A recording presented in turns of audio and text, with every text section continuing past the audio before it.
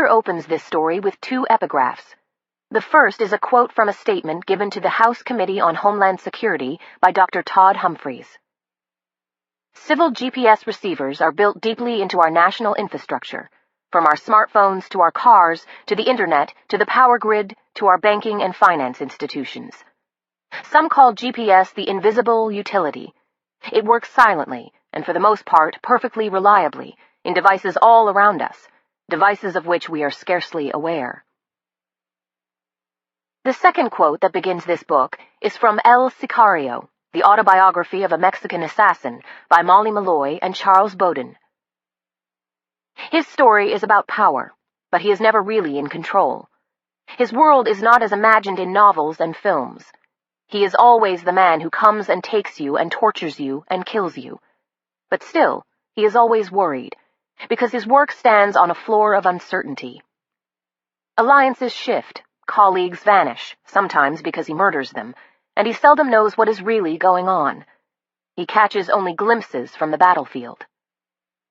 And now, the Polaris Protocol. Chapter 1. December 2011. Sergeant Ronald Blackmer never heard the round before it hit, but registered the whine of a ricochet right next to his head and felt the sliver of rock slice into his cheek. He slammed lower behind the outcropping and felt his face, seeing blood on his assault gloves.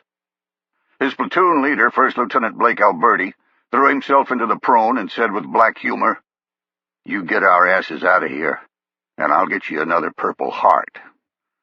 Blackmer said, "I've got nothing else to work with. The 81s won't reach and the Apaches are dry." Another stream of incoming machine gun rounds raked their position, and Alberti returned fire, saying, "We're in trouble, and I'm not going to be the next COP Keating." Both from the 25th Infantry Division, they were part of a string of combat outposts in the Kunar province of Afghanistan, ostensibly designed to prevent the infiltration of Taliban fighters from the nearby border of Pakistan. In reality, they were a giant bullseye for anyone wanting a scalp. Attacked at the COP on a daily basis, they still followed orders, continuing their patrols to the nearby villages in an effort to get the locals on the government's side. The mountains of the Kunar province were extreme, and afforded the Taliban an edge simply by putting the Americans on equal terms. Everything was done on foot, and the mountains negated artillery, leaving the troops reliant on helicopter gunship support. The same thing COP Keating had relied on when it was overrun 2 years before. The incoming fire grew in strength, and Alberti began receiving reports of casualties. They were on their own and about to be overrun, a trophy for the Taliban. Blackmer heard the platoon's designated marksmen firing, their rifles' individual cracks distinctive among the rattle of automatic fire, and felt impotent. As the forward observer, he knew the purpose of his entire career had been to provide steel on target for the infantry he supported. He was the man they turned to when they wanted American firepower. And now he had nothing to provide, his radio silent. Alberti shouted, "They're flanking! They're flanking! We need the gunships!" Blackmer was about to reply when his radio squawked. "Kilo 79, this is Texas 13. You have targets?" He said, Yes, what's your ordnance?" 500-pound GBU. GBU? A fast mover with JDAMs? He said, "What's your heading?" The pilot said, "Don't worry about it. I'm a buff, way above you." Blackmer heard the words and couldn't believe it. He'd called in everything from 81mm mortars to F-15 strike aircraft, but he'd never called fire from a B-52 Stratofortress. Not that it mattered, as the 500-pound JDAM was guided by GPS. He lazed the Taliban position for range, shacked up his coordinates, and sent the fire request. The pilot reported bombs out, asking for a splash. He kept his eyes on the enemy, waiting. Nothing happened. Alberti screamed, "You hit the village!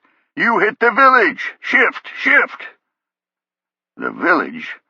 That damn thing is 700 meters away. He checked his location and lased again, now plotting the impact danger close as the enemy advanced. He repeated the call with the new coordinates and waited for the splash. Alberti shouted again. "You're pounding the fucking village! Get the rounds on target, damn it!" Blackmar frantically checked his map and his range, shouting back, "I'm right. I'm on target. The bombs aren't tracking." The volume of enemy fire increased, and Alberti began maneuvering his forces, forgetting about the firepower circling at 30,000 feet. Blackmar called for another salvo, recalculating yet again. No ordnance impacted the enemy. 30 minutes later, the American superior firepower meant nothing, as the fight went hand-to-hand. Captain Tiny Shackelford noticed the first glitch when the coordinates on his screen showed the RQ-107 unmanned aerial vehicle 100 miles away from the designated flight path, which, given his target area over Iran's nuclear facilities, was a significant problem. Flying the drone from inside Tonopah Air Base, Nevada, he felt a rush of adrenaline, as if he were still in the cockpit of an F-16 over enemy airspace and his early warning sensors had triggered a threat. He called an alert, saying he had an issue, then realized he'd lost the link with the UAV. He began working the problem, trying to prevent the drone from going into autopilot and landing, while the CIA owners went into overdrive. The RQ-107 was a new stealth UAV, the latest and greatest evolution of unmanned reconnaissance, and as such it was used out of Afghanistan to probe the nuclear ambitions of Iran. It had the proven ability to fly above the Persian state with impunity, and was a major link to the intelligence community on Iranian intentions. Losing one inside Iranian airspace would be a disaster. An army of technicians went to work, a modern-day version of Apollo 13. They failed. Mark Oglethorpe, the United States Secretary of Defense, said, "We've had 42 confirmed GPS failures. We've identified the glitch, and it's repaired, but we lost a UAV inside Iran because of it." Alexander Palmer, the National Security Advisor, said, "Glitch?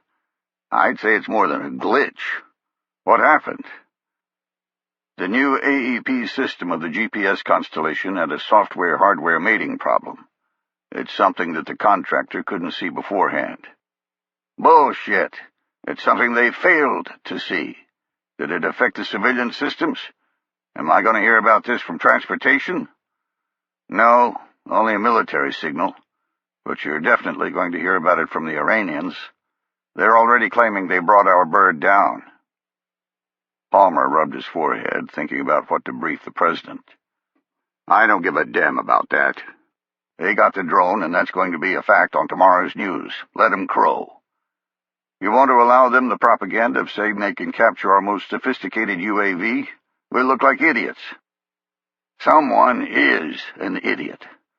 But I'd rather the world wonder about the Iranian statements. As opposed to what? The fucking truth, that's what. Chapter 2. Present Day. Joshua Bryant saw the seatbelt light flash and knew they'd just broken through 10,000 feet. Time to shut off his iPod, but more important, it was his turn in the window seat. Only 15 years old, his passion in life was airplanes, and his singular goal was to become a pilot, unlike his younger sister, who only wanted the window to aggravate him. She'd complained as they had boarded, and his mother had split the difference. She got the window for takeoff, and he got it for landing. "Mom, we're coming into final approach, and it's my turn." His sister immediately responded, "No, we're not. He's just talking like he knows what's going on." Joshua started to reply when the pilot came over the intercom, telling them they had about 10 more minutes before parking at their gate in Denver. Joshua smiled instead, just to annoy her. She grouched a little more, but gave up her seat. After buckling up, he pressed his face against the glass, looking toward the wing jutting out 3 rows up, watching the flaps getting manipulated by the pilot. The aircraft continued its approach, and he saw the distinctive swastika shape of Denver International Airport. A flight attendant came by checking seat belts at a leisurely pace. Then another rushed up and whispered in her ear. They both speed-walked in the direction of the cockpit, the original flight attendant's face pale. Joshua didn't give it much thought, returning his attention to the window. He placed his hands on either side of his face to block the glare and began scanning. On the ground below, he saw a small private plane taxiing. With as much conscious thought as someone recognizing a vegetable, he knew it was a Cessna 182. The Boeing 757 continued to descend and began to overtake the Cessna. Strangely, the Cessna continued taxiing. With a start, Joshua realized it had taken off directly underneath them. He watched it rise in slow motion, closing the distance to their fragile airship. He turned from the window and screamed, "Plane! An airplane!" His mother said, "What?" The Cessna collided with the left wing just outside the engine, a jarring bump, as if the 757 had hit a pocket of turbulent air. Passengers began to whip their heads left and right, looking for someone to explain what had happened. 20 feet of wing sheared off as the Cessna chewed through the metal like a buzzsaw, exploding in a spectacular spray of aluminum confetti, followed by a fuel-air ball of fire. Joshua knew the wing would no longer provide lift, knew they were all dead. He was the first to scream. The aircraft yawed to the left, seeming to hang in the air for the briefest of moments, then began to plummet to earth sideways. The rest of the passengers joined Joshua, screaming maniacally, as if that would have any effect on the outcome. The fuselage picked up speed and began to spin, the centrifugal force slapping the passengers about, 1 minute right side up, the next upside down, filling the cabin with flying debris. 4 seconds later, the screams of all 187 souls ceased at the exact same moment. Chapter 3. 3 days ago. "They're here. I just heard the door open and close." Even though the door in question was to the adjacent hotel room, the man whispered as if they could hear him as clearly as he could them. "Jack, for the last time as your editor, this is crazy." "You didn't say that when I began." "That was before you started playing G. Gordon Liddy at the Watergate." Jack heard voices out of the small speaker on the desk and said, "I gotta go. Stay near your phone in case I need help." He heard Jack, but ended the call without responding. He checked to make sure the digital recorder was working, then leaned in, waiting on someone to appear on the small screen. The thin spy camera had slipped out of position just a bit, making the room look tilted. A hefty Caucasian sat down in view, wearing jeans and a polo shirt that was a size too small. The contact. Another man began speaking off-camera, in flawless English with a slight Spanish accent, which, given what Jack was investigating, was to be expected. The words, however, were not. Nothing the man said had anything to do with the drug cartels or America. It was all about technology. Eventually, the contact spoke. Jack leaned in, willing him to say what he wanted to hear, wanting to believe his insane risk had been worth it. He also said not a word about drugs, but blathered on about the right of the masses to digital technology and the developed world government's undying interest in monopolizing information. Jack rubbed his eyes. What the hell is this all about? Who gives a shit about information flow? The guy sounded like an anarchist, not a connection for the expansion of the Sinaloa drug cartel into America. The contact droned on about his ability to free up information, then said something that caused Jack to perk up. He mentioned the U.S. Air Force in Colorado Springs. Now we're getting somewhere. Colorado Springs was just outside Denver, and was the American crossroads for the Interstate 10 drug corridor leading out of El Paso, which passed right by the hotel he was now in. Running straight up until it connected with U.S. Interstate 25, the corridor branched left and right at Colorado Springs into the heartland of the United States, the future battleground he was trying to prove was coming. Jack leaned in, straining to catch every word, but most had nothing to do with drugs or Mexico or anything else he was investigating. He sat back, disgusted and angry that he'd paid the informant who'd led him to this meeting. Angry at the risk he had taken. Something bad was going on, but it wasn't anything he cared about. Wasted money, wasted time. Through the speaker, he heard the door open again, not really listening anymore, cataloging how he could reconnect with his sources and informants, trying to figure out how he could get back on the pulse of his story. A voice in Spanish splayed out, begging for mercy. The sound punctured his thoughts, not because of the words, but because of the terror, the cheap acoustics doing nothing to mask the dread. Jack stared at the screen, but the man remained outside the scope of the lens. He begged for his life, the fear seeping through like blood from a wound. On camera, the American contact had his hands in the air, his mouth slack, clearly unsure what was going on. Jack heard his own name and felt terror wash over him like an acid bath. Jesus Christ. It's the desk clerk. He sold me out. He slammed the lid to the digital recorder, closed and shoved it under the bed, then grabbed the speaker and yanked it out of its connection to the wireless receiver. He threw it in the bathroom, then fumbled for his phone, his hand shaking, looking for a way out that wasn't the door. He realized there was none. Realized he'd made a catastrophic mistake. He pulled up speed dial and hit a button. The phone went straight to voicemail. He shouted, "Andy, Andy, I'm in trouble. I'm in big trouble. Where the fuck are you?" The door burst open, and he remained standing, the phone trembling in his hand. Two men entered, both pointing pistols at him.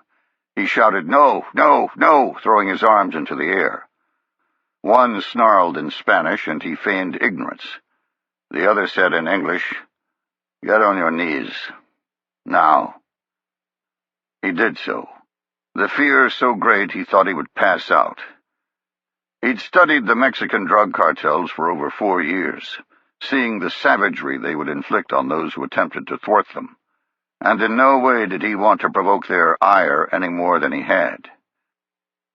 They handcuffed him with efficiency, no outward abuse, no punches or smacking just because they could, which did nothing but raise his alarm.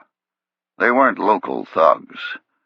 They were trained and had done this many times before. He began calculating what he could do, how long he had. He knew they wouldn't kill him here in El Paso. The drug trade was vicious, violent beyond the average human's comprehension. But it still wasn't here. They'd move him, which meant some time. At least a day while they tried to get him across the border to Ciudad Juarez, where they could torture him freely. One day, 24 hours. He looked at his watch and saw the seconds begin to disappear. Chapter 4. I opened the door and felt like I needed an oxygen mask from the smoke spilling out. The nightclub's so full of fumes from cigarettes that I was having a hard time seeing 5 feet. Guess this place hadn't heard of the secondhand dangers. I felt Jennifer recoil and pulled her inside. Sometimes you get to play baccarat in Monte Carlo in a tuxedo. Sometimes you have to belly up to a smoke-infested bar in Turkmenistan. Story of my life. The room reminded me of the bar at the beginning of Raiders of the Lost Ark, where Indiana Jones met up with his ex-girlfriend. A bunch of burly men and raunchy women yelling and shouting at each other. All I needed to do was get Jennifer to challenge some big-ass bear of a man to a vodka-drinking contest, and the image would be complete. Sotto voce, Jennifer said, "This place looks like the cantina in Star Wars." I chuckled and said, "Wrong movie. Come on. We've got 30 minutes before the meet. Let's see if we can blend in that long. We found a table in the corner, and I checked my phone, seeing I had lost service yet again.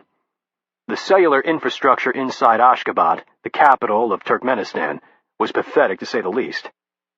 It was making our surveillance effort very difficult, and in truth, no harder than it had been for our commando forefathers who worked through the Cold War. It just meant we had to go old school. I keyed the radio strapped to my leg and leaned into Jennifer, as if I was talking to her. Knuckles, you staged? Yes, we got a box. You send the photo and trigger and we'll do the rest. Roger all. Jennifer glanced at her watch and said, "This guy is cutting it close." I know, he's not stupid. He's aware of the curfew and he's going to use it. Nobody was allowed to walk around after 11 at night in the capital. But really, that was a crapshoot. A lot of people did, and the police then usually picked on the Westerners to fleece for bribes. Or other unsavory things. There had been reports of them arresting women, taking them to jail, then extorting sexual favors. It would make a surveillance effort after the witching hour very, very hard. What if he doesn't show? Are we going to push it and try again tomorrow, or head to Gunur? We still have 48 hours, one more night. If he doesn't show then, we're leaving for Gunur. We can't blow off the contract. This was just a freebie anyway. Gunur was a 4,000-year-old archaeological site set in the middle of the Karakum Desert, and we, as the proud owners of a company called Grolier Recovery Services, had been hired to help a team of experts take a look at the dig. Well, at least that's what the government of Turkmenistan thought. In reality, we were a cover corporation using counter-terrorist operators as employees, all working for an organization so removed from the traditional U.S. defense and intelligence infrastructure it didn't even have a real name. We simply called it the Taskforce, and it had sent us to Turkmenistan to identify a wealthy Saudi Arabian who was funding the Islamic movement of Uzbekistan. Unfortunately, our cover took precedence over the mission. So if we didn't locate the contact, we were looking at spending a few days sweating in the desert, something Jennifer would love. She enjoyed anything and everything dealing with old crap. She waved her hand in front of her face, trying to clear the smoke, while she surveyed the bar, looking for our linkage target. She said, "I can't believe Pedro would meet a rich Saudi in this dump. Why not in a mosque, or any number of coffee shops? The intel seems off to me." Pedro was our nickname for a terrorist affiliated with the IMU. He was all set to be removed from the playing field in Uzbekistan when the task force learned he was meeting a contact in Ashgabat. They decided to see if we could identify the contact, implant a collection device in his personal effects, and try to swim upstream to the Kingdom of Saudi Arabia, with the end state being identification of the money man. I said, the mosques here are all owned by the government. In fact, the government monitors everything here, like it's still part of the Soviet Union. He'd need someplace noisy, someplace that self-defeats the bugs all over this damn country. Which was why we wouldn't be doing anything overt against Pedro. Much easier to take him down when he returned to Uzbekistan. Our mission was pure snoop and poop. No high adventure. I went to the bar, happy to see a smattering of Europeans, including one old couple clearly forcing themselves to enjoy the culture. Jennifer and I wouldn't stand out. I got a couple of glasses of hot tea, and by the time I had returned to the table, Jennifer said, "Pedro's at the door." I casually glanced that way and saw him, our linkage target. He was swarthy, with a full head of chestnut hair and a red beard that looked like a briar patch. Dressed in a striped shirt, the sleeves rolled up to the elbows and the tails hanging out over a pair of black slacks made of rough cloth, he looked like every other regular. He glanced around, locked on something, then began walking toward our 3 o'clock. I followed his line of march and saw a single man sitting at a table smoking a cigarette. Bingo.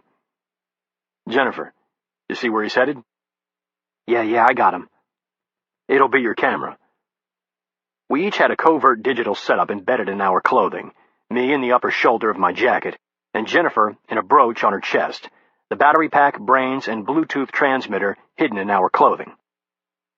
We'd purposely sat at 90 degrees to each other to give us complete coverage of the room. If he had gone toward the 9 o'clock, I'd have been getting the picture. The cameras were digital marvels, controlled by our smartphones. They had limited optical zoom, but a very, very good digital zoom, complete with digital stabilization. The hard part had been getting the things to line up naturally to what we wanted to see, as my jacket kept shifting when I sat down, and Jennifer, believe it or not, couldn't get the thing to aim level because of the swell of her breast. After screwing around with them for a while, we'd managed to figure it out. Jennifer brought out her phone and began working it. The image from the camera fed to it via Bluetooth. I waited to confirm the man was Pedro's contact, then began relaying to Knuckles as a backup to the photo. Knuckles, Pike. Zulu 1 located. Prepare to copy description. After a few seconds I heard, "Send it." Dark top, black, possibly blue, long sleeve, button front, no jacket. Sleeves rolled completely down. Youngish, 25 to 30, hawk-like face, long nose, swarthy, looks Saudi. Long hair down to his collar, but well kept. Looks long on purpose, not because he can't afford a barber. Small mustache, but clean chin. No outstanding identifying marks. Sort of looks like Jake Gyllenhaal in Prince of Persia. Jennifer, working the digital zoom, looked up and said, "He doesn't look anything like Jake Gyllenhaal. What an insult." I keyed my radio. Correction. Apparently Jake is much, much more attractive. Stand by for photo. Jennifer fiddled with her phone for a second longer, then nodded at me. My radio crackled to life and I heard, "This guy doesn't look a damn thing like Jake Gyllenhaal except for the hair." Jennifer grinned and I said, "Sue me. You guys collapse in?" "Yeah, we're set." I saw Jennifer scrunch her eyebrows, still looking at her phone. I glanced at Jake and Pedro, but they weren't doing anything suspicious. "What's up?" "My phone just picked up a signal. I have a missed call and a voicemail." "Who in the world is calling you in Turkmenistan?" "Jack. My brother Jack." Chapter 5. The desk clerk, a trembling, rail-thin man of about 60, was brought in and slammed into the wall next to Jack. Behind him, a dapper man in a business suit entered, taking a seat. The original hardasses both remained standing. All four were of Hispanic origin. The gunslinger stayed mute. In Spanish, the dapper man said, "Who do you work for?" Jack feigned ignorance again, saying, "I don't speak Spanish." In English, the dapper man said, "You may call me Carlos, please. Tell me why you're here." Holding nothing back, knowing it might help him survive, Jack said, "I'm a reporter for the Dallas Morning Star. My editor knows where I am and will be looking for me. It does you more harm than good to hurt a reporter inside America, and I swear I didn't hear anything incriminating." Carlos turned to one of the gunslingers. "His phone?" The man passed it over, and Carlos checked the call log. "What did you tell the man on the other end of this phone?" "Nothing," Jack said. "It went to voicemail. All I said was I was in trouble. I swear I haven't heard anything." Looking at the number, Carlos said, "Then why would you feel you were in trouble?" "Because of who you are, what you represent." Carlos squinted at the phone and said, "This isn't a Dallas area code. Who did you call?" Confused, Jack said nothing, unsure if Carlos was trying to trick him. Carlos held out the phone, allowing Jack to read the number. His heart sank deeper into the void. And he isn't going to do anything. He said, "It's nobody. I misdialed." "Misdialed the entire area code? Who is it?" Jack struggled to come up with an answer, anything to deflect attention from the true answer. "It's just a friend I have on speed dial, someone I went to school with. His speed dial number is next to my editor's." Carlos brought up the menu, checked the speed dial, then chuckled and pulled out his own phone, saying, "Not exactly Woodward and Bernstein, are you?" He dialed a number and stood, moving to the bathroom and letting a gunslinger close in on Jack. Carlos began speaking in Spanish, laying out what had occurred up to this point. Fairly fluent, Jack learned he had interrupted something much more sinister than the expansion of drugs into the United States. No, Senor Fox still believes we're computer people like him. Activists. He does not know the reasons behind our meeting. He's paranoid, but not stupid. He just about fainted when my men came in with pistols. He'll realize something else is afoot if I don't give him some misdirection. The man on the other end spoke, and Carlos answered, "Yes, I think he can do it. He works at the Air Force Base in Colorado, the one that controls the navigation satellites, the ones that tell the drones where to fly. I think it's worth continuing. We take out their eyes, and we can go back to the old days, the old ways. We'll be the only ones who can do it. Los Zetas will still get caught by them, and the plaza will be ours." Carlos listened a few seconds longer, then turned his eyes on the desk clerk, saying, "We have paid him handsomely many times in the past. He deserves death for his treachery, but I think we can use him to deflect attention if anyone comes around asking. Keep him alive a little bit longer. I'll pay him before I leave and remind him that I know where his family lives." "What about the man himself, the reporter?" Jack saw the desk clerk's eyes widen and strained to keep his face neutral, waiting on his own fate. What he heard caused his heart to stutter. "I can't do that here in America. I'll need a car that can get across the border. Send someone with a sentry pass. I'll be staying at House 4. They're going to take me to Juarez, kill me using our own trusted traveler program." Carlos hung up and said, "Watch him." Carlos re-entered the original hotel room and saw Mr. Guy Fawkes sitting in a chair, pasty and sweating. Guy Fawkes. Cute little alias name. Playing me for a stupid cabron. An obese Caucasian with greasy hair and a 3-day growth of beard, he was clearly out of his depth. "Mr. Fawkes, sorry for the interruption. My men thought someone had followed you, but apparently they are just overeager." "Carlos, I don't do violence. I do computers. I'm about transparent information. I was told you could use my information. Let it out inside Mexico." "I understand completely. I'm sorry, but where I'm from, violence is a way of life. I apologize, but tell me, why didn't you send this to someone here? Someone you trust in the networks in the United States?"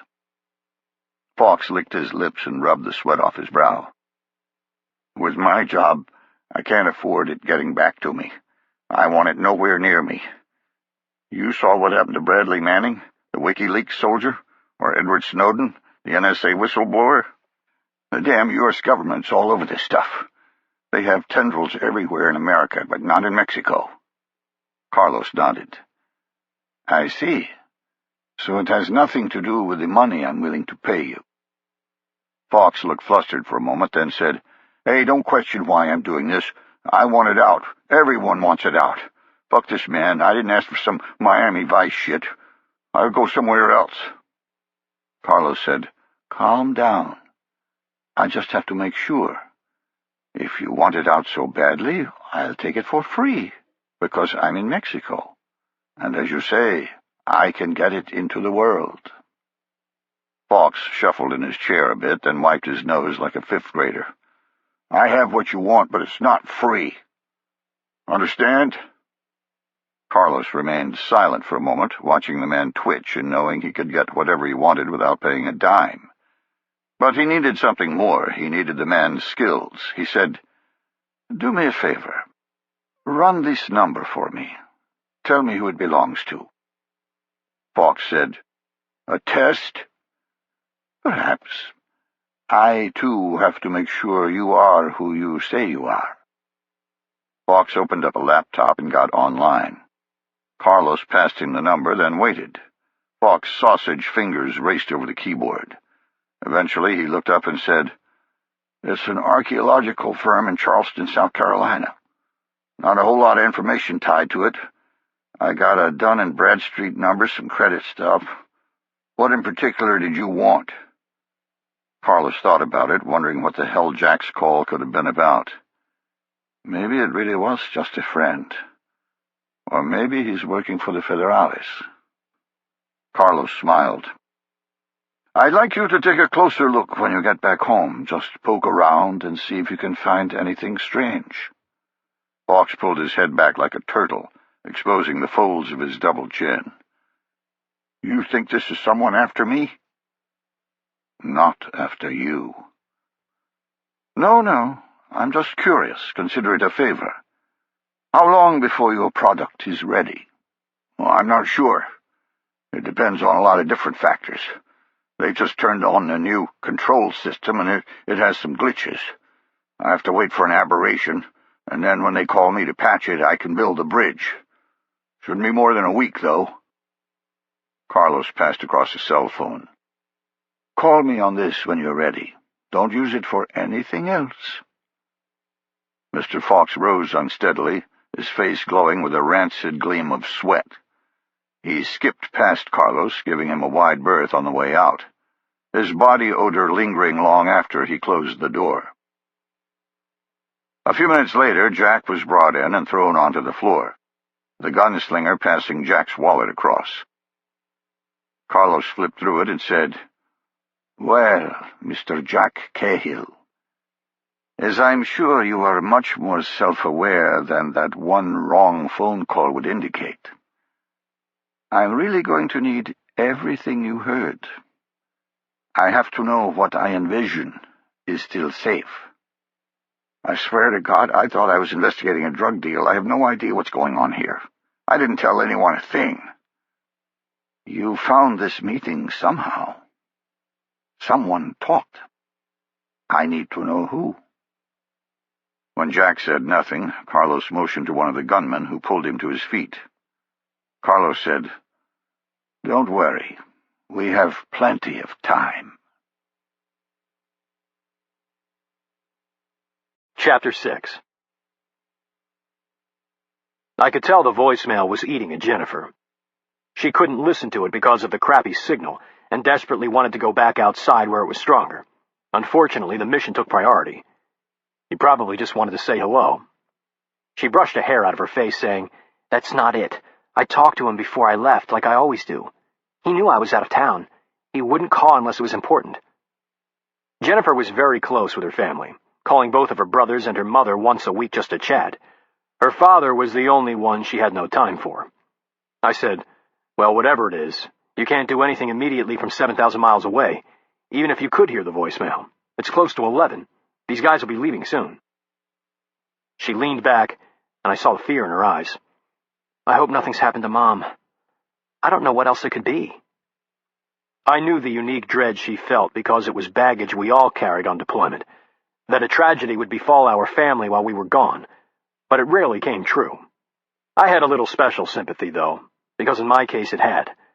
I said, Useless worry. Whatever it is, we'll handle it, together.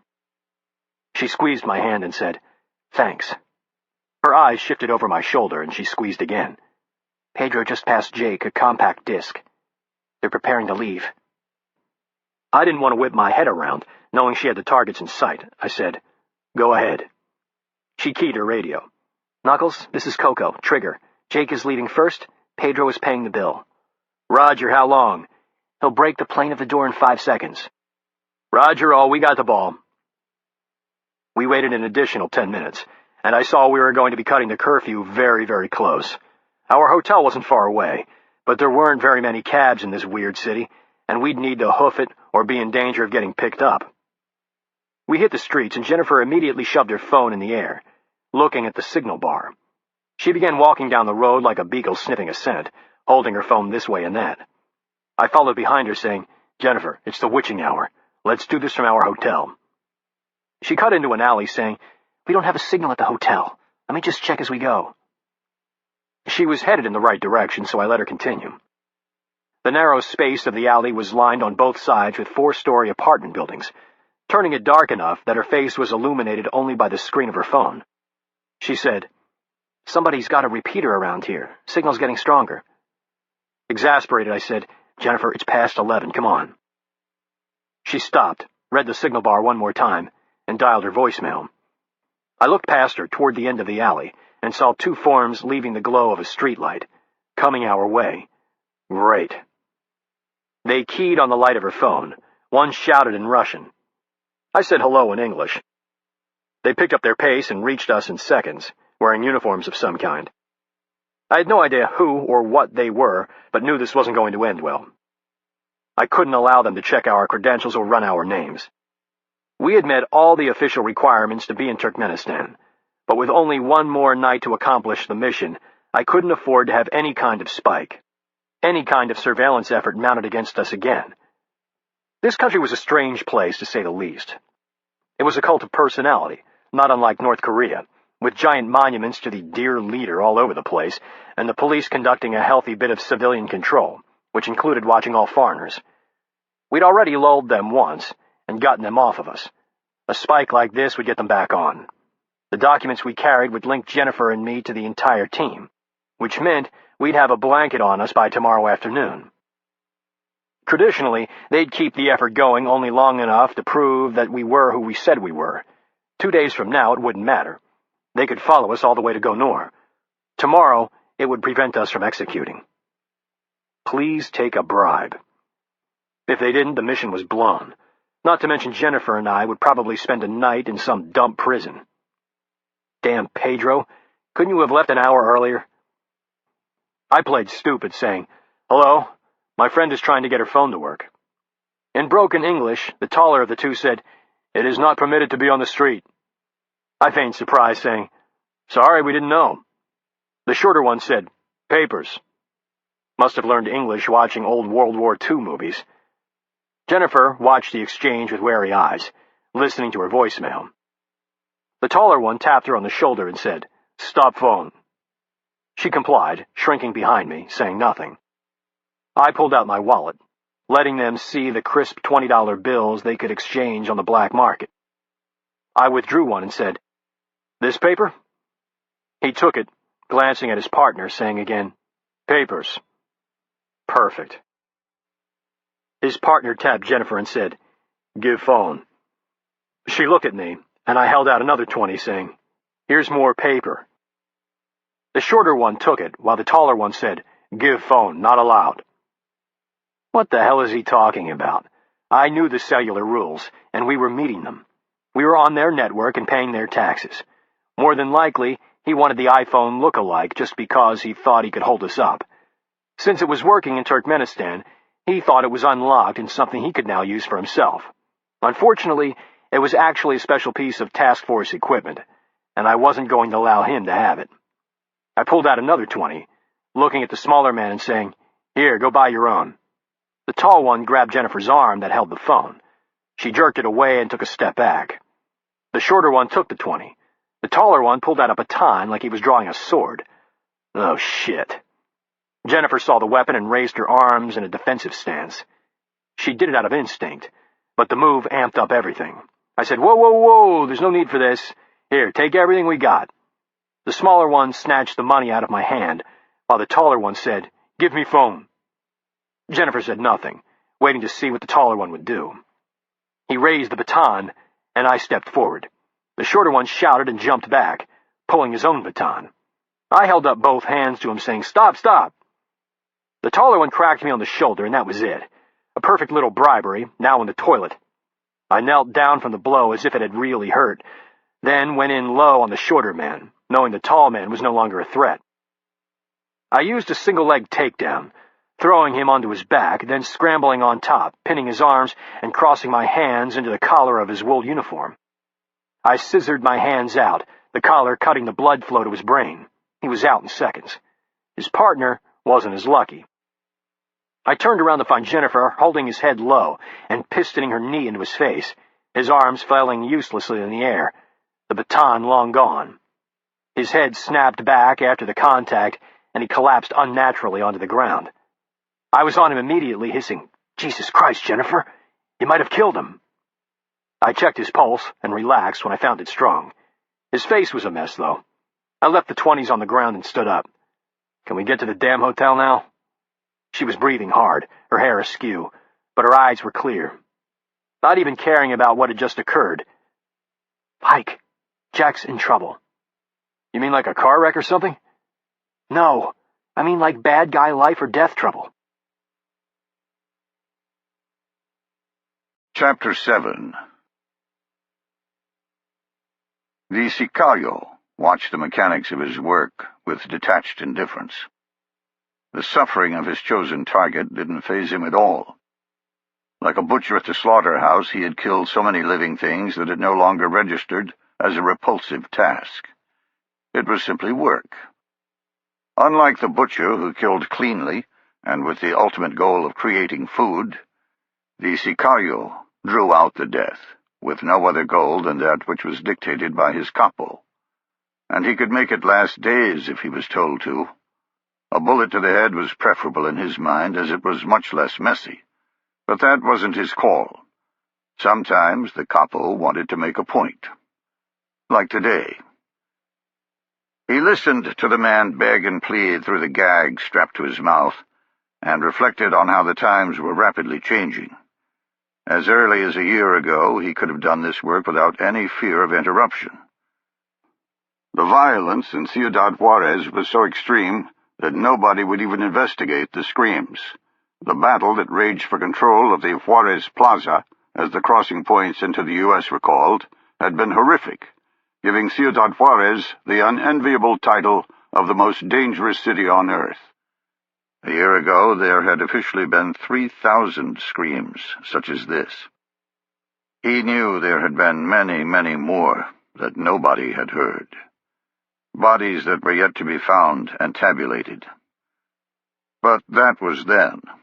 Now it was prudent to prevent the target from alerting anyone, be it the hated Sinaloa cartel, the authorities, or even some splinter from his employer, the fragmented Cetis cartel.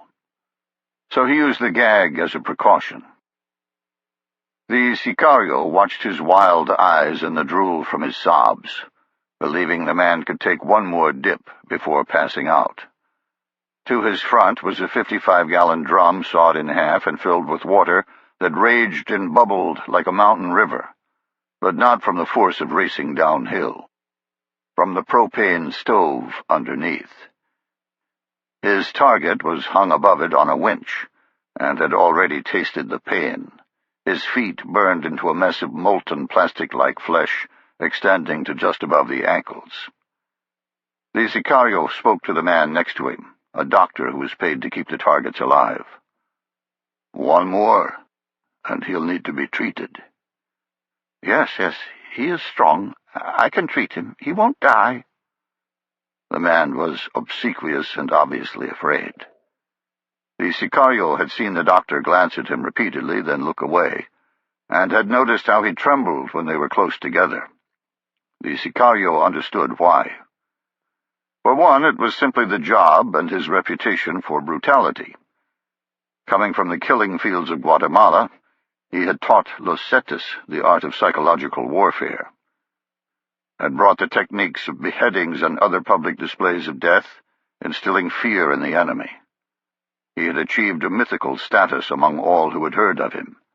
But more than that, he knew his real-life visage lived up to the legend. During a battle in the Civil War, he had been touched by the volcanic flame of a white phosphorus grenade, a grenade thrown by a fellow Cahill, and had been burned on his head, losing his eyebrows and leaving his forehead looking like melted wax. They had shaved him in the hospital, and he'd kept that discipline ever since, meticulously shaving every bit of hair off of his head. The effect was disconcerting, and he liked it that way. Fewer people to test him. The Sicario watched the target violently shake his head left and right, the spittle from his screams dripping down the cloth of the gag onto his chest. Ignoring the pleading, he lowered the man, and the sweet-sour odor of boiling meat permeated the room again, reminding him of his mother's kitchen, of dinners long ago in Guatemala when he was a child, before he had joined the Guatemalan Cahill's Special Forces Unit, before he had had his humanity sucked out of him like life-giving oxygen from a hole in a spacesuit. He intently studied the target's face, and when his eyes rolled back in his head, he hoisted the man up. It did no good to punish him if he couldn't feel the effects. As two other men lowered the target to the floor, avoiding the destroyed flesh of his lower legs, the doctor went to work, inserting an IV and treating the burns. The back and forth of treatment and pain would go on until the heart stopped. Some men lasted longer than others. The record had been 3 days, but the Sicario didn't feel this one had that sort of stamina. 2 days at the most. He went into the other room for a drink of water and felt his phone vibrate. He looked at the number and answered immediately. "Yes, El Comandante. Pelon, I have a task for you. It needs to be done immediately." "Yes, of course." "Sinaloa has something big in motion.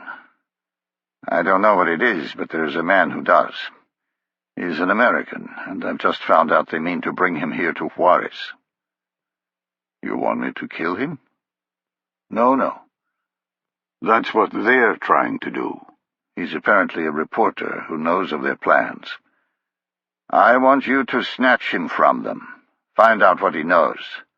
Find out how he can help us." That was a tall order.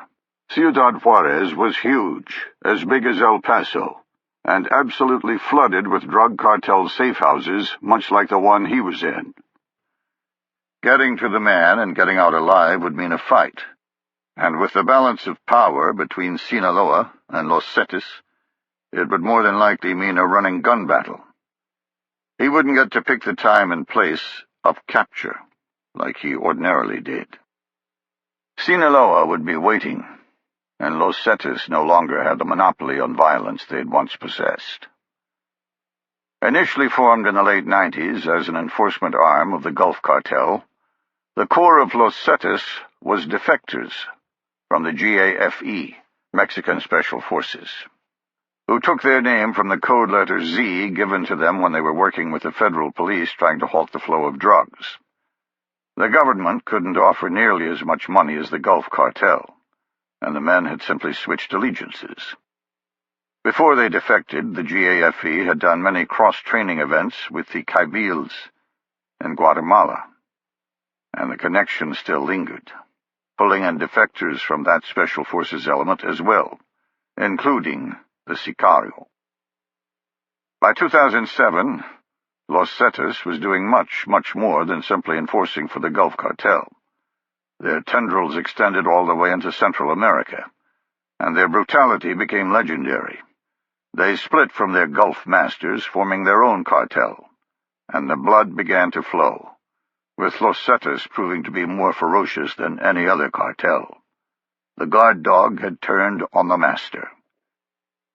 In recent years, almost all of the original Special Forces leaders had been killed, leading to infighting for control and less restraint as the violence spiraled upward. Los Cetis had turned feral, killing each other as much as anyone else. Like a bonfire, they were consuming themselves in a spectacular spasm of destruction and running out of fuel. Now, with the Gulf Cartel in alliance with the Sinaloa Cartel, the Juarez Plaza was in danger of being lost forever, and Los Cetis would do anything to prevent it. The Sicario knew that refusal of the mission would simply mean his death. There was no form of loyalty anymore. It wasn't like the early days, when accomplishment counted and the Special Forces bond meant something. Now it was a day-to-day fight for existence. He said, "You know where he will be taken? What area of the city?" "No, not here. But I know where in El Paso. It's why you have been chosen." "I don't work in America. I can't work in America. If I'm caught there, I won't be deported." "So don't get caught, Pelon. It's just across the border, in an area nobody controls. It will be easy." Despite his fearsome reputation, the Sicario still worked for a boss, was still subservient to the Zetas chain of command, and he knew exactly why he was being given the task. Someone would need to penetrate the border into El Paso, capture the guy, then return. Someone who had the ability to avoid a majority of the scrutiny at the bridge. Someone who knew how to get around in America. The Sicario didn't fit the last requirement. He hadn't been across to El Paso in over 35 years, and had no idea what the city was like. But he did have the ability to get back and forth since he had an American passport. Because he'd been born there. Chapter 8. The Sicario puttered in the northbound traffic on the Paso del Norte bridge, seeing the line of cars snaking out before him. He'd done his research and knew it would be at least a 2-hour wait. While the bridge operated 24 hours a day, he decided to cross when traffic was heaviest, giving the men working border control less of an incentive to focus on him. Inching forward every few minutes, surrounded by all manner of cars, some seemingly held together by duct tape, he reflected on his future, or more precisely, his lack of one. From the beginning, the cartels had led a Darwinian existence of dog-eat-dog, with only the strong surviving. Even Ociel Cardenas, the man who had created the original Zetas enforcement arm, had the nickname El Mata Amigos, the friend killer, because he had executed his partner to seize control of the Gulf cartel. Back then, though, there were lines. Reasons for the violence, with a degree of logic. Because random killing was counterproductive for business. The Sicario had seen that change. The leadership of Los Zetas had become paranoid, or maybe they were simply crazy, with the calculated thinking of the original members lost to the savagery of the animals who took over from below. It really didn't matter why. In the past, the Sicario had killed for a purpose, sending a signal to the authorities, getting revenge for transgressions, or simply showing the consequences should someone interfere with cartel business. It had all been designed to retain control. The killings were thought out before they were ordered, with potential repercussions discussed at least as much as the operation itself. Now Los Zetas butchered anyone suspected of working against them based on rumor alone, with no thought given to the fallout. The man the Sicario had boiled was one such target. 2 days ago he'd been a valued member of Los Zetas. Yesterday he had become a target simply because his boss, El Comandante, had heard he might be turning informant. The Sicario was sure El Comandante was crazy. He was like a dog that had been whipped, beaten, and thrown into fights to the death for so long he had lost all sense of what constituted reality. Sooner or later, it would be the Sicario's turn. Of that he was absolutely positive. The only reason it hadn't happened yet was because he had never once shown anything but loyalty, and had never indicated an interest in greater riches or power. That, and because the Sicario had been Los Zetas far longer than anyone else, longer even than El Comandante. He was one of the few members of Los Zetas still alive from when they were the pipe swingers for the Gulf cartel. One of the original Sicarios, and that fact, along with his reputation for brutality, held some importance. He wondered if he himself was crazy. He thought he could discern it in others, but wasn't sure about himself. He didn't believe he was, but in his heart he couldn't see how anyone who executed such heinous deeds couldn't be. He should have been eaten up with remorse or fearful of the afterlife. But he wasn't. The acts, like the one earlier today, never bothered him. Didn't that make him loco? There was only one action that haunted him, made him worry about where he would spend eternity. During the latter stages of the Guatemalan Civil War, his Kabyl unit had been sent to pacify a village. They had slaughtered every man, woman, and child. After everything he had done since in the name of Los Zetas, this was the one event that haunted his dreams, made him sweat when the memories surfaced, the campesinos running left and right like rabbits, the machetes falling, the blood, the stench of spilled intestines and chopped meat. It all returned at night while he slept. The after-effects of that operation had driven him into the arms of Los Zetas. He told himself it was because they paid infinitely more than the Guatemalan army. But in reality, he had decided that if he was going to kill, he wanted to kill someone who wasn't innocent. As if Los Cetas knew the difference. Loco thoughts. He rubbed the little statue of La Santa Muerte on his seat, saying a small prayer for his soul, wondering if the man he had boiled had also prayed to the patron saint of death, and whether that made them both insane. Driving into the El Paso neighborhood known as Eagle, the Sicario reflected that it didn't look a whole lot different from Juarez. Very few trees, cinder-block houses with yards full of rock and dirt, and adobe dwellings interspersed with seedy automotive repair shops and convenience stores. Situated along the Chavez border highway, it was literally a stone's throw from Mexico, butting right up against the Rio Grande River. The thought brought him some comfort that perhaps he could get away with what he'd been tasked. He'd had no trouble crossing over, and was glad he'd kept his passport up to date. He'd never used it to come into the United States, but had always treasured it as a final out, a wild card that might come in handy should he be picked up by Mexican authorities, or should he need to run from other less forgiving types. The Paso del Norte crossing was northbound only, but he was sure the southbound crossing at Stanton Street would, if anything, be easier, since he would be headed into Mexico instead of the United States. He turned left off of the border highway onto Park Street and began looking for the skate park. He crossed 3 intersections and started to wonder if the intelligence was wrong. At the 4th, he saw the corner of the park. He turned left again, now scanning for atmospherics. So far, so good. The Eagle neighborhood had a very high crime rate, but he wasn't looking for police. He was searching for the street gang that owned this barrio and would be acting as lookouts for the Sinaloa cartel. He took a left on South Hill Street, boxing his route in, and saw a tattooed hood wearing a dingy white wife-beater and jeans. He was lounging against the front wall of a meat market and talking to another street thug sitting on an overturned plastic bucket.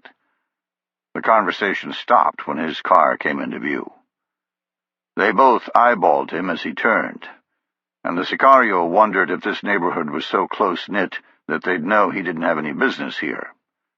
He ignored them, getting a quick glance at their side of the street, then driving past and looking to the left, away from their eyes so they couldn't see his face, giving them only a view of the wig and hat he wore. 75 meters down, and he saw the safe house. It was a 1-story brick structure with 2 windows, one on either side of a single door. Small, maybe 3 rooms total, butting right up to the sidewalk. No yard to speak of, which meant no chain-link fences to contend with. All in all, a plus for the Sicario. It was getting to be late afternoon, and while the Sicario would have liked to wait until darkness, he wasn't sure when the Sinaloa transporter would arrive. Once the reporter was loaded, there would be no chance of taking him. He drove around the block, passing the skate park again. This time, instead of continuing on, he stopped at the alley that ran behind the safe house, a dirty, narrow strip littered with trash. He backed up to the skate park and wedged his car in between 2 pickup trucks, getting it out of view. He walked toward Hill Street, scanning left and right. When he reached the alley, having seen nothing alarming, he shifted left and went down it at a rapid pace, walking all the way to the next block. When he passed the safe house, he saw a back door, but it was heavily barred with a wrought iron gate. Not an entrance, but it would work as an exit. He circled back to his car, coming up with a plan. It would have to be quick and dirty, but with only 1 lookout position, they weren't expecting trouble. At most, there would be 3 men inside to contend with. None would be expecting a threat, but that would change when he knocked on the door. They would arm themselves out of reflex. Unless...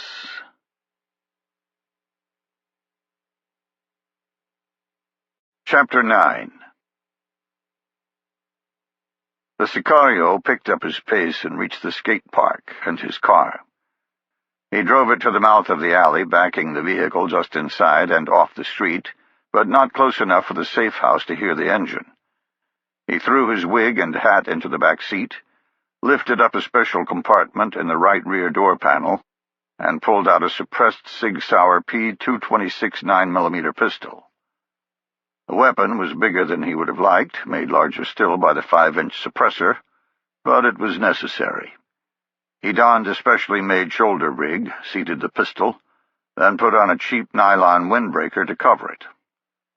He exited the car and began walking back around the block, towards South Hill Street and the meat market. He knew that the lookouts would focus on his bald skull and scorched forehead, and the image would preclude their brains from making any connection to the man who had just driven past, which would cost them. He turned the corner and walked with purpose straight toward the meat market, both gang members staring at him intently.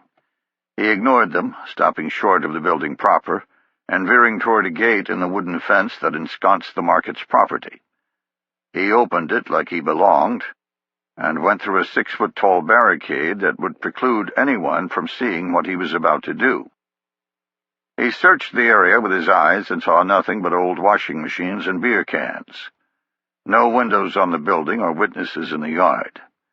He knelt and called out in Spanish, "Help me! Please, come help!" He waited, then repeated the call.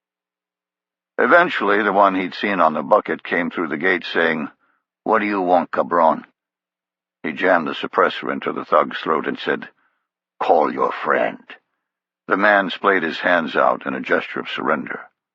The Sicario waited a beat for compliance.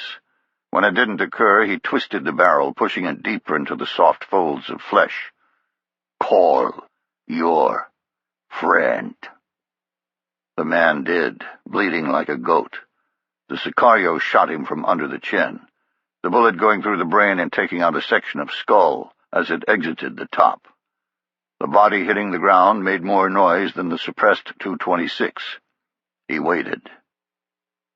The wife-beater rounded the corner cursing, walking with a swagger. He saw the body a split second before he felt the suppressor at the base of his jaw just below his ear. He, too, held his arms out. The Sicario said, "Do not talk. Just nod yes. You know the house you are protecting?" A nod. "We're going over there, and you're going to knock on the door. Get them to open it without alerting them something is wrong. If you fail, you will die. If you succeed, you can run away down the street. I'll do the rest. Do you understand?" Another nod, but this time with a snarl on his face. "Trouble. Put your arms down. Look at me."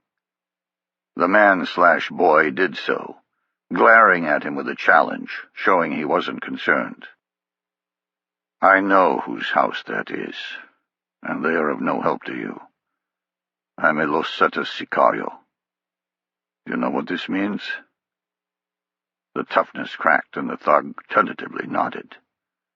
He jammed the barrel deep into the soft fold of flesh beneath the jaw. "Do you understand what this means for you?" The gang member became visibly scared, staring at the molten scars on the Sicario's forehead.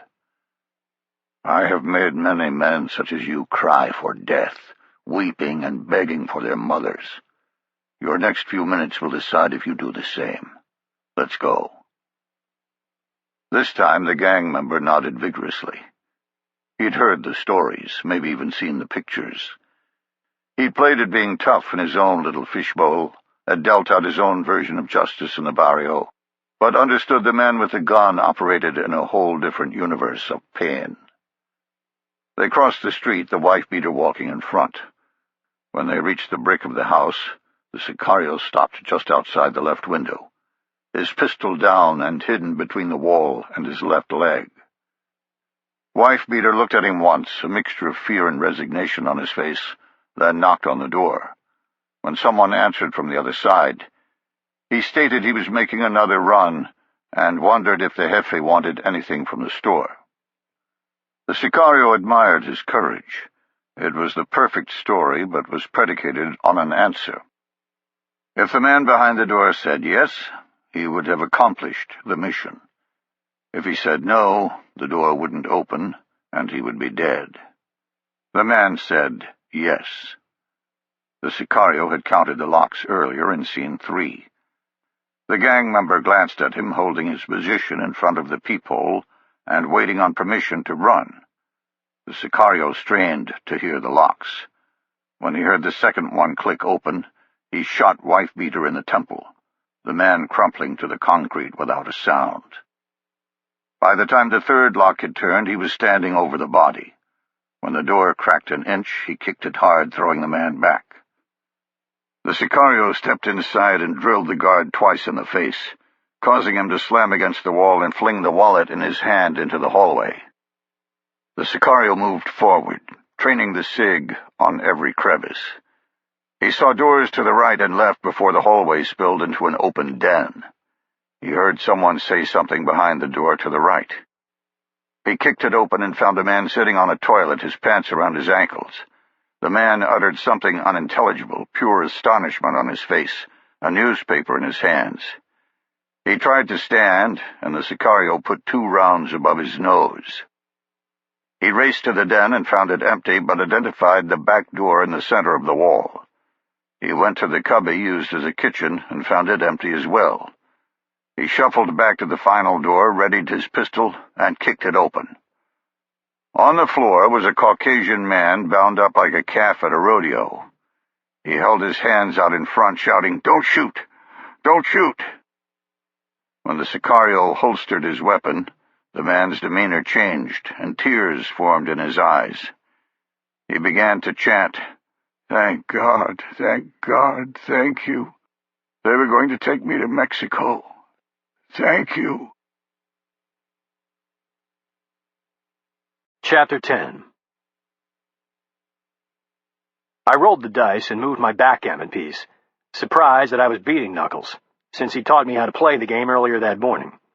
I'd figured he was an old hand at backgammon, and thus a better player, but then again, we were in the middle of a mission. Maybe he couldn't multitask like a master such as myself. Or maybe he was still pissed at me. Hard to tell.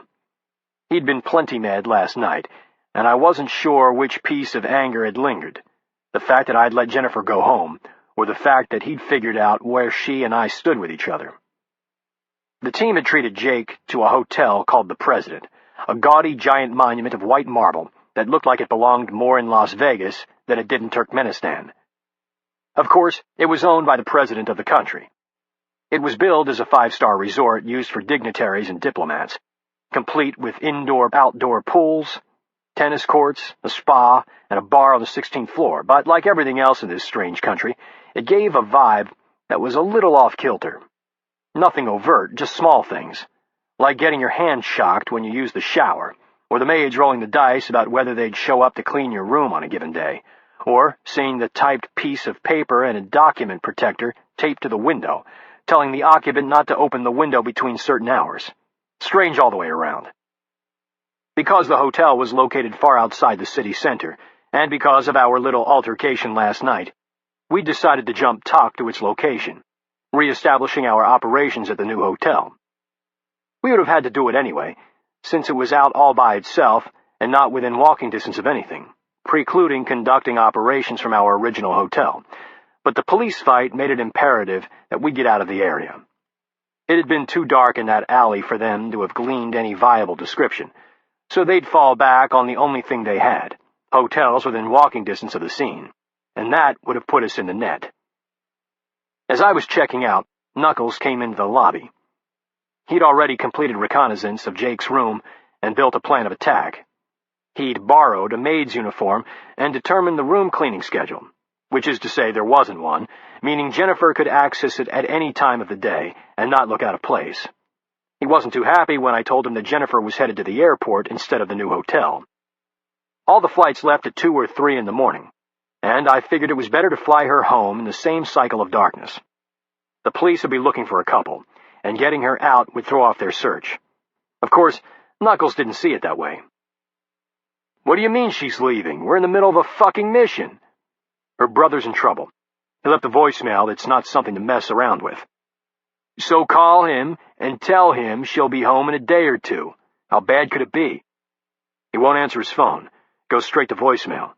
Look, her brother's a reporter in Dallas, and she thinks he was working on a story about the drug cartels. That gave him pause. We'd both kept up on what was going on in Mexico because of the potential nexus of the cartels and terrorists out to harm the United States. I continued. I heard the voicemail, and he was really in fear for his life. It sounded like someone was about to jerk the phone out of his hand. He took that in, then said, "You really think this is some type of Sopranos bullshit?" "I don't know, but Jennifer's freaking out about it, and rightly so. She needs to get home." He tried to maintain his anger, but it was a losing battle. He knew the decision was correct, and he would have made it himself if it were someone under his command. He just didn't like the fact that he had no control over our little civilian company, and I understood that. We were still slogging through how such things worked and who was ultimately in charge, because my company was unique.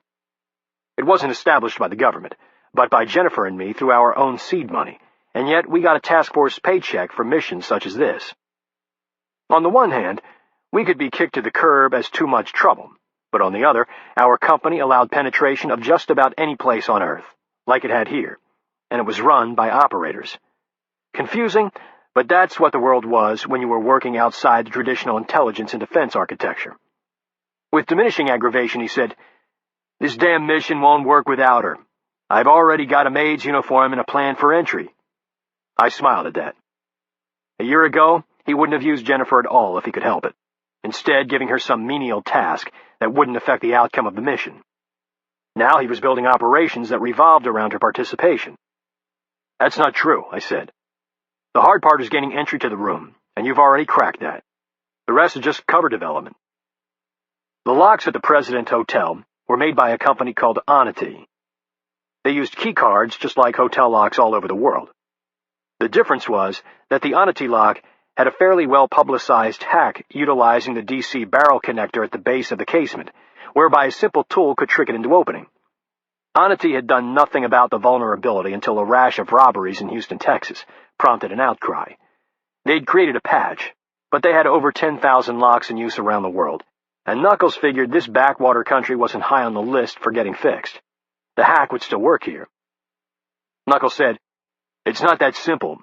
We're going to have to come up with another solution now." Jennifer came down to the lobby with her luggage, and he said nothing else about the mission. When she reached us, he said, "Hey, your brother's going to be okay.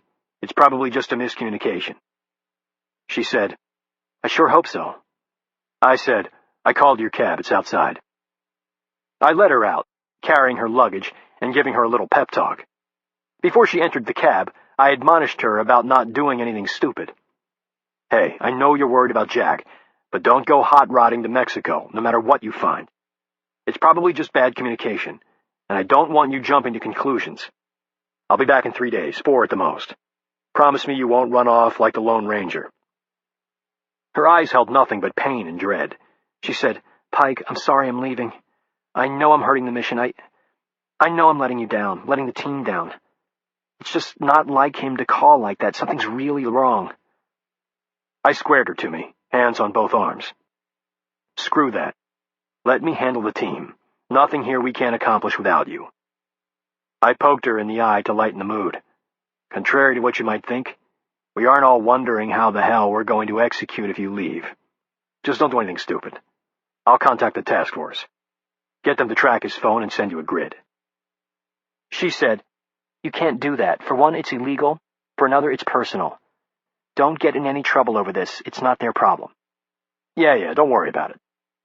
You've given enough to the Taskforce to earn a little payback. Just promise you won't go off half-cocked. The trace will probably show up in Dallas." She shook her head and said, "You never listen to anything I say." She put her arms around my waist and stood on tiptoe. "You're a good man. I won't do anything stupid. I'm looking forward to seeing you away from the team. These separate rooms suck." Then she kissed me full on the lips. I returned it at first, bringing her close and savoring the connection. Then I remembered where we were, who was watching. I broke it off and said, Get out of here. I watched her drive away, praying Knuckles wasn't in the lobby.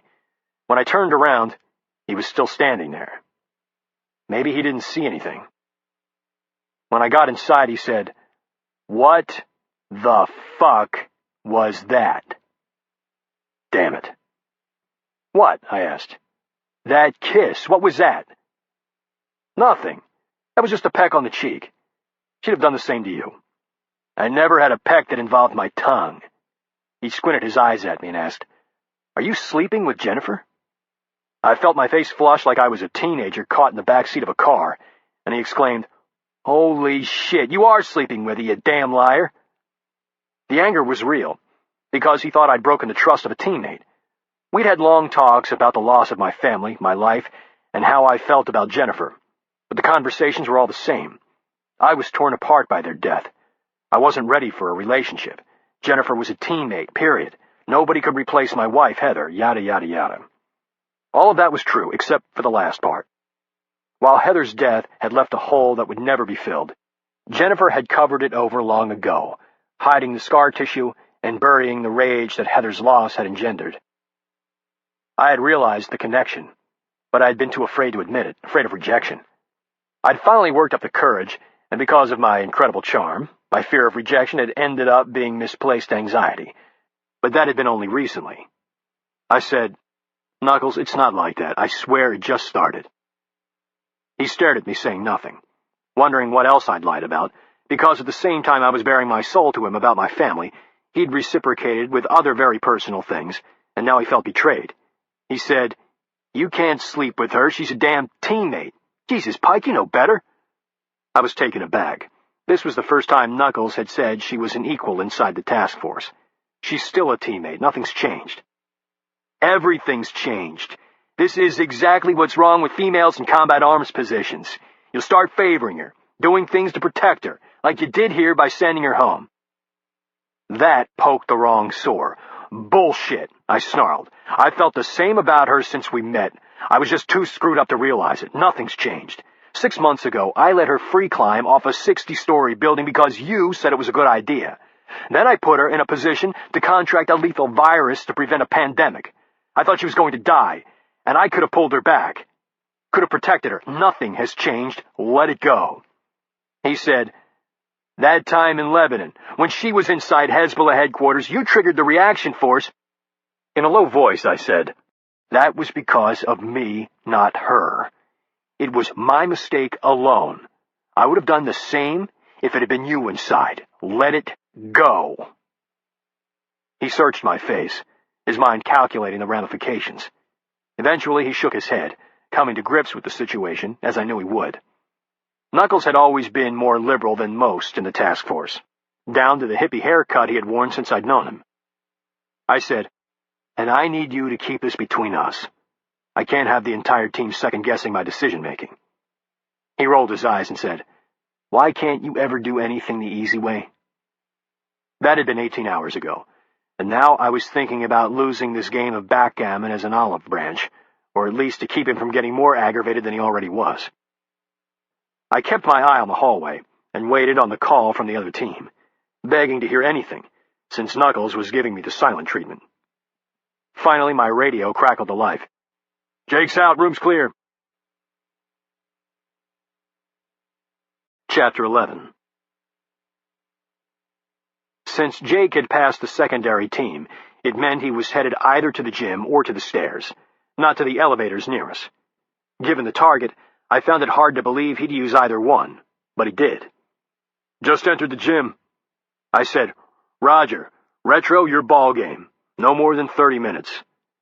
I heard, "Roger, coming down now." After Jennifer left, Knuckles had washed his hands of developing the new course of action, leaving it to me to come up with a plan. I'd basically used the same one he had created, only substituting Retro for Jennifer. With his black hair and 70s porn star bushy mustache, Retro looked the most like someone from this neck of the woods. He also spoke Russian from his time in the 10th Special Forces Group. Not like a native, but it would be enough of an edge to fool someone who didn't speak it, like our Saudi Arabian target. We'd found a suit that fit reasonably well and borrowed a hotel name tag with some moniker that was impossible to pronounce, and he looked reasonably enough like hotel security. Actually, he looked a hell of a lot better in the suit than in the dated clothes he usually wore. The target room was on the 3rd floor, and the hallway had 2 alcoves, one on either side of it, complete with table, chair, and backgammon game. Neither position could see the room itself, but that was irrelevant, since Jake couldn't get out without going by one of them. Decoy and Blood, the ones who had triggered, were at the other position on the far end of the hallway. The biggest risk was Retro being found in the room. Jennifer, as a maid, could easily have talked her way out, but Retro would have some serious splaining to do, which is why I had given him a time limit. Retro came by our position carrying a clipboard and a radio, looking like an important member of the hotel staff. He ignored us, and I waited on the sit-rep of entry. The seconds ticked by. Then finally I heard, "Pike, come in. We have a problem. There are 5 CDs here. What do you want me to do?" Retro had entered with a specially constructed portable compact disc gripper, intending on working with a single CD. While getting whatever information was on the CD was great, what we really wanted to do was identify the guy's boss.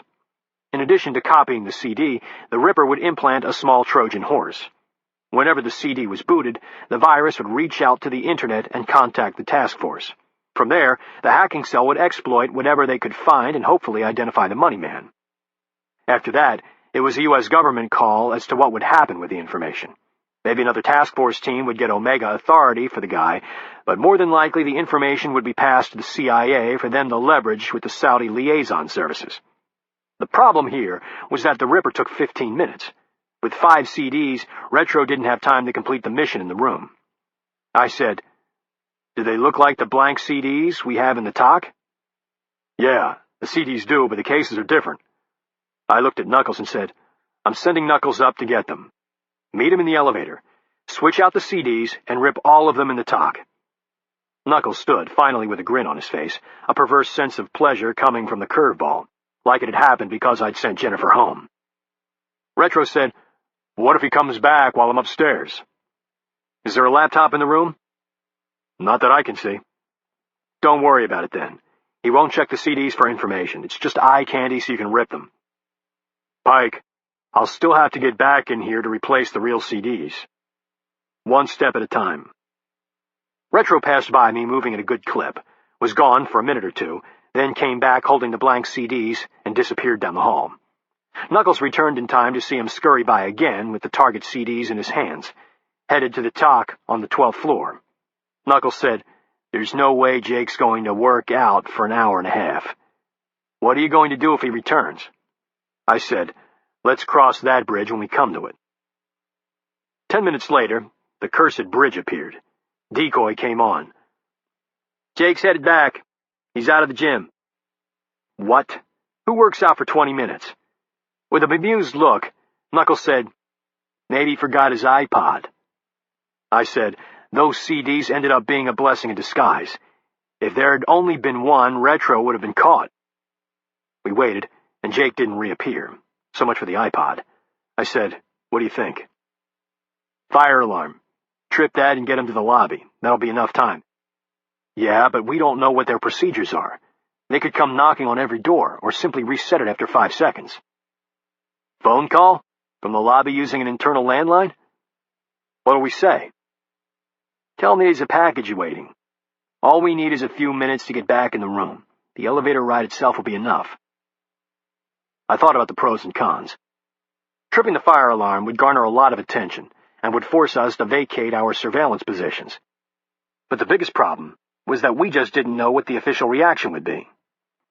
On the other hand, the phone call would make Jake suspicious because he wasn't expecting a package, then grow more so when there was nothing waiting on him, especially when the desk claimed they'd never called. In the end, I decided it didn't matter. He could get as suspicious as he wanted, because we were headed to go north tomorrow, and the mission would be done. The fire alarm option was flirting with contact with official authorities I didn't want to engage. I said, "Okay, you get in the lobby and make the call on my trigger." I keyed my radio. "Retro, this is Pike. What's your status?" "It's going quicker than I expected. I'm on Disc 4 right now. Maybe another 10 minutes. I relayed the plan over the radio, then said, "Retro, come down the stairs to Decoy's position. I want you close, but I don't want you to pass Jake on his way out." He said, "Roger all." 12 minutes later, he was done with the CDs and set.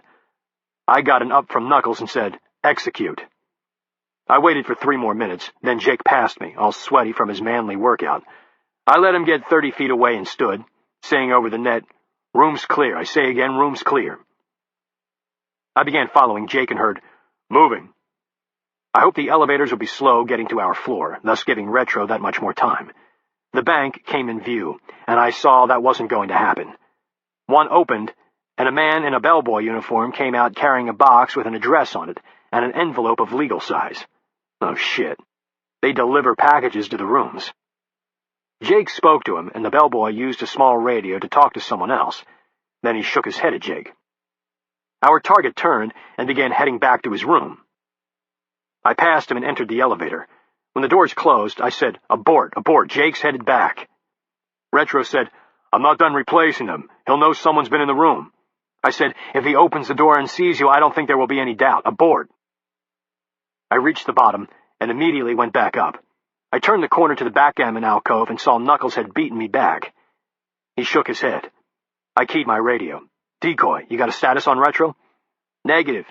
He hasn't come back this way." I paused, then keyed the radio again. Retro, status?" I heard 2 clicks, and Knuckles realized what had happened at the same time I did. He's hiding in the room. I said, "What do you think?" "I think if Jennifer were here, she would have walked right out holding some towels." That's not an answer. "Fire alarm. That's the only thing that will work. Another phone call's asking for compromise." I nodded my head and was looking for an alarm to trigger when Retro appeared around the corner, pulling off his name tag. We both stared at him and grinned. "Well," I said, "what the hell happened?" "I swear, Pike. He would have figured out the CDs had been tampered with if I had aborted. I had to stay. But I knew he'd been to the gym. What do you do after working out?" Knuckles said, "Take a shower." Yup, and that's exactly what he did. I hid under the bed until the water came on. Gutsy, but very switched-on thinking. "You also gave us a heart attack." He said, "You. When I dove down, I remembered I hadn't checked to see if the bed had one of those boxes around it to prevent people from leaving things. That would have been embarrassing." We all chuckled at the near miss, the adrenaline subsiding, and the camaraderie beginning to flow. I broke down the surveillance box, saying, "Meet at the bar on the 16th floor. Retro's buying. Last chance before we head out to the desert tomorrow." Up top, in the restaurant bar, we poked fun at Retro and fended off the working girls out looking for a mate. Well, most of us did. I noticed Decoy sizing the women up when he went for another beer, plying his Tennessee charm. Man whore. I was in a pretty good mood, lubricated with the beer and happy at the successful outcome, when my phone signaled a voicemail from Jennifer, the intermittent cell service working on the top floor of the hotel. All my humor left when I listened to it. The Taskforce had located Jennifer's brother's phone. In Mexico. Chapter 12. Jennifer pulled into the parking lot, wondering if she should put on surgical gloves before going inside. The place was called the Traveler's Inn, but it looked more like the motel that stayed in business because of seedy people. Just off of I-10, on the northern outskirts of El Paso, it looked like it sold rooms by the hour. An L-shaped building, it was a one-story dilapidated structure, with a neon sign that she was sure no longer worked. There was a smattering of cars in the lot facing the motel, most rusted with dents and dings. A family was loading a pickup, 3 small kids and a mother and father, all of Hispanic heritage. The sight gave her a little hope. They didn't look like criminals, more like people who simply needed a cheap place to stay. She sat in the car for a moment, wondering what Jack had been doing here. She'd flown into Dallas the day before, the jet lag tearing her down, but the anxiety about her brother's fate driving her forward. Her mother was waiting for her outside of baggage claim, and there was no mistaking the relationship. They had always looked like sisters, and the similarities still lingered, although her mother now colored her hair to keep it the same dirty blonde it had always been. The one difference was the eyes. Her mother's were chestnut brown to Jennifer's gray, the single genetic vestige within her from her dead-meat father. Many men had told her they were beautiful, but in truth she didn't think so. The color reminded her of betrayal and loss. She would have traded them for her mother's eyes without hesitation. Make the familial similarities with the person who had raised her complete. Get rid of the genetic flaw given by the person who had deserted them. Her mother had smiled upon seeing her, and Jennifer saw the wrinkles, lines where there had been none before. It dawned on her that her mother was getting old, right before her eyes. She wondered how much was the strain of Jack's disappearance and how much was the march of time. They hugged, and Jennifer said, "Anything new since I left Germany?" "No, I've got a meeting set up with Andy Cochran. He's Jack's editor at the paper and knew what Jack was working on. He's the one Jack was calling when he misdialed you. Andy wouldn't talk on the phone." "What about the police? Has anyone alerted them?" "Andy did as soon as I called him about your voicemail. They won't do anything for 48 hours. Even when his damn phone doesn't get answered, and Andy tells them what he was working on?" Her mother grimaced and said, "Even then, we're on our own. But we've been there before." "Where's Scott?" "He's still overseas. He wanted to come home, and I told him to stay." Jennifer's eyes narrowed, and her mother said, "Jen, he's a tour guide. He can't do anything here. He'll want to start raising hell just to raise hell, but it won't help." Jennifer knew she was right, as she had been all of their lives. Her older brother had been a hellion as a child, much like Jennifer herself, but unlike her, he'd never managed to focus on a set path. He ran off at the next big thing every few months and was now conducting guided tours in the mountains of Croatia for college students. He made no money, but he enjoyed it. Even so, she would have liked to have him here. If anyone could handle Mexico, it would be Scott.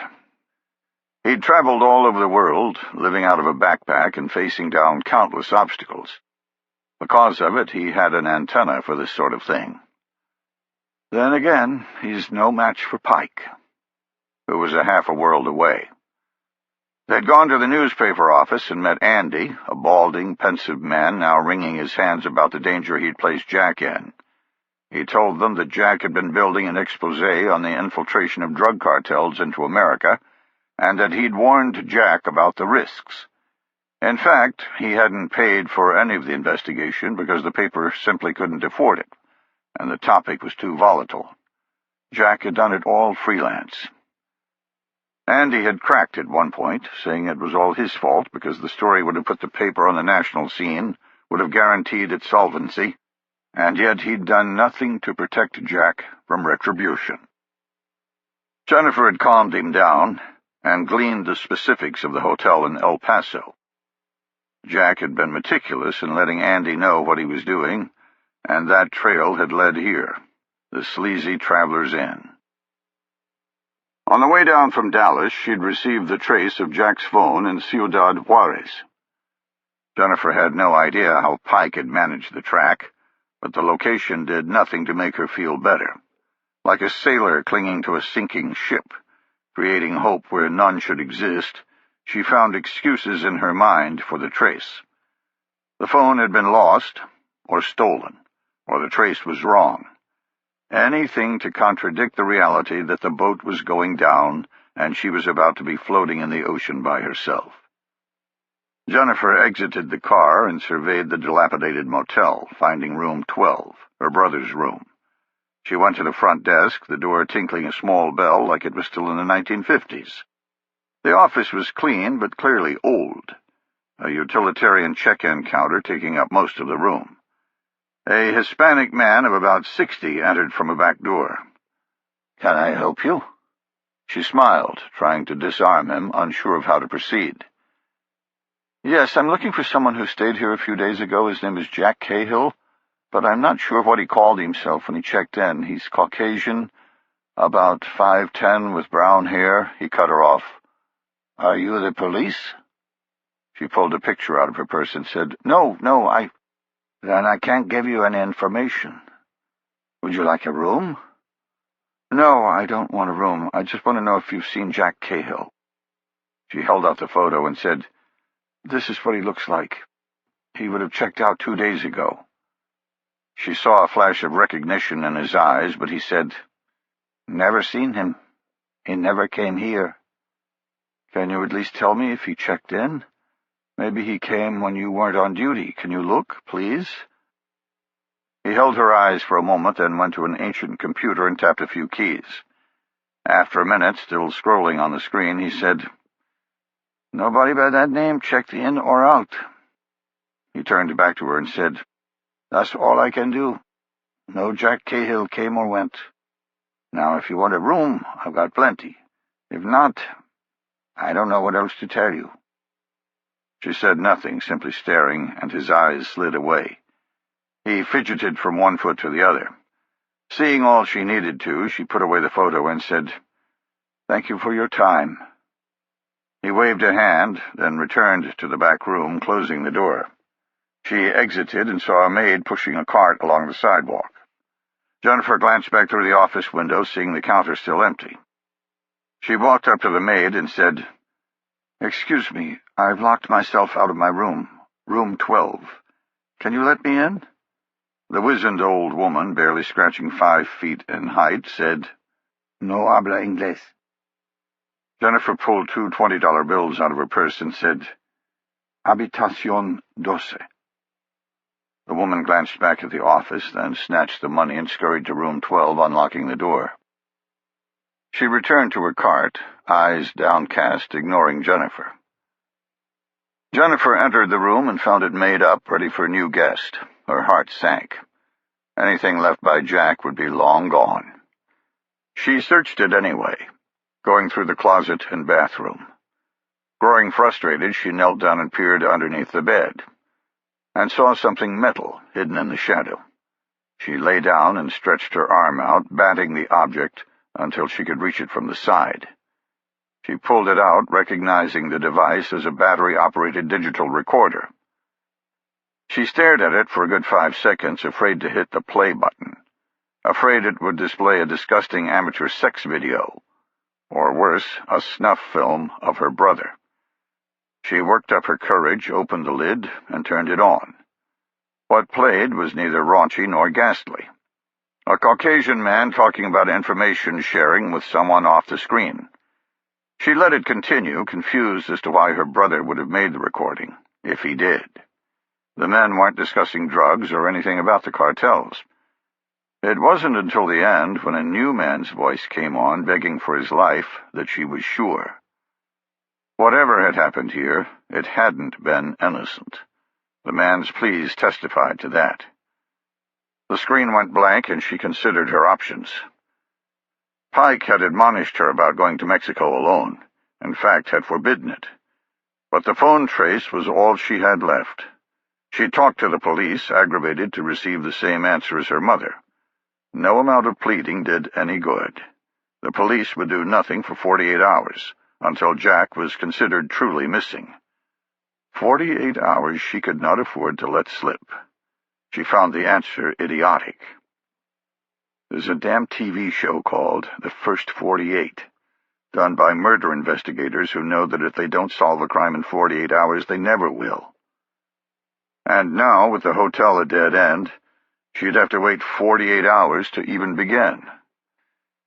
She'd researched Ciudad Juarez, and all indications were that current conditions belied its nickname of Murder City. Drug violence was a third of what it had been only a year ago, and investigators were returning. Surely she could drive over there in the daytime, pinpoint the location of the phone, just for atmospherics, something she could use when the police were engaged. At least, that's what she told herself. Chapter 13. Carlos waited for Eduardo to turn back from the window, wishing he had more information to provide. As the plaza boss for the Sinaloa cartel in Juarez, Eduardo had a very low tolerance for failure. It wasn't that he was overtly sadistic, looking for something or someone to lash out at. In fact, he was more intellectual than most. It was simply a function of the job. Failure implied weakness, and weakness bred insurrection. To prevent any moves on his position or his terrain, he would show strength. Carlos knew it didn't matter if the reaction had any bearing on the failure. It was the show that was important. The perception that the boss hadn't grown weak, but that instead the men below him had, and thus were dealt with. Luckily, Carlos had shown his own strength on numerous occasions and had rarely failed. He couldn't easily be replaced, and he knew it. He also knew that Eduardo wasn't prone to outbursts of violence, unlike the crazies who had preceded him. Eduardo preferred to analyze before striking, but that only went so far, and Carlos knew that his head was possibly on the block. Eduardo said, "So do you think it was American Federalis or someone else?" "It's too early to tell. All I know for sure is that he was taken. I don't know if he's even alive. But who would have taken him in El Paso, if not the Americans?" "You could be right." Carlos held up a smartphone. "He placed one call on this right before we got to him. The number is some random American company, but it could be a cover for an American agency. I have our contact checking it out, but the evidence from the hit doesn't feel like American authorities. Everyone was killed, including the 2 watchers outside. If it was the Americans, they would have simply rolled up and surrounded the place. Instead, everyone was slaughtered. No lights, no badges, nothing like that." Eduardo turned from the window. "Was he a reporter?" "He had the credentials." Eduardo scoffed. "I can make those in my basement. You don't think the American Drug Enforcement Agency can do the same?" Carlos said, "Yes, but he also had no weapon of any sort and was working alone. If you were an agent, would you get so close to the flame without a weapon? Would you do it alone?" Eduardo shook his head. "You know this looks bad. Not only were we penetrated, but the very man who did it was snatched from our grasp before we could figure out why. It is bad, very, very bad. Something needs to be done." Carlos tensed, knowing they had reached the decision point, knowing what something meant. Eduardo continued, "I want the motel clerk to pay, and I want it done in El Paso. A lesson across the border. He let the man place the cameras and microphones in the room. If he hadn't given out Mr. Falk's room number, none of this would be happening." Carlos visibly relaxed and said, "I agree, but I think we should wait on that a little bit.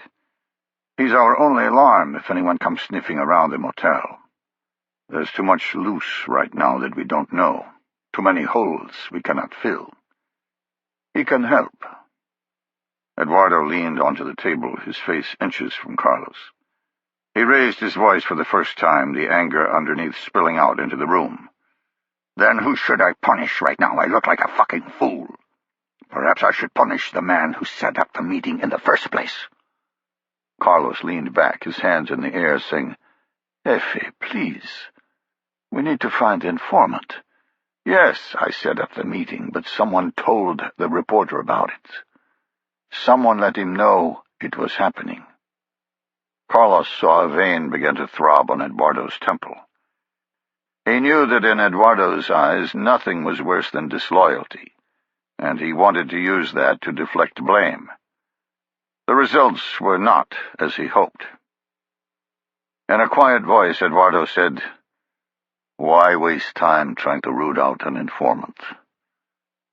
Maybe I should just kill everyone who had knowledge of the meeting, starting with you." His face growing pale, realizing he was losing control of the meeting, Carlos played his last card. "Don't make a bad situation worse. The greater issue here is accomplishing what I intended to do when I set up the meeting in the first place. I'm the one who found the contact. I'm the only one he will call when he's ready. The only one he trusts." The tinge of a mirthless smile crept onto Eduardo's face. "Yes, you are the one, but why should I even care? You keep driving forward like Don Quixote on something I'm not sure will even work. You think that makes you indispensable? I have a greater problem with this, beyond what I will gain a month from now. People who will smell blood in the water will see weakness where there is none. I need to prevent that, whether your plan works or not." The smile turned sour, and he said, "As you know."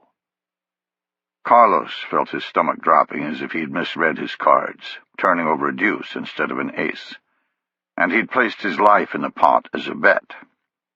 "Jefe, it will work. We can keep the American drones away from us. The Americans are using them completely to cover the border. They trust technology over men, and this is the way to defeat them. We can be the undisputed controller of the Juarez Plaza. This isn't something that is worth a bloodletting show of strength. I know what is needed. I've been here. Someone has to be sacrificed, but don't give up the goal. You'd better hope it works for your sake." He turned back to the window, thinking. Carlos waited on the verdict. When it came, he let out his pent-up breath. "Deal with the motel clerk. Make it public. Do it in such a manner that everyone knows why he was killed. Everyone knows our reach." Carlos felt his cell vibrate and glanced at it. Seeing who it was, he answered, holding his finger in the air to Eduardo, begging him to let the call go through. He talked for a minute, then hung up. That was the clerk. A woman came around asking about the reporter, asking direct questions. He had his son follow her because he thought we would want the information of where she's staying. "Who is she? Why was she searching? Did he say?" "No, but we can find out ourselves. She didn't go to a hotel. She's coming across into Juarez." Chapter 14. Waiting to cross the border, Jennifer spent the time pinpointing the last location of Jack's phone. It was just across the Rio Grande, in the northwestern section of Ciudad Juarez. Googling further on her tablet, she saw the area was called Delicias and had the highest murder rate in the city, an indicator of why the phone was there and a not-so-subtle reminder of the danger Jack was in, if he was still alive. She plotted the location in the cheap GPS that came with the rental car, and was dismayed to see the Mexican side of the border had no fidelity. The only streets listed in Juarez were the main north-south and east-west corridors, something she should have expected. Since the rental agreement forbade her taking the car across the border in the first place. The plot appeared in a blank gray field, no roads listed. She would have to navigate there by blind driving. She crossed the Stanton Street Bridge and passed through the customs facilities without issue, drawing a stare on the U.S. side but nothing on the Mexican side. She felt her gut tighten as she entered Juarez, expecting to see narcos walking the streets with AK-47s proudly displayed, or hear the popping of gunfire. Instead, it looked much like the city she had just left, a town of Mexican middle-class people trying to make their way. Families walked with their children, vendors on the streets sold vegetables and fruit, and a healthy amount of traffic clogged the roads. It didn't look like Murder City, but she knew the history of the bloody ground, including the serial killing of women like her over the past decade. Still on guard, but somewhat relieved, she pulled over and booted up Google Maps on her tablet, happy to see a 3G connection south of the border. She brought up the city and now at least had a map for reference, although it wasn't tied to the GPS and wouldn't move as she did. She started driving east on David Herrera Avenue, keeping an eye on every vehicle around her but seeing nothing suspicious. Mostly old pickup trucks and a few motorcycles. Nothing like the late-model SUV the narcos supposedly drove. She penetrated farther east, the buildings becoming more run down, and the town starting to fulfill its nickname, As she left behind the hotels and restaurants, the area became full of utilitarian concrete structures, advertising car repair or dollar sales intermixed with one-story cinder-block houses, all unashamedly tinged with graffiti and fenced off from the street. She tried to look at her tablet as she drove, but found it impossible without pulling over. The neighborhood was a compact mass of crisscrossing streets, and she lost her orientation. She threw the tablet on the passenger seat and decided to just vector in by the GPS. She glanced into her rear view and caught a glimpse of the same motorcycle she had seen right after she'd crossed the border, the man in the saddle wearing a lime-green full-face helmet from the 1970s. She turned left blindly, and the motorcycle followed. She felt a trickle of alarm and studied the bike rider. He showed nothing overtly threatening. The bike was an old Honda, with a milk crate bungee-corded to the back, holding bags of some sort. She turned right, and the bike continued straight. She relaxed, getting paranoid. She looked at the GPS and saw she was within a quarter-mile of the marking. She continued on, following the blind little GPS tag, weaving left and right, at one point backtracking because of the nature of the roads. Eventually, she reached the grid on the GPS, seeing 3 houses on a slight rise from the street, all of them protected with a healthy amount of fencing that was a cut above the chain link and makeshift iron of the neighboring houses. Fencing that was custom-built, which gave some indication of who owned the houses. She slowed and used her smartphone for pictures, wishing she had the Taskforce's ability to rig the car with 360-degree cameras like she had done in the past. She wanted to provide the assault force the greatest fidelity possible when they came to break out her brother, wanted to believe in the lie that someone was coming to help. She passed the houses and picked up her pace, now thinking about how to get back to the border crossing. She took a right and stopped at an intersection. She pulled forward and saw the lime-green helmet to her left, sitting 50 feet down the road, waiting on her. She felt a bump in her heart rate, but did nothing overt. She continued straight, heading east to the Paso del Norte bridge. She glanced in her rearview mirror and saw the motorcycle fall in behind her. She took another right to be sure. He remained with her. At the next stop, she studied her tablet but couldn't pinpoint her position with any certainty. When the bike pulled up behind her, she moved forward, going faster than was allowed on the narrow road. Continue east. Eventually, you'll hit the bridge road. She was forced to slow down behind a battered pickup truck, and was thinking about passing when the motorcycle broke off, taking a right and driving out of view. She exhaled and slumped in the seat, releasing the tension in her body. The pickup put on its brake lights and stopped. She turned the wheel to pass and glanced into her blind spot, seeing an SUV flying forward. She jerked back to the right to avoid being hit, but it didn't pass. Instead, she heard tires scream as it skidded to a halt abreast of her car. The sight collapsed her world like a black hole, causing all thought other than survival to be sucked in. 2 years ago, she might have panicked, frozen in place as the drama unfolded. But that girl was long gone, destroyed in a cauldron not of her making. She had the car in reverse before the SUV had even fully stopped, the engine of her little rental whining in protest as she floored the pedal. She traveled barely 5 feet before slamming into a dented sedan that had pulled up behind her. She saw the driver fling forward against the steering wheel, and time slowed. Trapped. To her front, the pickup's passenger door had opened, and a man was exiting. The rear hatch of the SUV began to rise. Then she saw the motorcycle coming down the sidewalk toward her, the lime-helmeted rider holding a MAC-10 machine pistol in his left hand. He began firing as he came abreast of the pickup, shattering her windshield in a shower of glass. She flung herself flat in the seat. Pike's instructions from 2 years ago on surviving just such an ambush penetrating the chaos.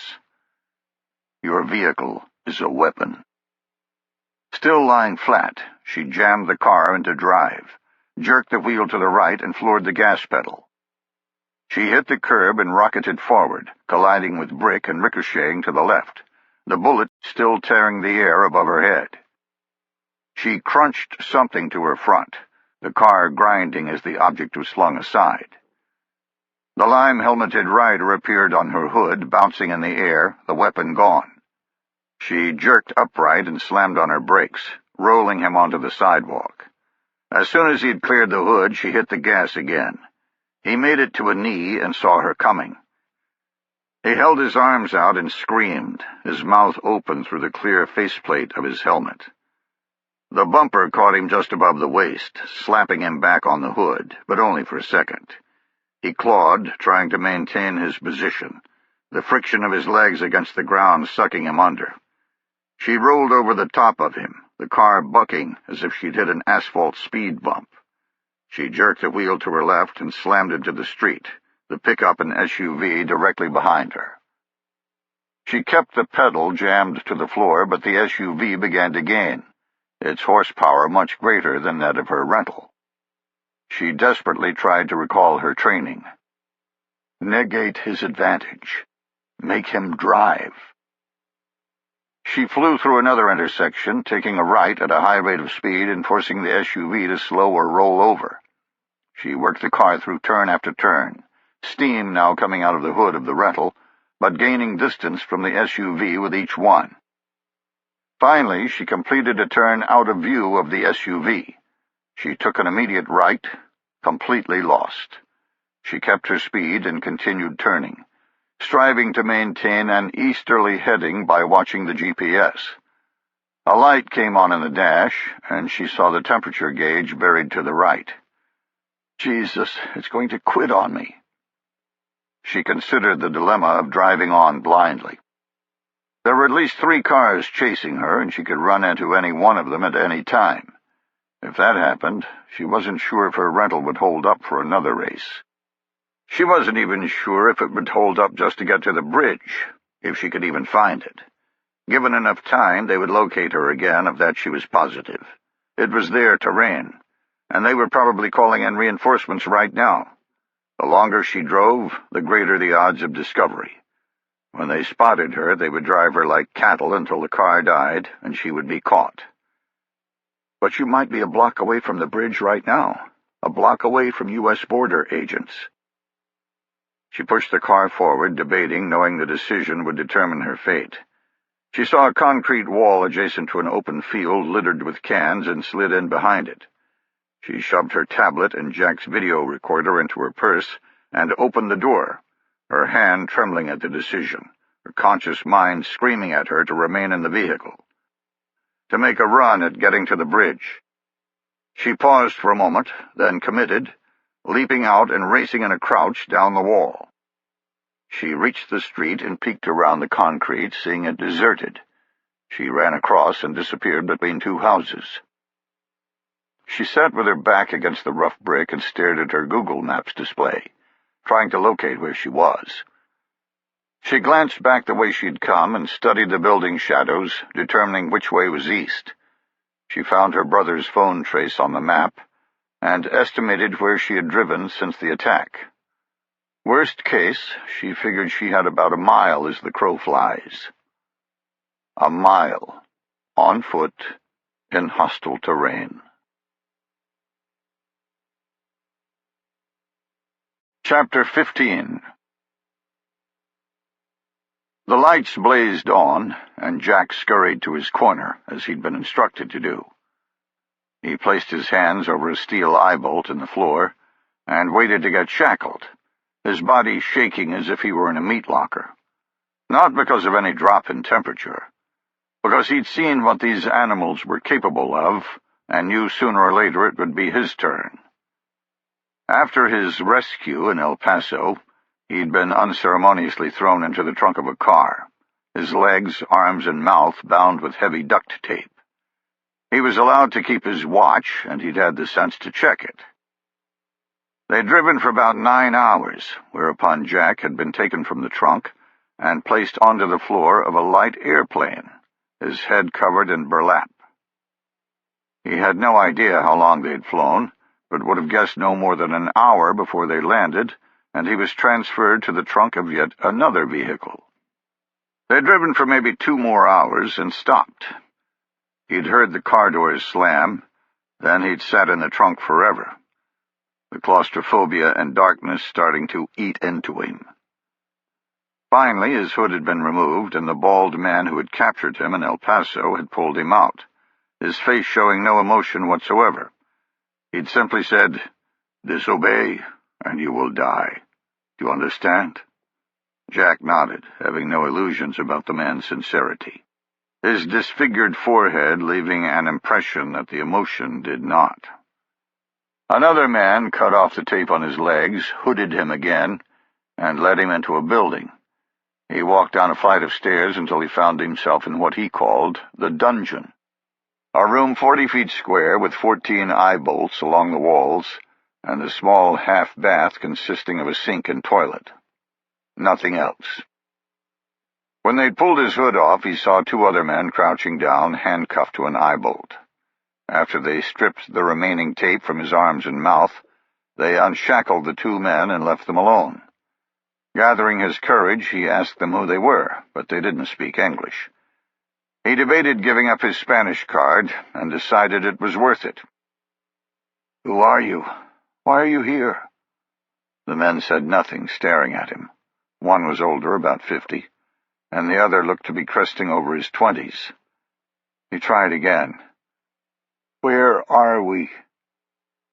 The older man finally spoke. "It doesn't matter where. It matters who." Jack said, "Who? What do you mean?" "Los Cetes."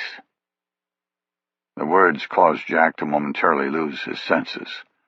His ears refused to believe their meaning. 30 hours ago, he'd been an intrepid reporter in Dallas, Texas.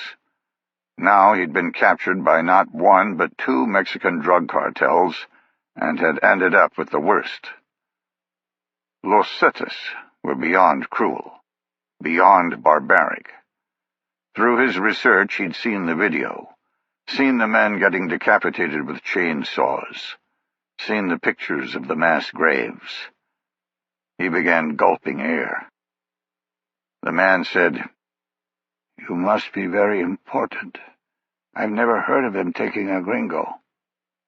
Jack said, "Why are you here? What is this place?" Jack learned that he'd been transferred to a kidnapping safe house. Both men with him were Mexicans in the upper echelons of the corporate executive ladder, members of the tiny minority in Mexico that tasted the good life, and were now desperately trying to get their companies or families to pay a small fortune for their release. Jack knew all about the kidnapping industry in Mexico, knew the fates of those unlucky enough to be taken. Los Cetes had little sympathy for people who didn't pay, and routinely killed their captives whether a ransom was met or not. But they had released people in the past. A small hope. All the 2 men had. 12 hours into his captivity, he saw how minuscule that hope was in 2 separate instances. Without fanfare, the lights had blazed on. A man came down the stairs carrying a suppressed pistol. He walked over to the younger captive, now cowering on the floor, holding his hands up, begging. The man said not a word, placed the bulbous suppressor against the captive's forehead, and pulled the trigger, then walked away. 15 minutes later, a crew dragged the body out, still not saying a single word. Jack sat in his corner in shock, literally unable to assimilate the loss of control or the violence being perpetrated. He'd begun rocking back and forth, trying to find something to anchor against, when the room blazed into light again. Another man had been led down, duct-taped and cowed. They'd released him and explained the rules, then left. This man, younger still than the one killed, maybe 21 or 2, scooted to a wall and warily looked at both Jack and the older man. Before they could even begin to talk, the overhead lights blazed on again, signaling someone coming. A narco with a full beard marched down the stairs, carrying a fillet knife and a machete.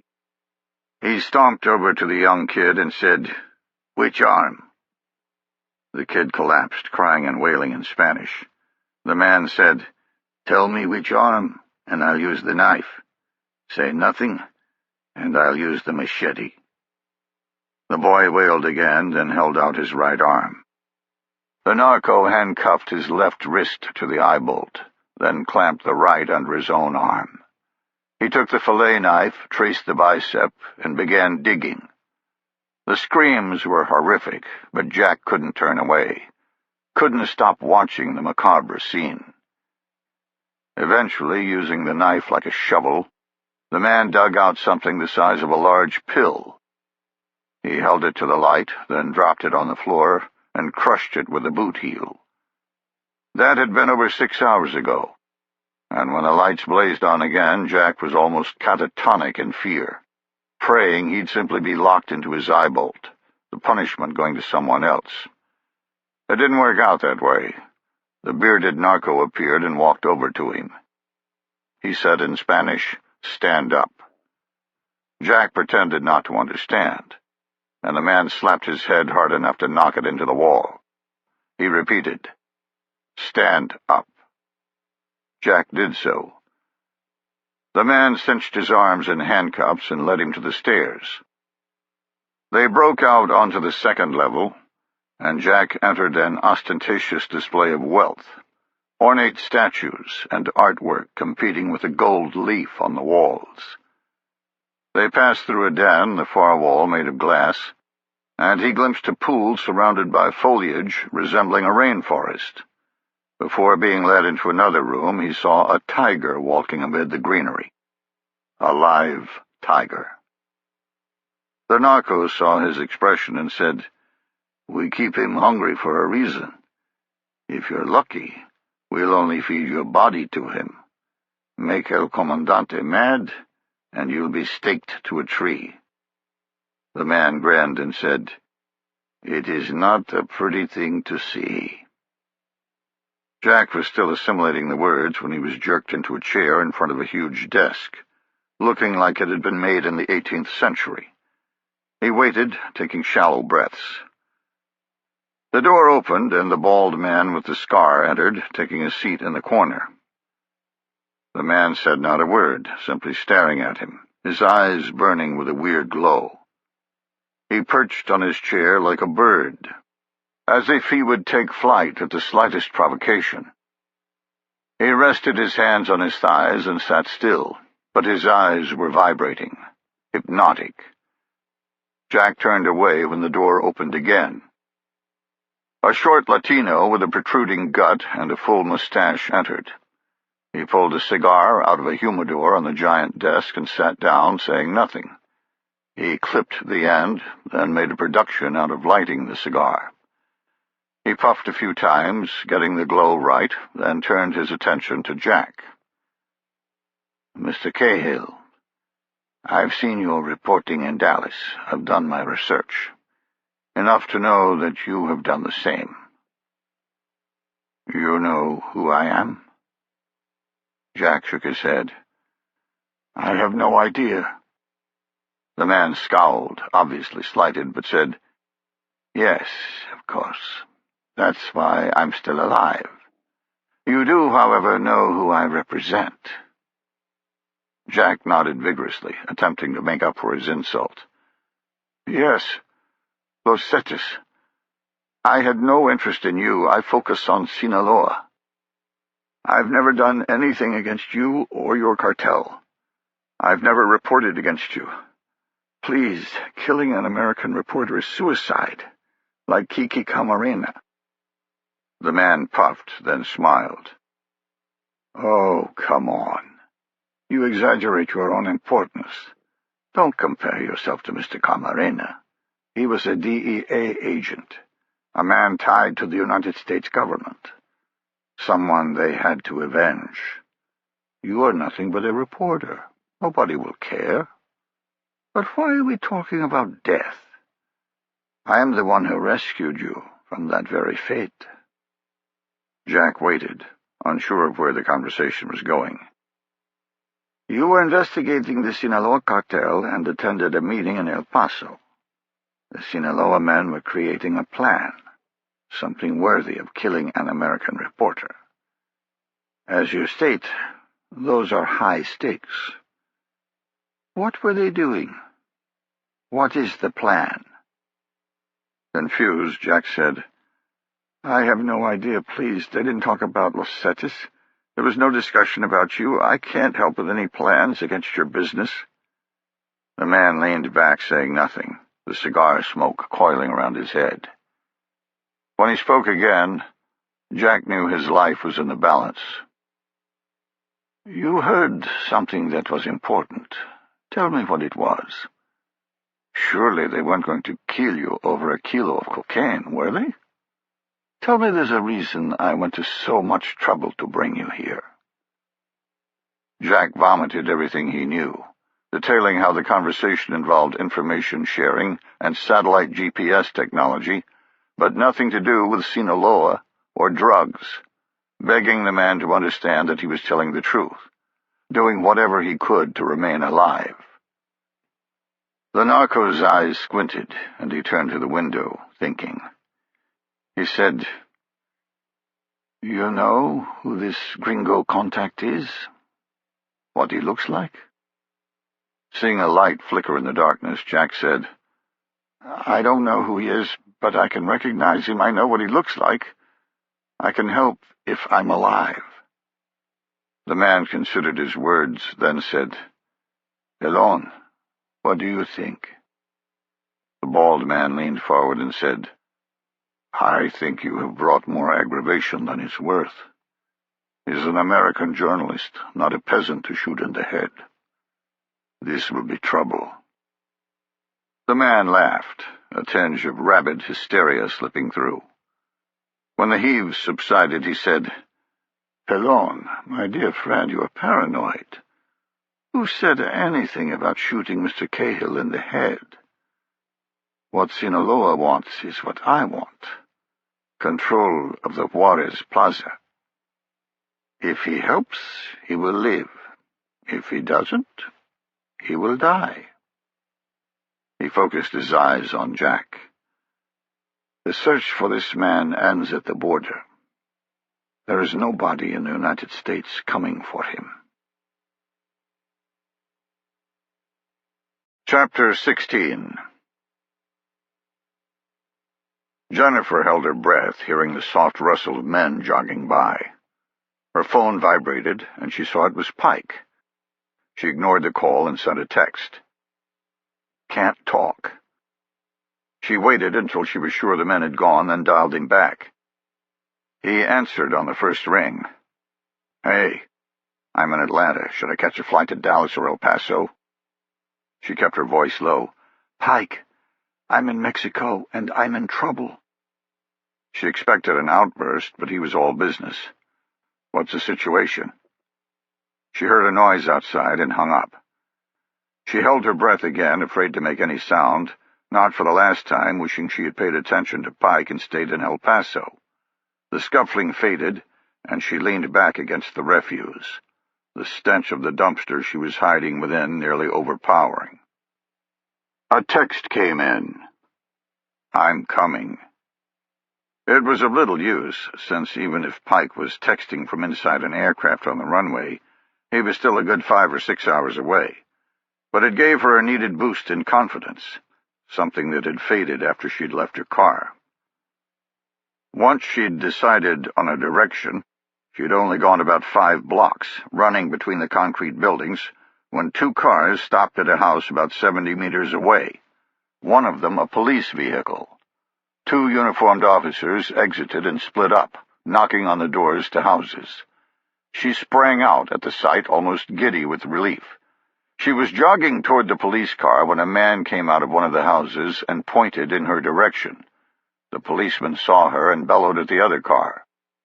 The civilian vehicle spilled out men, and she began sprinting in the other direction.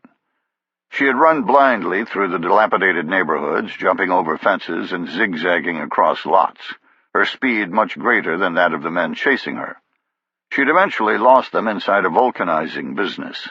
The back lot covered with stacks of old tires, some reaching 10 feet in the air. She'd cut straight through, but the men chasing were forced to search, giving her breathing room. Jogging through an alley, she'd found a dumpster behind a grocery store and decided to risk discovery by hiding rather than moving. Pike's call had been along 5 hours ago, way before the sun began sinking below the horizon. She continued waiting until she saw the glow of a halogen security light on the corner of the store, wanting the darkness to cloak her heritage from anyone who saw her. She raised the lid of the dumpster and cautiously scanned through the crack, but saw no one. She hoped the searchers had given up, but didn't think they would. The bridge had become a long-term goal, something out of reach. Her short-term objective was now a business area, someplace with restaurants and hotels, away from the claustrophobic poverty of the graffiti-covered concrete she was now in, someplace where the people might help her, or at least prevent the men chasing her from doing anything that would draw attention to themselves. She exited and softly lowered the lid, then began moving down the alley, continuing her trek east. She reached the next road and surveyed the far side for a crossing point, a waxing moon providing enough illumination to show the buildings were all connected in one way or another. No alleys. She caught movement to her right and saw 2 figures coming down the sidewalk about 70 meters away. A car turned the corner, its headlights sweeping across her alley and causing her to fall back. It stopped adjacent to the men, and she heard muffled conversation carry across the still night air. "Don't quit looking for me." She waited until the car rolled on, then studied the men. When she was sure they were moving away and not toward her, she scuttled across the street. She stopped under an awning, the darkness cloaking her, waiting to see if she'd alerted any searchers. She had not. She slid down the wall, putting distance between her and the men, and reached a wrought iron fence with a gate leading into a small yard. She was leaning forward, straining to see if there was a way through, when a dog hit the fence full force, barking uncontrollably and causing her to leap back. It was a pit bull, literally frothing at the mouth, trying mightily to reach her and rend her flesh, snarling and snapping a foot away. She scrambled to her feet, the adrenaline firing, and saw the men down the street now running toward her position, no more than 50 meters away, one of them shouting into a radio. She looked at the gate, seeing a cheap lock and handle, the dog alone the real protection for the house. She grabbed the handle, testing the strength, deciding. She turned and waited, seeing the men closing the distance, the dog in a frenzy at her back, her arms trembling, her mind begging her to run. When they were 20 feet away, she yanked the gate handle with all of her might, breaking it open and freeing the beast. She swung the gate wide, slamming it against her body as a shield against the dog. It made one attempt to get at her, then shot at the men like a bullet, leaping up and clamping its jaws around the nearest one's arm. Jennifer heard a scream, but was already moving through the gate and into the yard. A vicious fight broke out behind her as she sprinted across the open space, the dog holding his own against both men. She leapt up and toe-kipped off a cinder-block wall, gaining another foot while turning in mid-air and snagging a beam that ran the length of the eave of the building. She swung her legs back and forth twice, generating momentum, then whipped them up and over her head onto the roof. She pushed herself the final stretch onto the rough shingles, hearing a gunshot and the scream of the dog. She took off across the building, looking for a way out. She jumped a small gap to the next roof, a tin one, making an enormous racket before reaching the edge next to the street.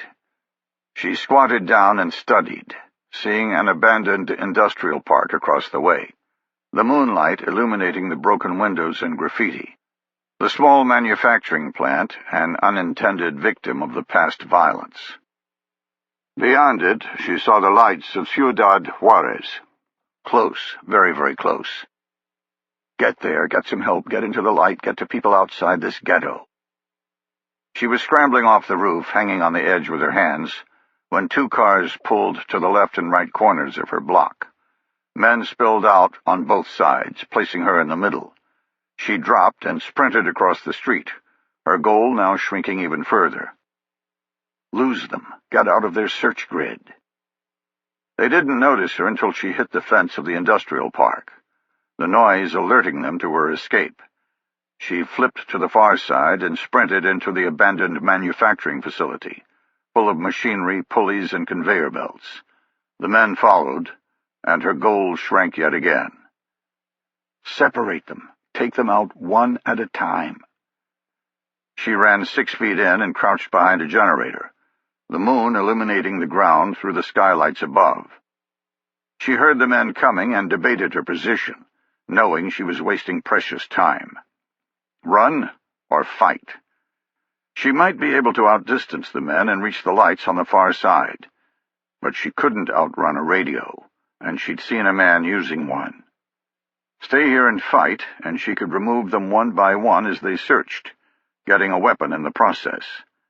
The decision was made for her as shadows broke the light.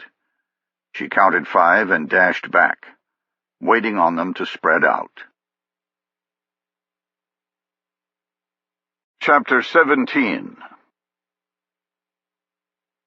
She heard muffled talking, then noises from the men moving in different directions. She backed up slowly and crouched behind some piece of machinery she couldn't have identified in the daylight.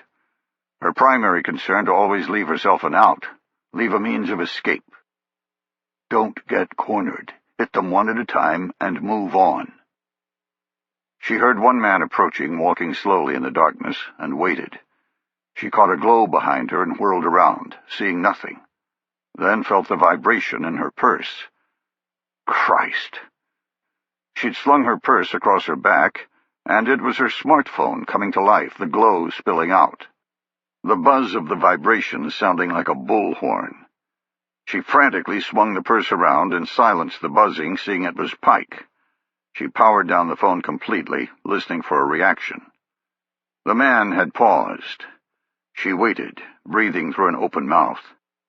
She heard him shuffle forward and got ready to fight. She considered what she would do, what technique she would use when he arrived. She wanted to subdue him and grab his weapon, to knock him out. In truth, she wanted to give him the chance to surrender. Other foolish thoughts flitted through her head before she realized she couldn't do any of them, not if she wanted to live. He broke the plane of the machine she was hiding behind, and she struck to kill, launching forward like a rattlesnake behind a rock. She drove a palm straight into the bridge of his nose with her full weight behind it, then circled her right arm around his neck as he staggered back, breaking his balance. She swept his legs out from under him and facilitated the fall, dropping to a knee and slamming the back of his neck into her thigh, snapping it cleanly. She searched him rapidly, finding no weapon whatsoever. Shit. She heard the men calling, shouting among themselves from the commotion, then heard them begin to move her way. She slid along the floor, using her feet to check for debris, not wanting to make any noise that would give away her position. She stopped in the shadows of a giant press, sick at what she'd been forced to do, the adrenaline flooding through her body. Go away. Please, please, go away. She heard 2 men find the kill, both screaming in Spanish about what they would do to her, as if that would make her surrender. 4 more. She found another ambush position and waited, needing them to split up again. She felt around the ground, her hand closing on a piece of lumber. She heard the men separate, one moving deeper into the warehouse and the other coming her way, but at an angle that would cause him to pass her position about 10 feet away. She needed him close. She rapped her knuckles against the steel of an empty tank, the noise sounding like a subdued gong. The man hissed and began jogging in a stutter step, slowed by the darkness. She saw the shadows, the flickering of movement, and waited. He broke into her line of sight, and she struck, cracking him in the head with the length of wood. He screamed, whirling his own club full force, catching her in the shoulder and slamming her into the metal she was hiding behind. The pain snapped through her like an electric shock, bouncing the 2x4 out of her hand. She rolled on the ground, and he struck again. She writhed, and the club missed, hitting the concrete. She lashed out with her leg and caught his knee, breaking his stance and opening him up. She rose into a crouch as he brought the club high. He swung, and she darted inside. She popped his chin back with her left hand, then speared his throat, driving her knife hand as if she was trying to hit something behind him. She sprang back, and he fell to his knees, choking out phlegm. His throat swelled, and he collapsed face forward. 3 more. She heard the men reacting to the noise and moved away in a crouch. She saw a shadow pass to her left and began backpedaling, looking for a new position that allowed escape. She saw a shadow to the right and froze, needing the man to continue on, needing one-on-one combat. The shadow moved down a section of Connex containers, then disappeared. She strained her ears and heard a gasp, followed by a meaty thump of something striking metal. What the hell? She remained still and heard the man begin moving again, searching away from her. She circled back the way she'd come, slipping into a block of conveyor belts. She went 20 feet and realized her mistake. The equipment was pinning her in, giving no escape, leaving a single lane to advance. She turned to get back into the facility proper, among the machines, when she saw another shadow. She crouched, staring into the darkness, praying it was her imagination. The shadow became a man coming toward her. She slowly started slinking the other way when she heard a noise coming from the other end. She stopped, trying to focus through the overwhelming fear. 2 on 1, 2 on 1. Need to kill the first immediately. She knew it would do no good. She couldn't take them both on and win, and they were too close to separate. The man to her left shouted something in Spanish, and the one to the right answered. They continued on, both with their arms up, one with another club. They know I'm close. She crouched and scuttled backward, the belt above her head. Panting, she swiveled left and right, watching them advance, the one on the left much closer. He reached her position, unsure of her exact location. She struck, swinging her leg from underneath the conveyor, whipping it just above his ankles and sweeping him off of his feet. His head cracked the ground, and she fell on top of him, forgetting her skills. Instead, attacking like a thing possessed, she grabbed his hair and thumped his head into the concrete as hard as she could. Once, twice, 3 times, until she saw a growing pool of fluid. She jumped to her feet, hearing the second man closing the distance. Behind him, she saw a third, sprinting toward her. Lord, help me, I don't want to die. She crouched into a fighting stance, snapping her head left and right for a piece of machinery to separate them. Anything to keep her one-on-one, where she stood a chance of survival. And seeing nothing. The third man closed the gap, assuring a 2-on-1 fight, both men less than 10 feet away. She growled like an animal and raised her fists. He slapped his hands into the hair of the man up front and yanked him off his feet, slamming him into the ground. He rotated around onto the man's chest, pinning him and clamping his head in a vise with both arms. He twisted violently, then stood up facing her.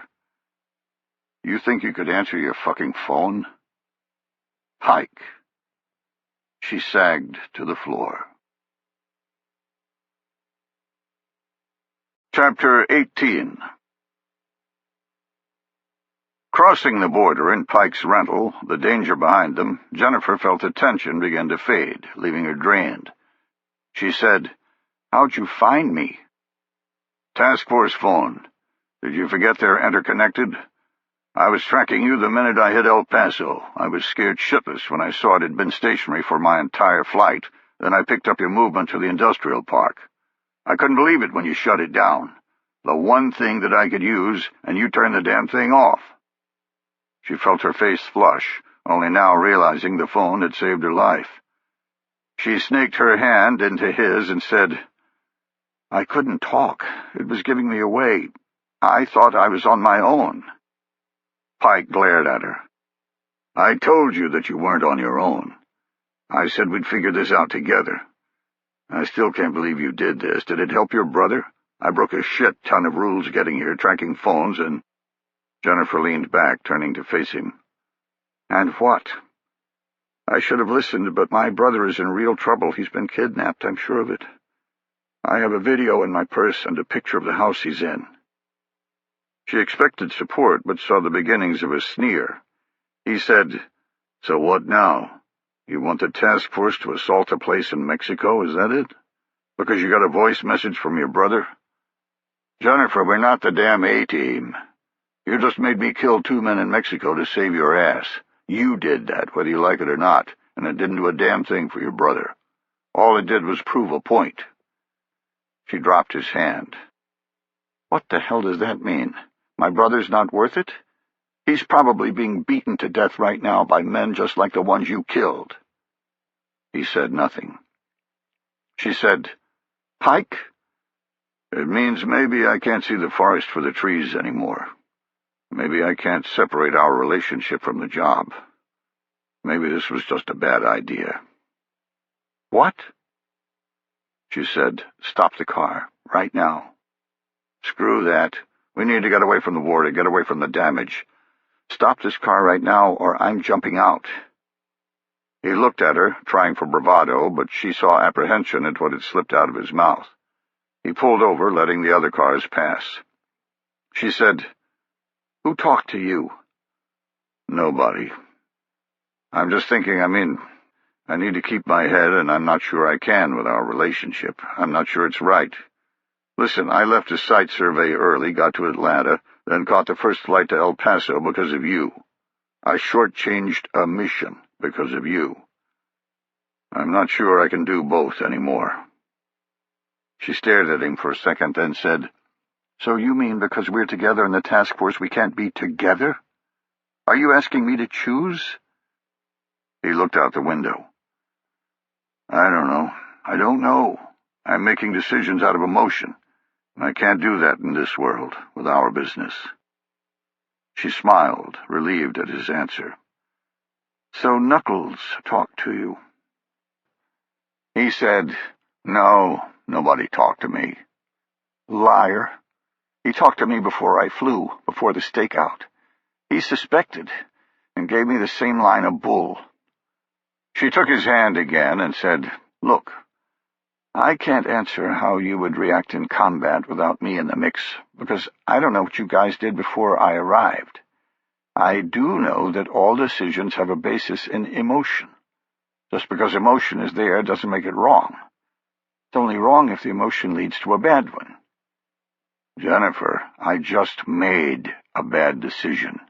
I misused task force assets and funding to get here, and killed 2 men. Based on our relationship. And that was a bad decision? I've seen you misuse task force assets before, all for the good. He looked out the window again, saying nothing. She said, Answer me this. Would Knuckles have gone to Mexico for his brother, with the voicemail that I got? He said, Knuckles doesn't have a brother. She took a breath and exhaled. Just say he did. Would he have gone to Mexico? He thought and said, Yes. Would you have come and helped him if he'd called, using whatever means were at your disposal? He nodded slowly. Yes, I would have. Then what the hell are we talking about? Pike closed his eyes for a moment. You really twist up what I'm thinking. She squeezed his hand and said, No, I don't. Others are doing that, and you know it. He let go of her hand and put the car in drive, saying nothing. She said, You know that, right? I wouldn't stay if I thought what you said was true. He said, I know. It's just that we can't be pulling shit like this. The other times you mentioned were for national security, averting risks to our nation, not something personal like this. It was wrong. She said, Listen to the tape. I don't think it's just personal. I think it's a task force problem. Something bad's going on, and I think it affects national interests." As she pulled out the recorder, he said, "Jennifer, drugs might be a national problem, but they're not task force business. There's a whole agency dedicated to that." She said, "Just listen. Jack might have been working on the cartels, but he found something different. There's an American on here talking about something much bigger than drugs." "What?" "Our GPS constellation." Chapter 19. Not for the first time, Arthur Booth considered bringing mittens with him to work. The temperature inside his trailer was damn near freezing due to the number of servers, and it wasn't like he was going to be banging away on a keyboard any time soon. Well, unless there was an anomaly in the system, which had happened only a few times since the Air Force officially accepted the latest upgrade to the GPS Architecture Evolution Plan. Located behind the wire on one of the largest secure areas within the Department of Defense, the trailer was nowhere near as nice as the control room it supported 200 meters away, but it was supposed to be temporary, and anything beyond the barest of requirements was a waste of money in the eyes of the defense contractor that maintained it. Boeing had won the bid to create the next-generation global positioning system, and had been working non-stop for over a decade to implement it.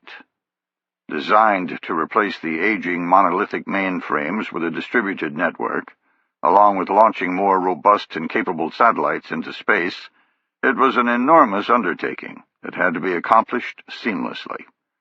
Sort of like upgrading a propeller aircraft to a jet-capable one, while the aircraft continued to fly.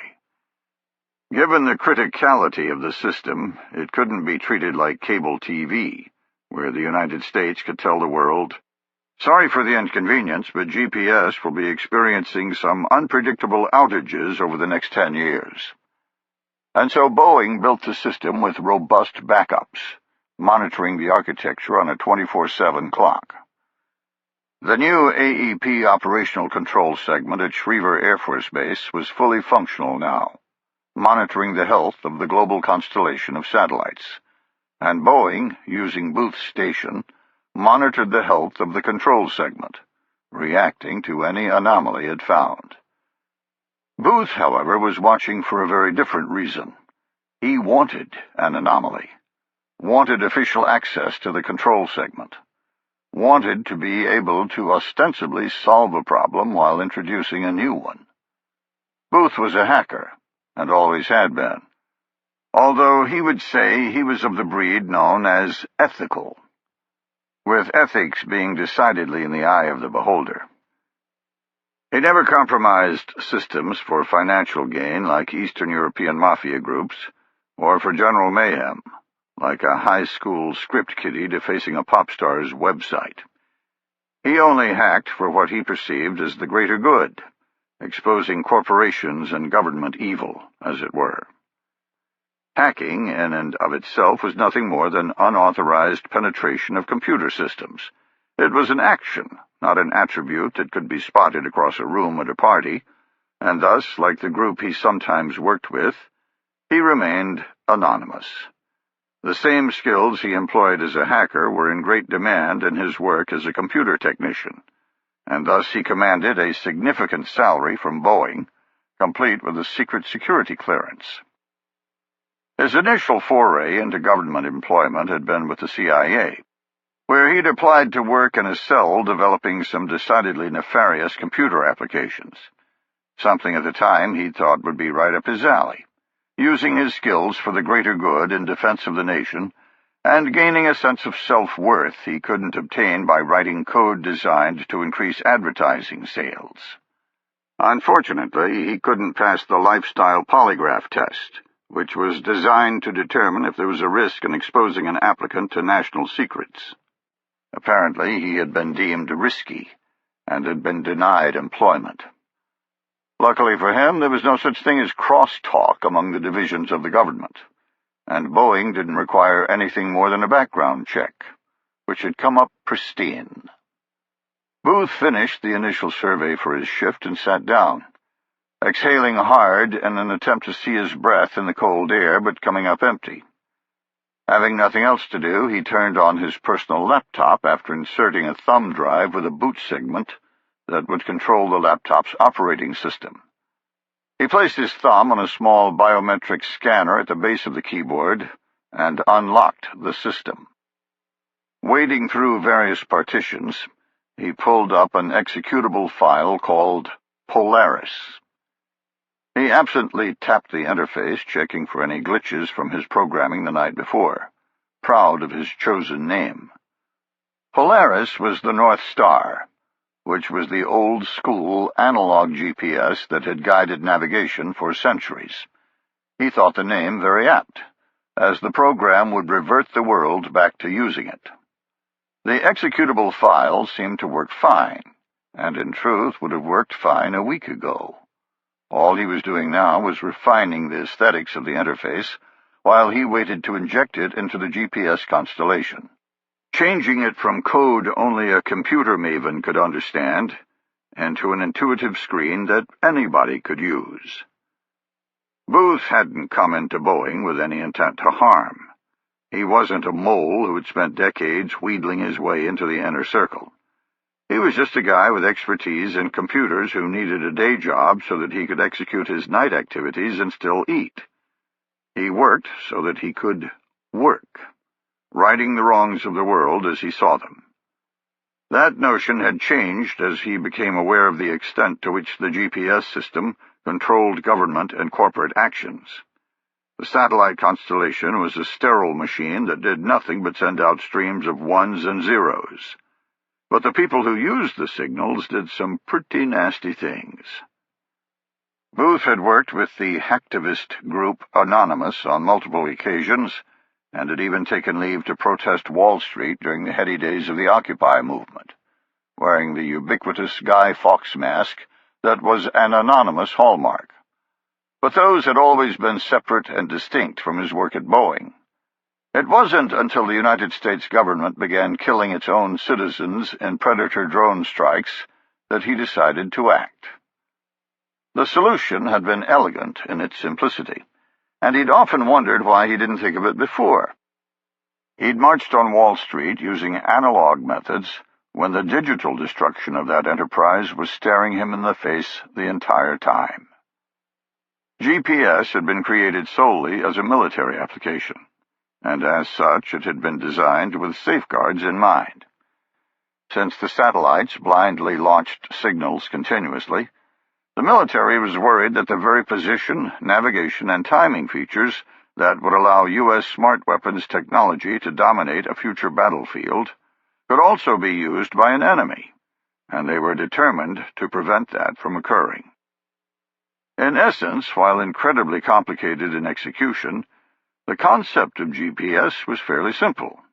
A receiver acquired a signal from a satellite, along with how long it took that signal to reach it. Once it had 3 or more of those signals, complete with the time it took each to reach its location, it simply triangulated its position based on its inherent knowledge of the satellite's location. Easy. The key was the timing signal, as it had to be nanosecond precise to get an accurate location, and that was what the military adjusted. All 35 of the satellites currently in orbit had an application called selective availability embedded within them. With a flip of a switch, the military could turn on this feature for any satellite they wanted, which in essence simply altered the timing broadcast. In other words, the receiver would think it took X nanoseconds to reach it when it really took Y. Thus, the receiver would triangulate an incorrect location. The military controlled the degree of offset, and the greater the aberration, the greater the error. But civilian use of the system had overcome the military monopoly. The Department of Defense had begun to lose control of its creation since its inception, like water eroding a riverbank. It was just too good an application not to be capitalized on in the civilian market, even with selective availability. GPS became more and more entrenched in the public world, with the timing feature becoming embedded into the United States national architecture. Everything from bank transactions to cell phone towers to power grids used it. So much so that President Bill Clinton abolished the use of selective availability in the year 2000, and the new Block 3 satellites, scheduled for launch in the next decade, didn't even include the feature. But it was still there on the legacy systems that were currently in space. All Booth had done was create a program that could access it. With his own personal switch, he could cause every single GPS-enabled device to fail, including the military-only encrypted signal, whether it was a red light in New York City that solely needed accurate timing, or a train switchyard that needed accurate positioning of its customers, or, in his mind, a corrupt banking system that utilized GPS timing for every single transaction, and a fleet of Predator UAVs armed with Hellfire missiles looking for something to kill. Creating the program had been simple. Getting into the satellites was what had proven hard. The 2nd Space Operations Squadron was responsible for all functions of the GPS constellation, and it controlled them from inside a building that had more security than the CIA. His trailer was only a stone's throw away, but he wasn't allowed on the floor of the new operational control segment and could only access the system when asked to because of an anomaly, using the network inside his trailer. And so he was forced to wait. His freezing little work trailer did provide one benefit, though. Because of its criticality, the entire GPS architecture was air-gapped from the World Wide Web, completely stovepiped to prevent hackers such as him from infiltrating. The only connectivity was with his trailer, which was wired into the Internet, but through Boeing work systems that weren't involved in the GPS maintenance. It had been a simple matter to fix that. Now, in theory, once the script was embedded in the satellites, he could activate it from anywhere, which was a good thing, because he wanted to be nowhere in the chain of evidence when it went operational. It would look like a simple hacking penetration of Boeing, causing some security analyst to lose his job back in D.C., but not pointing at Booth. It was why he'd gone to El Paso in the first place. 2 weeks ago, he'd been surprised when his dealer had bumped into him in a bar in downtown Colorado Springs, the nearest town from his work at Schriever. Booth had never been into heavy drugs, but he had a marijuana habit that was out of control and had racked up quite a bit of debt. His dealer had always been courteous, but the menace of non-payment had hung over Booth's head like an anvil waiting to fall. That threat had come crashing down with voters passing Amendment 64. Now that marijuana was legal in Colorado, the dealer saw his profits dwindling and had demanded immediate payment on the debt, something Booth couldn't afford outright. The dealer hadn't punished him, yet, but instead had given him time to collect the money, and he had introduced Booth to a man named Carlos, a supposed hacktivist from Mexico. Booth had gone along, but he had suspected from the beginning who he was talking with. Carlos knew computers, but not much about the hacking fraternity, which had raised Booth's suspicions. Not a great deal, but some. Because of events he'd rather have kept buried, he knew a thing or two about activities in Mexico. 2 years ago, the group Anonymous had threatened Los Zetas because they had allegedly kidnapped one of its members in Mexico, saying they were going to expose every corrupt official involved with Los Zetas unless the man was released. Los Zetas, in routine fashion, threatened to kill 10 men for everyone exposed. At that, Anonymous had backed down, claiming the man had been freed. No corrupt officials' names had been released. Booth had no idea if the man had even been kidnapped, but had worked with Anonymous to locate the officials collaborating with the cartel, compiling a database in an effort he felt was worthwhile. After the Zetas threats, and further indications that they were actively recruiting their own hackers to track down Anonymous members, Booth had become somewhat of an expert on the cartels, working to protect his own skin instead of exposing Mexican corruption. Using those same computer linkages, he'd researched Carlos and had found a few interesting things. Not much, but enough to determine that if he was aligned with the cartel, it was Sinaloa and not Los Cetes, which gave him the confidence to continue. Sinaloa hated Los Cetes, and thus would probably pay him a bonus instead of cutting off his head. In the end, he didn't care how Polaris was released, as long as it didn't lead back to him. Like the group, he wished to remain anonymous. He was gazing at his creation, toying with the idea of adding a row of slide switches that looked like an old stereo equalizer bar, when a flashing light caught his eye from the bank of computer monitors. He stared for a full second, in a little bit of shock. It was an alert sent from the operational control segment located in the secure building 200 meters away. There had been a glitch, and they were requesting that he find it. Nothing crucial, but enough to warrant a bug fix. Enough to warrant his rooting around in the new operational control segment for hours. Chapter 20. The digital recorder ended for the third time, and I dropped it on the bed, turning away from Jennifer and rubbing my eyes. I was still not seeing the smoking gun that would get the Taskforce chasing after her brother, but I knew she wouldn't want to hear that. She said, "What's that look? Can't you see they're talking about national security issues? This isn't about drugs." I dropped my hands, waited a beat, then said, "Jennifer, I don't know what they're talking about. That fat-ass guy just blathers on about freedom of information and a bunch of computer crap. He talked about our global positioning system, one of the most sacrosanct things the United States controls. He mentioned GPS. He didn't talk about it. He also mentioned Wall Street and WikiLeaks. This isn't enough to act. What do you want me to do? Call Kurt for a fishing expedition? I'm probably in enough trouble for coming down here in the first place." Colonel Kurt Hale was the commander of the task force, and while we'd known each other for close to 15 years, he was in command. Make no mistake, he was a close friend, but he was still my boss. He cut me more slack than most, but this was asking for a poke in the eye. Jennifer was quiet. I almost saw the smoke coming off of her brain as she tried to come up with something that would persuade me to call Kurt. Finally, she whispered, "But Jack's going to get killed." I softened my tone, seeing the hell she was going through. "Jennifer, I know he's in real danger. I believe you. It's just that we're not a hostage rescue force. That's not what we do. We don't even have any authority to operate in Mexico. You want Omega for a hit, and we don't even have a target." The task force called every stage of an operation a letter from the Greek alphabet, starting with Alpha for the introduction of forces. Omega meant we had authority from the Oversight Council, our own extra-legal body of wise men handpicked by the President to execute operations on foreign soil.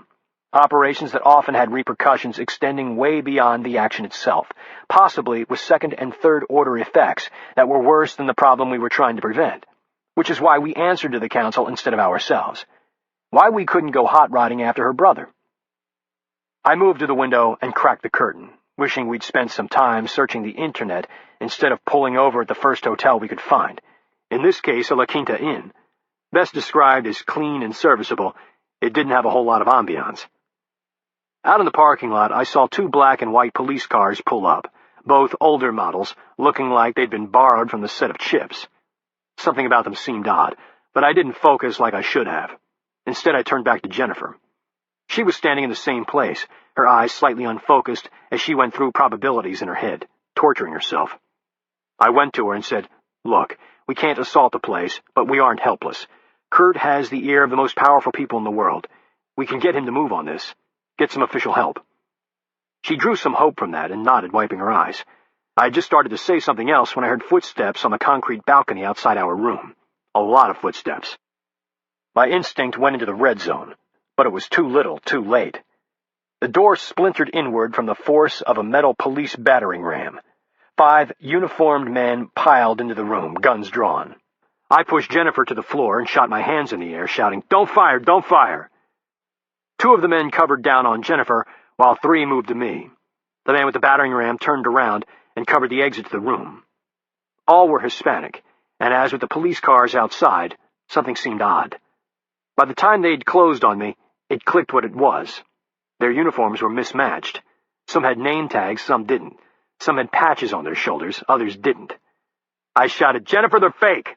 and exploded, trapping the pistol of the first man and rotating his arm in a vicious circle, forcing him to fling himself over the torque or have his wrist shatter.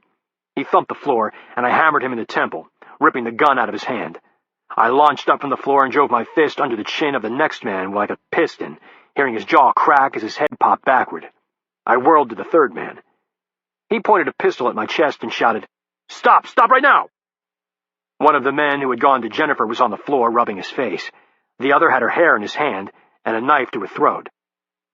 Keeping his own weapon on me, in accented English, the third man continued, "Drop the gun. You cannot beat us both. You shoot me, she dies. You shoot him, you die. Neither has to happen. If we wanted you dead, we would have just started shooting." I did as he asked, kicking myself for not paying more attention, for letting Jennifer's pain supersede my survival instincts. He said, "We're going to handcuff you both and leave here one at a time. Act like you are being arrested. She goes first. If she says anything outside the door to anyone who has come to watch, you die. You go second.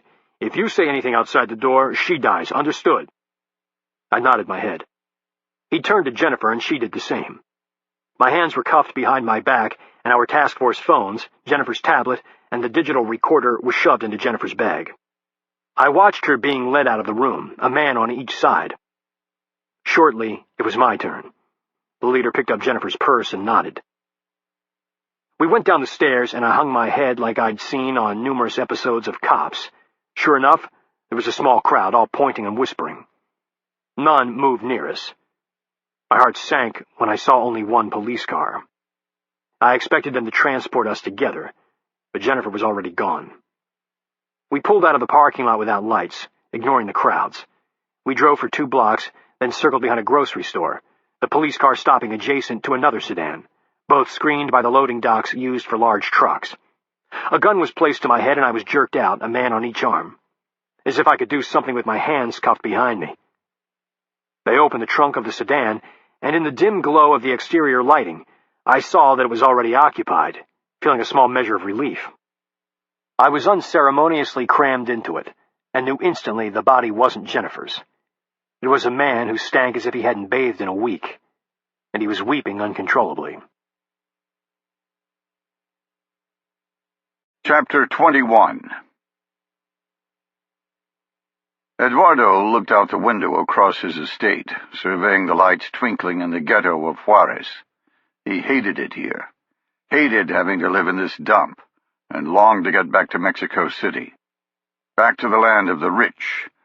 But earning Plaza boss came with a price, and he'd been entrusted with the fight for Juarez by Sinaloa, so here he would stay, at least until he could clean up the mess. Behind him, Carlos said, "This will work. Things are coming together very well." "Well, you let a woman escape from your grasp, here in the heart of Juarez. It's absolutely shameful. I look incompetent, and we still don't know who took the reporter." Carlos began to fawn. "You don't look incompetent. She had help. We couldn't predict that. Nobody even knows she was here. Nobody knows of her escape, and I'm working to rectify the situation. I was able to set up a screen on the north side of the border after she fled our net." He gave a shallow smile. "The Americans spend so much time checking vehicles that it worked in our favor. She didn't cross with any speed. We followed them to where they're staying, and it's still close enough to the border to be useful. I hope to hear some news soon, and we will learn who they are. Of greater concern is the traitor in the ranks. My plan will work." "You really think he is part of my circle? I cannot believe that." "There's one way to find out. You already have a meeting planned. Let it be known that we're moving forward with Mr. Fox. Tell them he's flying down tomorrow or the next day. Give out a flight number. Then we simply check all outgoing calls before anyone is allowed to leave." "Is he flying down?" No, not yet. But that's not the point. We need to set a trap with false information. You don't want Los Cetas to know anything real. What makes you think the traitor will call from here? Tell them they are to remain here overnight. Give them some excuse. He'll call. I guarantee he'll call if he thinks he'll miss getting the information out. Eduardo turned from the window and said, "Okay, that's easy enough. What of this Mr. Fox? Surely you know who he is by now." Carlos said, "Yes, he checked out. He's Arthur Booth, a mid-level computer technician working for Boeing. I believe he can do what he says. He was almost giddy on the phone today. He's completed the task and wants to pass what he calls the Polaris Protocol. All we need to do is meet him now." "What is this protocol?" "I'm not really sure. He said he'd explain it when we met, but what I do know is that it will affect the navigation systems of the surveillance drones on the border." "So you don't even know what it does, how it works?" "My meeting with Booth in El Paso was just to establish the connection. We didn't discuss the specifics of the protocol. The point was to get him on our side, and it apparently worked." Eduardo's lips split into a sinister grin. "Okay, Carlos. I'll let you hold the keys for now. Call the men." 2 hours later, sitting in the conference room with Eduardo and the other men of the inner circle, Carlos felt his phone vibrate. He spoke briefly, then held up a hand. When Eduardo nodded, he said, "Things are looking up."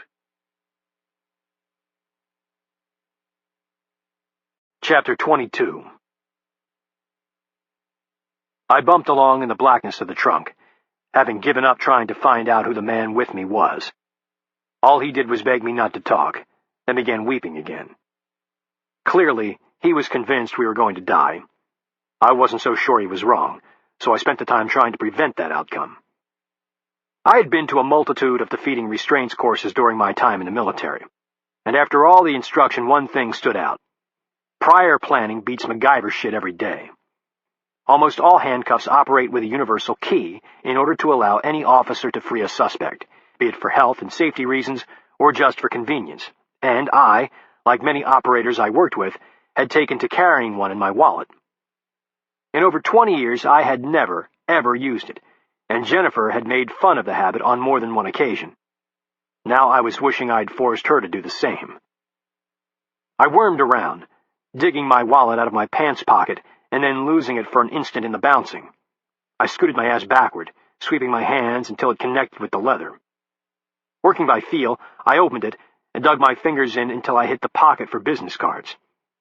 This was where it became critical, and my lack of planning was causing issues. I'd simply buried the key at the base of the pocket, surrounded by a bunch of business cards I always carried that supported my job as an intrepid archaeological explorer. If I dumped all the cards and shook the wallet to get the key, I'd give away that I was up to no good. When they opened the trunk, they'd see a confetti playground and know something was awry. Why didn't you go the distance? Tape the damn thing to the license or a single card. It was like buying a fire extinguisher for your house, then storing it in the attic. I cradled the wallet and squeezed its sides, then began shaking, using one hand to keep the cards in.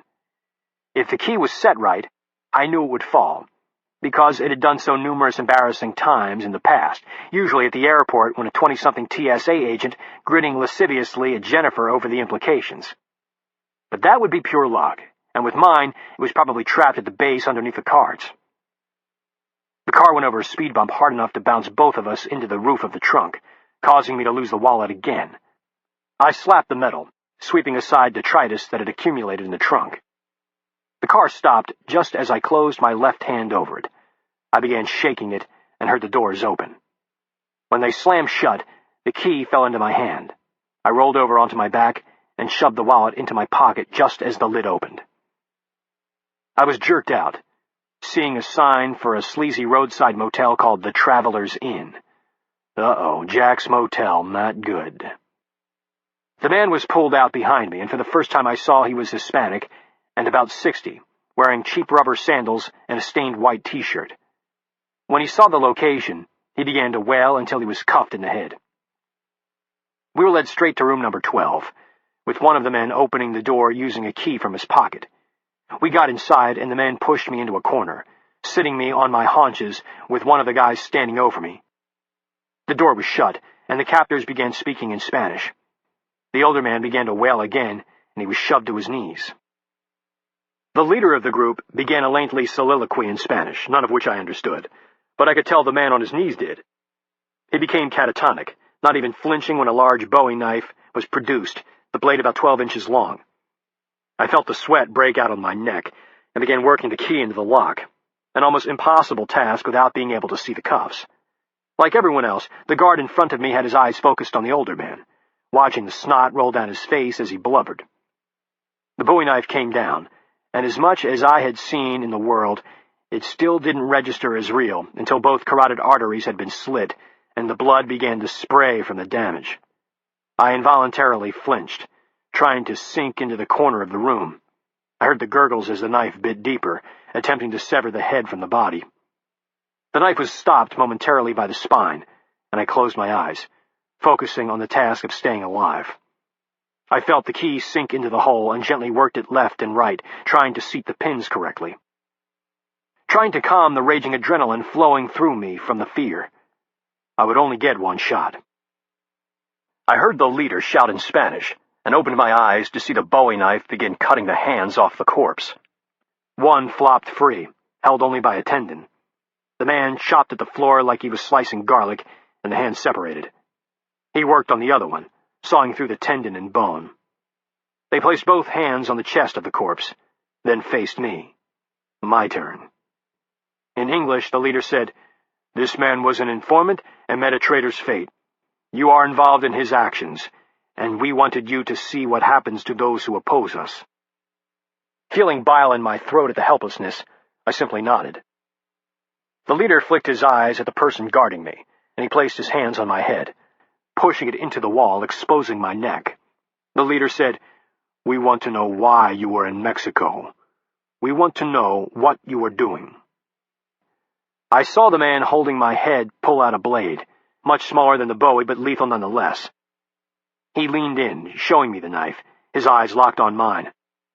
I rolled to the left, a prehistoric instinct to get away from the danger, a low grunt escaping as I strained to get out of his grasp. I twisted my wrist, and I felt the lock click free. A small snick that opened up a world of hurt. I whipped both hands to my front and lashed out with the wrist still clamped, slashing the guard's face with the teeth of the open handcuff. He screamed and started to roll back, but I trapped him against the wall, grabbed his wrist with the knife, and drove it deep into his eye socket. The man with the Bowie knife shouted and drew his gun. I jerked the dead guard in front of me and used him as primitive body armor, rushing forward, barely registering the weight, the rage of survival adrenaline making me feel superhuman. He fired multiple times in my direction, and I felt the rounds impact the corpse. He tried to back up, and I threw the body on top of him, then turned to the leader. He had a look of shock on his face, still with his weapon in its holster. He scrambled to get it free, but I was already on him, wrapping one arm around his neck and trapping the weapon with the other. I bent him backward, batted his hand away, and drew his pistol. I jammed it into his chest and pumped 2 rounds, letting him fall. I whirled around and raced to the Bowie wielder, still under the body, now frantically trying to free himself. He raised his pistol, and I stomped on his hand, the round going harmlessly into the wall. He screamed something in Spanish, and I jabbed the barrel into his forehead. He shook his head violently from left to right. I held for a second, then softly nodded up and down, and pulled the trigger. I stood, coming to grips with the carnage, needing to think. I began searching for keys. I found them on the leader and went to the car that had carried me, seeing Jennifer's purse in the front seat. I pulled out my phone and began dialing, leaving the parking lot with the battered tires of the sedan screeching, heading to the border. Kurt picked up on the 3rd ring, immediately asking why I was in El Paso and why I had left our mission early. I cut him off. "Sir, it's too hard to explain. Jennifer believes there's a national security threat here on the border, and her brother's wrapped up in it. I thought she was full of shit, but the cartels have just taken a huge gamble to capture us here in America. She was correct, and I need a team right fucking now. Where is Knuckles? He should be Conus with the bird. What the hell are you talking about? Cartels? Capture you? What are you doing? I can't even get the Oversight Council until tomorrow. Forget about Knuckles and talk to me. I was flying down Interstate 10, headed back to the border bridge, and realized I didn't have the facts to convince him. There was no way to get Oversight Council approval for operations in Mexico on a timeline that could save Jennifer. It just wasn't what the Taskforce did. We were slow burn, not crisis management. Unlike in my previous life, we didn't sit on alert. I pounded the steering wheel and said, "Sir, is Knuckles in the United States? Is he here with a package in the aircraft?" Kurt's voice grew concerned at my shrill tenor, saying, "Yeah, he's here in Atlanta. What the hell is going on? You sound like you want a prairie fire." And his words broke free the best that the United States had to offer. Prairie fire was the code phrase for the potential catastrophic loss of a task force team, and only used under the most extreme circumstances on official missions, when everything else in the United States arsenal had failed. The words had been uttered a single time in the entire existence of the unit, but it was the one thing that Kurt could execute on his own, without Oversight Council approval, because task force lives were not held to the same standard as task force missions. I had never given the phrase serious thought, egotistically figuring that if I had communication and could utter the words, I could solve the problem on my own before the task force could ever break anything free quickly enough to help. Now I held the phone and savored the words. "I need Knuckles to divert to Gonzales Airport in Ciudad Juarez. I'll meet him there. I'm calling a prairie fire. I say again, I'm calling a prairie fire." He said nothing for a moment, and I saw the exit for the bridge. I coasted for a second before he came back on. "You know what you're doing, right? You got a real prairie fire." "Sir, listen to me closely. You and I have been through a lot, but nothing like this. I just saw a man get decapitated in front of me. I'm covered in blood from 3 dead men in a hotel. Jennifer is in the hands of fucking savages, and if I don't get some help immediately, she's going to be slaughtered or worse." I turned onto the bridge and heard, "You got him. Update me as soon as you can." Chapter 23. The door at the top of the stairwell opened, spilling light into the room, and Jennifer knew someone was coming down. Finally. She regretted the thought as soon as it came into her head. She knew whoever was on the stairs would offer nothing good, but she'd been shackled in the dark for over 3 hours, on top of the 2-hour ride in the trunk, and the shock of the capture had worn off, leaving her wanting to see why it had occurred, wanting to learn the fate of Pike and her brother Jack, even if it hastened her own demise. Initially, when she'd been taken out of the trunk and brought down to the basement, she'd been dismayed to find it empty, expecting to see Jack bound and shackled like her. She'd been tossed unceremoniously on the ground, and the lights had been extinguished. She'd waited for Pike to join her, waited for him to arrive so they could plan their escape. After some time in the dark, she realized he wasn't coming and now wondered if he was still even alive. She thought so, hoped so, simply because of the way she had been treated. The men hadn't been unduly violent like she'd expected. She wasn't smacked around or made to do anything lewd. There was little respect, but they hadn't been overtly cruel either. They'd treated her more like a piece of livestock, prodding when she moved slowly, and showing little concern for her welfare when shoving her in or pulling her out of the trunk. In truth, after the fear of instant death had worn off, she'd become more concerned about carbon monoxide poisoning during the ride, the leaking exhaust fumes filling the trunk and making her nauseous. Taking solace in small comforts, she initially had just sagged in the dark of the basement and drawn in clean oxygen, trying to clear her lungs of the stench of the exhaust. Left to her own thoughts, she had reflected on the enormous risks her kidnappers had taken. Imitating police officers on United States soil and kidnapping 2 United States citizens was brazen, and she knew her brother had found something much greater than drugs. She couldn't put her finger on what it was, but she knew enough about cartel operations to understand what the impact would have been if the mission had gone wrong. She was valuable for a reason she didn't understand. She might not have known what was at stake, but she knew two things for sure. One, she had been captured by a cartel, and two, she was now in Mexico. Trying to penetrate the feeble glow from the stairwell, she heard more than one person descending and sat up, using her shoulder against the wall to make up for her hands being shackled behind her back. The overhead light blazed on, and a man was thrown in front of her, hitting the ground hard. At first she thought it was Pike, her stomach clenching in fear when she saw the man's battered face, only relaxing when she spotted a mustache. 3 other men followed him into the room, one in a business suit, 2 with jeans, rough shirts, and pistols in their hands. The business suit kicked the prostrate man in the stomach hard enough to lift him an inch off the ground. The man grunted, then began coughing. No one paid a bit of attention to her, conducting the actions as if she didn't exist. One of the guns reached down and pulled the man's head up by the hair, and the suit began to interrogate him. They spoke in Spanish, but having grown up in Texas, Jennifer could understand the gist of what was said. She visibly reacted when she heard the words reporter and phone, the suit waving a cell in front of the man's face. He turned away, and the suit nodded at the gunman still holding his hair. The gunman cranked the man's head until he could do nothing but stare at whatever the cell phone showed. The suit yelled again, and the target spit a glob of bloody phlegm onto the phone. The suit jumped back, holding the cell away from his clothes. He shook it like a man flinging filth off of a shoe, his hands holding the phone between 2 fingers.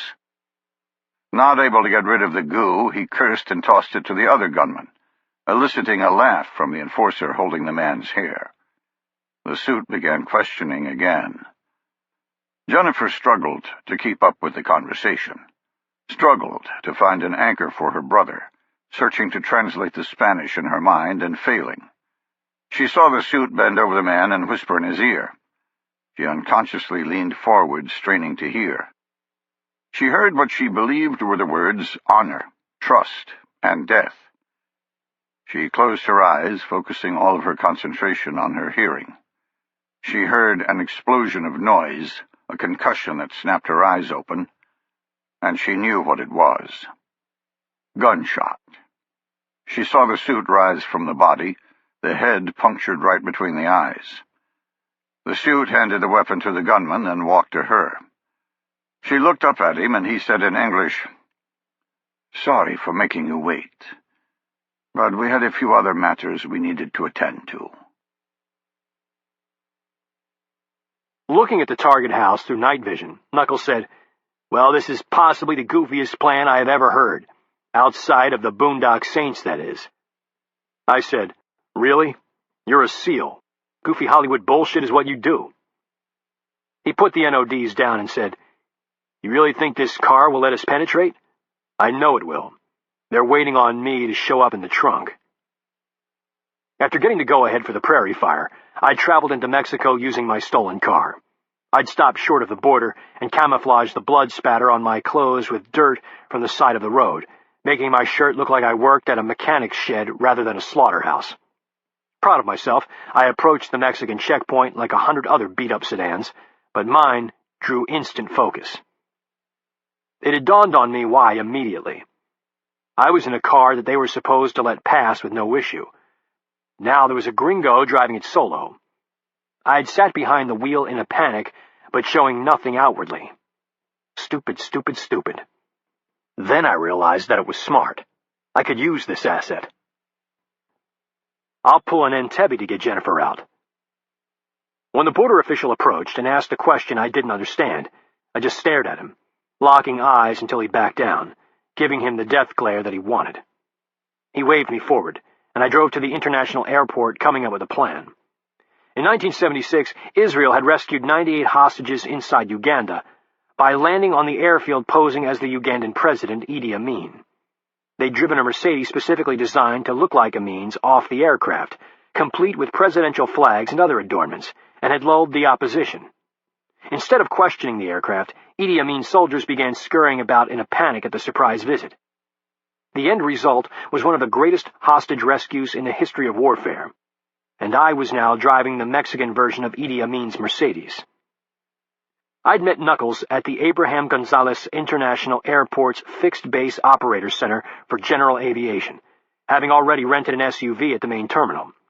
Away from the commercial hub of the International Concourse, it was a small island still in the land of make-believe. Every FBO I had been in catered to the richest bastards on the planet, and thus had no security whatsoever. If you could afford to fly a plane in here, then you were clearly on the up and up.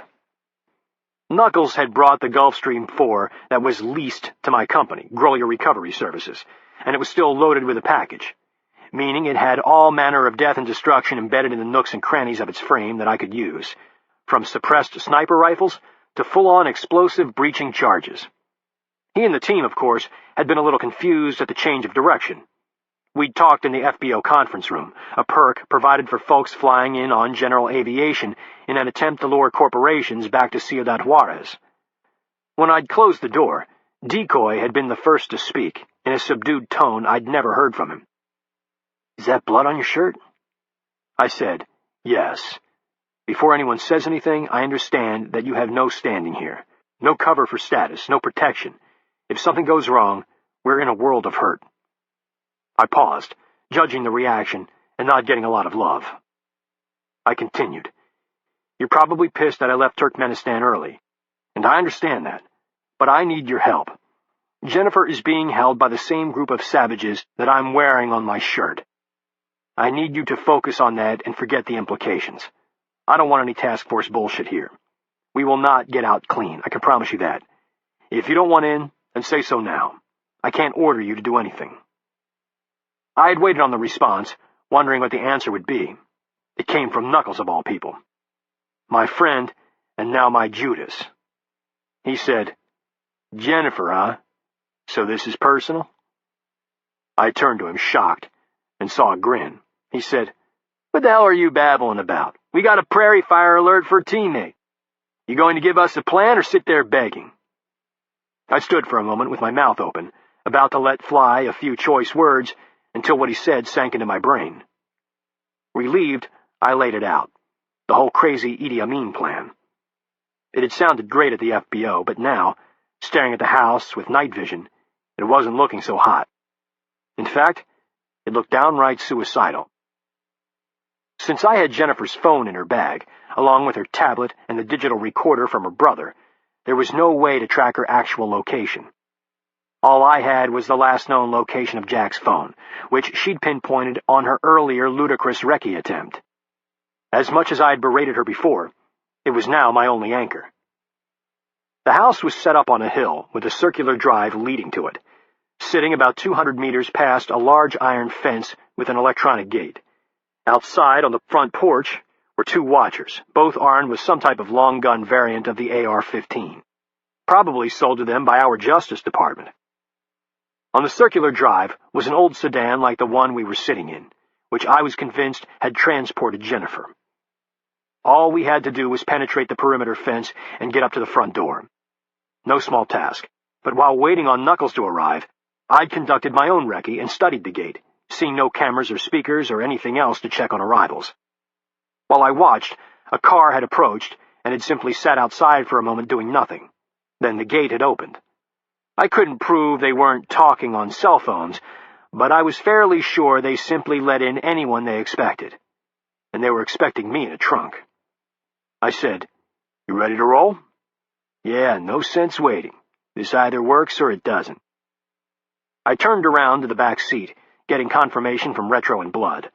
I started the car, and Retro said, "Hope Decoy can hit them. I don't like a Navy guy watching my back." I pulled into the slot in front of the gate and said, "You'd rather have a Marine?" Blood from the back said, "As a Marine, given the choice, I'd much rather be on the outside shooting right now." I said, "You'll be shooting soon enough." We waited, headlights to the front, wondering if we were going to initiate a firefight just by being here. After a pause, the gate triggered. the giant piece of iron sliding to the right on its track, slowly inching open. When it was enough for the car, I proceeded forward, saying, "Remember, no shots early, we need total surprise." I continued up the drive at a slow pace, watching the gunmen on the porch. They showed no alarm. I keyed my radio. "Decoy. You got both?" "Yeah, little spread, but no issue." "You gotta hit them quick. I can't have a gunfight right out front. The first thing I want them to hear is the breach." "Roger all, good luck." "Luck starts with you." We reached the end of the drive and paused, our headlights blinding anyone from seeing the death inside the car. The man nearest to us approached, nonchalantly walking toward the driver's door. I opened it and swung my leg out. I saw his jaw drop in surprise when he was finally able to see inside. Then his head split open from a suppressed sniper shot. The second man, still not understanding, remained on the porch, fiddling with his long gun. He took one confused step toward us, and his head snapped back. He collapsed into the wall, then rolled forward in a heap. I said, "Game on," and we launched to the front door. Chapter 24.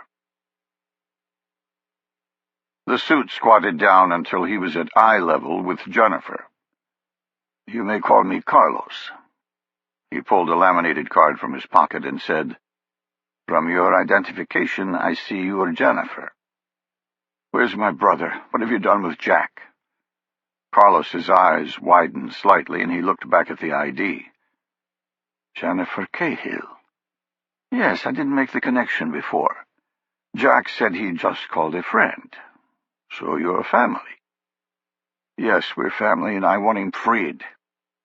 He said, "I think you'd be more concerned about what we're going to do with you."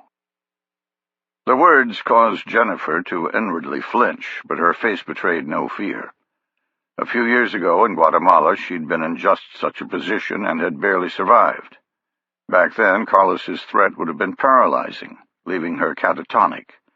But she'd learned a thing or two about survival since. The fear did nothing but sharpen her will to live. She said, "Where's my brother?" Carlos appraised her for a moment, then nodded. "Okay, I respect your courage. So I'll tell you. I don't know. We had him, but he was taken from us. I thought it was by the U.S. law. I now know it was by a competitor." He pointed at the dead man behind him. "That traitor fed our information to our enemies. They have him now." Jennifer closed her eyes, fearing Jack was dead, just like her uncle had been in Guatemala. Carlos said, "What I want to know is what he told you." She took a breath, starting the dance she knew was coming. "I never even talked to him. All I got was a voicemail message." Carlos tapped her ID against his thigh, thinking, then said, "I'm sorry, but that's not good enough. I need to know everything he said. You can check my phone, listen to my voicemail. I'm telling you the truth. Unfortunately, your phone hasn't arrived yet. But I will do that, make no mistake. I need to know what he told you off of the voicemail. How much did he say about predator drones? This will go easier if you talk now. By the end, you'll be screaming all you know anyway." "Predator drones?" She shouted, "Nothing. I never talked to him. I'm just an anthropologist. I don't know anything about drones." Carlos smiled. "An anthropologist, huh? Answer me this. If you never talked to him, how did you know what motel he was at?" "He told his editor where he was staying, that's all." Staring at her, Carlos whispered, "And did the editor give you the address to this house? Is that why you crossed the border and drove right to this location earlier today? Was it the editor who killed my men so that you could escape?" Jennifer felt her face blanch, searching for an answer that would make sense. When nothing came out, Carlos continued, "Yes, I see you understand. Your story doesn't ring true, does it? I will have my answers. "How did you know to search for this house?" Before she said anything, she heard a beep. He pulled the cell from his pocket and listened. When he hung up, he said, "Looks like your partner is finally here." Jennifer felt a brief glimmer of hope, relieved that Pike was alive. Carlos stood and said, "We'll see what his story is, but I can promise it won't be as gentle as this conversation." He nodded at the gunman who'd caught the phone, and both walked up the stairs, leaving her alone with the final man. She felt the spark of hope snuffed like an ember dropped in water. The gunman stared at her stoically, holstering his pistol and not saying a word. He was crossing his arms over his chest when a large crack split the air, causing dust to sprinkle from the ceiling. The man gave a slight jump, his hands out from his sides, staring up, confused by the noise. Jennifer understood completely. "Yeah, my partner's here, asshole." The door splintered inward, as if it had been cloven by a giant axe, large sections of wood spearing into the walls inside. We entered before the shock wave had even settled, guns and eyeballs flowing in like water out of a split in a bucket. I focused on my sector, and ignored the splitting of a suppressed HK-UMP to my right, only registering that a potential threat had been eliminated. I saw a man exit a room ahead, apparently startled awake at the sound of our explosive breach. He raised an AK-47, yelling commands, and I pumped 2 rounds into his chest. He dropped, and I continued on, the lead man in the stack. I heard Retro shout, "Door!" and held up, covering down a hallway. I heard it breached with a shotgun, then the sharp crack of a weapon from inside, followed by the low pops of our suppressors. 3 seconds of silence, and I felt someone tap my shoulder. I leapt to my feet and jogged down the hallway. Jennifer rolled onto her back, tucked her legs, and raked her arms up. The cuffs caught on the soles of her shoes for a second. She wriggled and jerked, ripping the skin on her wrist before they broke free. She leapt to her feet, hearing gunfire erupt from above. She took 2 hops at the guard as he began to turn. She threw her hands over his head, cinching the chain of the handcuffs into his neck. She rotated around until they were back to back, then bent over, raising him off the ground by the chain alone, the metal biting deep into his windpipe. He wheezed and gurgled, flailing his hands in the air. She strained her arms, feeling the cuffs digging into the flesh of her wrists. She rose on her feet and bounced, once, twice, and felt his neck snap. She tucked and dropped him over her shoulder. Untangling her cuffs, she ripped his pistol from his holster and sprinted toward the stairs, one thought in her mind. Get the man with the phone. A door to my right swung open, and I raised my weapon, fingering the safety. A flash of dirty blonde hair filled my hollow sight, and I recognized Jennifer. I felt a wave of conflicting emotion, but shunted it aside immediately, leaping past her to cover the far side of the door.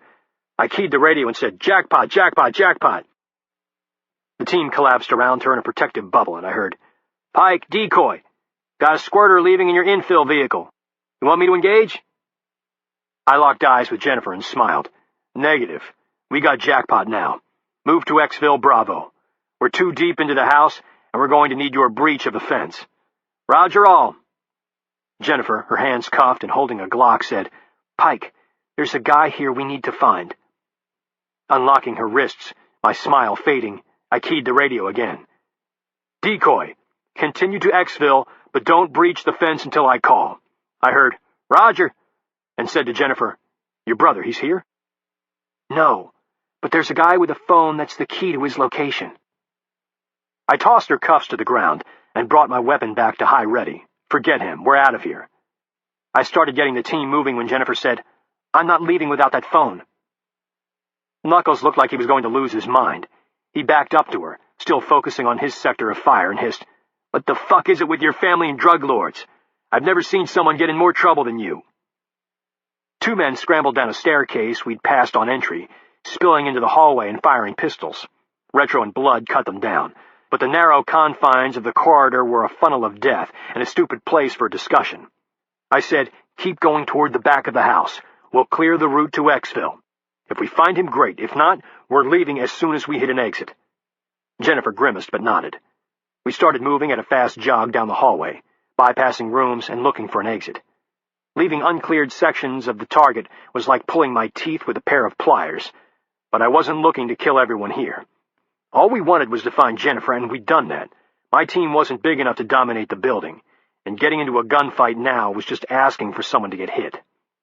We reached the end of the hall and broke into a large den set up like a conference room, a long oak table upended at the far side with gun barrels hovering over it, French doors showing the lawn of the backyard. The barrels began to spit fire, and I broke left, shooting on the run and diving behind a couch, while Knuckles went right. The rest of the team met a fusillade of bullets, and I saw Retro go down while Jennifer leapt back into the hallway. I began to suppress the table with controlled pairs and shouted, "Back out! Back out!" Out of the corner of my eye, I saw Knuckles dragging Retro through the door. One man rose an inch too high behind the table, his weapon snapping forward, and I stroked the trigger, popping him upright before he fell backward. The firing went into a lull as they all ducked. I seized the opportunity, retreating back into the hallway, jerking Retro the final way behind the cover of the wall.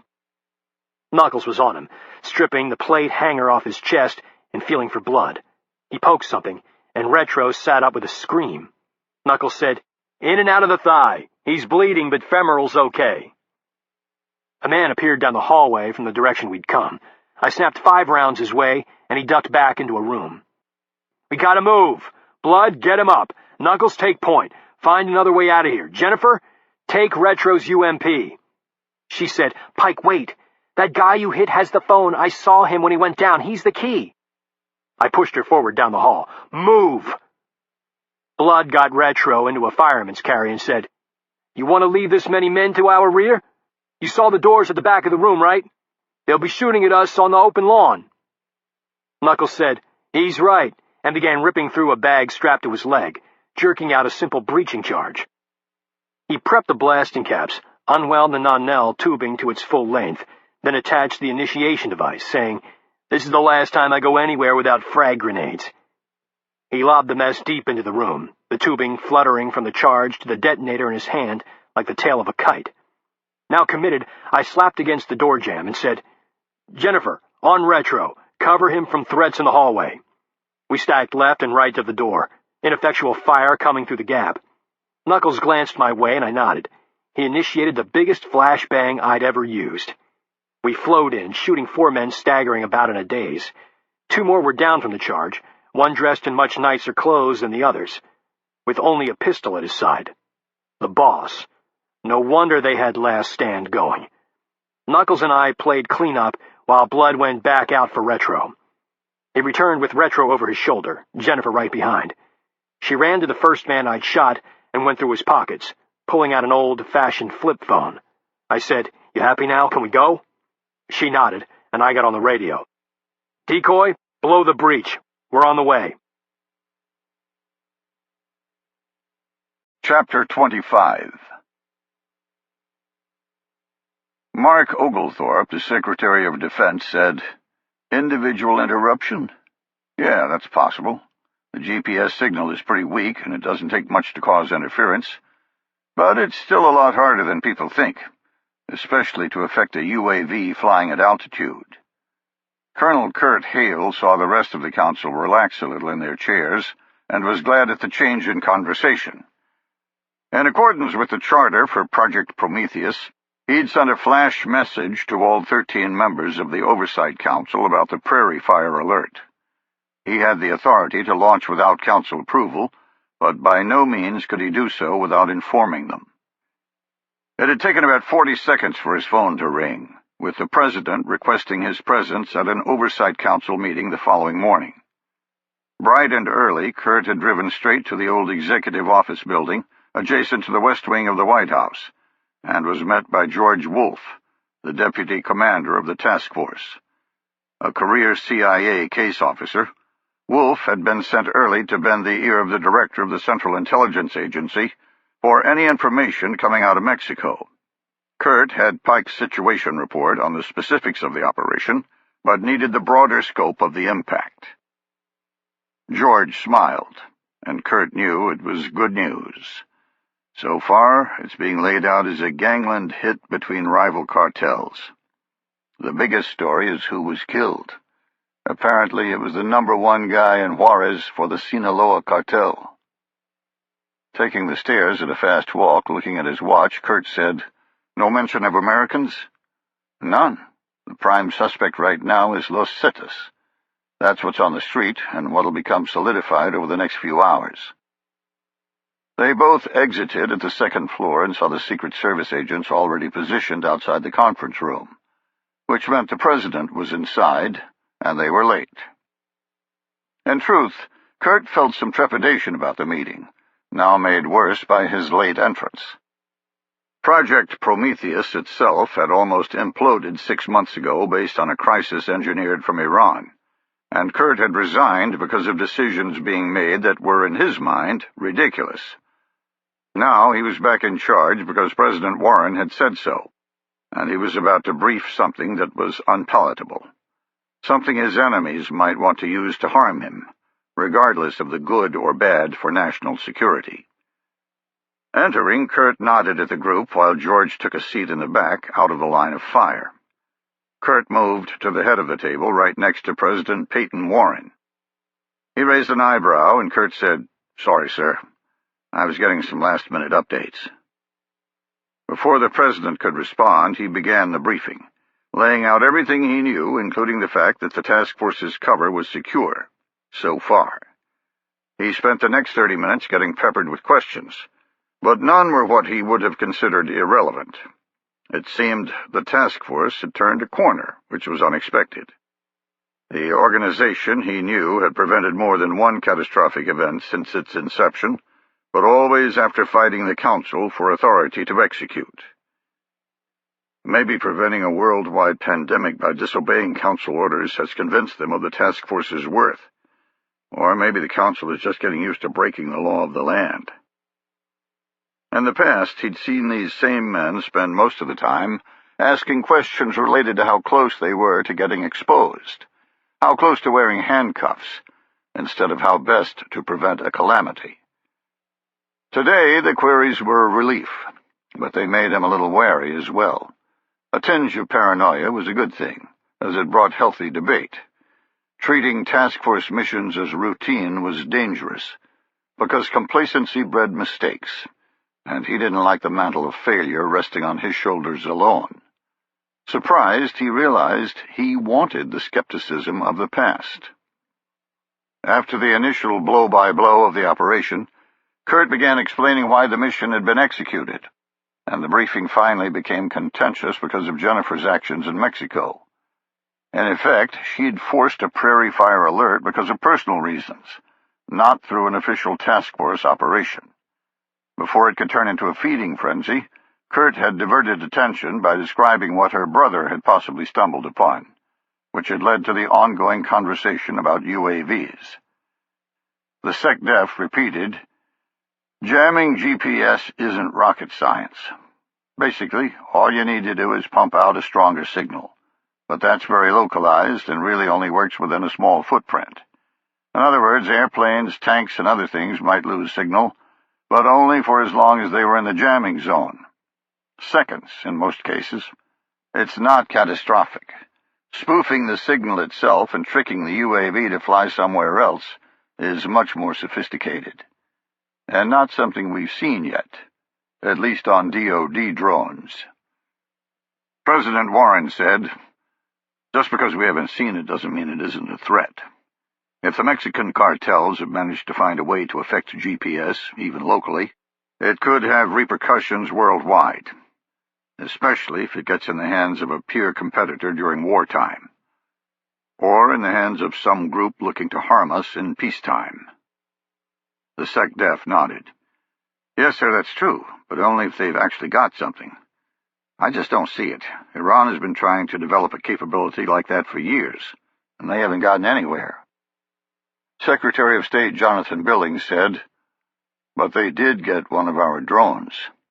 "No, they didn't. We lost that RQ-1 through a glitch. As soon as it lost link with the satellite, it landed like it was supposed to do. As I said, they've been trying almost as hard to develop cyber capability as they have to develop a nuke. And they still can't do anything like that, no matter what their propaganda machine puts out. How could a bunch of drug runners create such a device without any scientific capability whatsoever? Kurt said, "The expertise is on our side. They'd do it just like they have in all of the Mexican law enforcement organizations. They'd extort it from the inside. We're not sure if it's just UAVs they're interested in." The man on the tape was talking about the entire GPS constellation.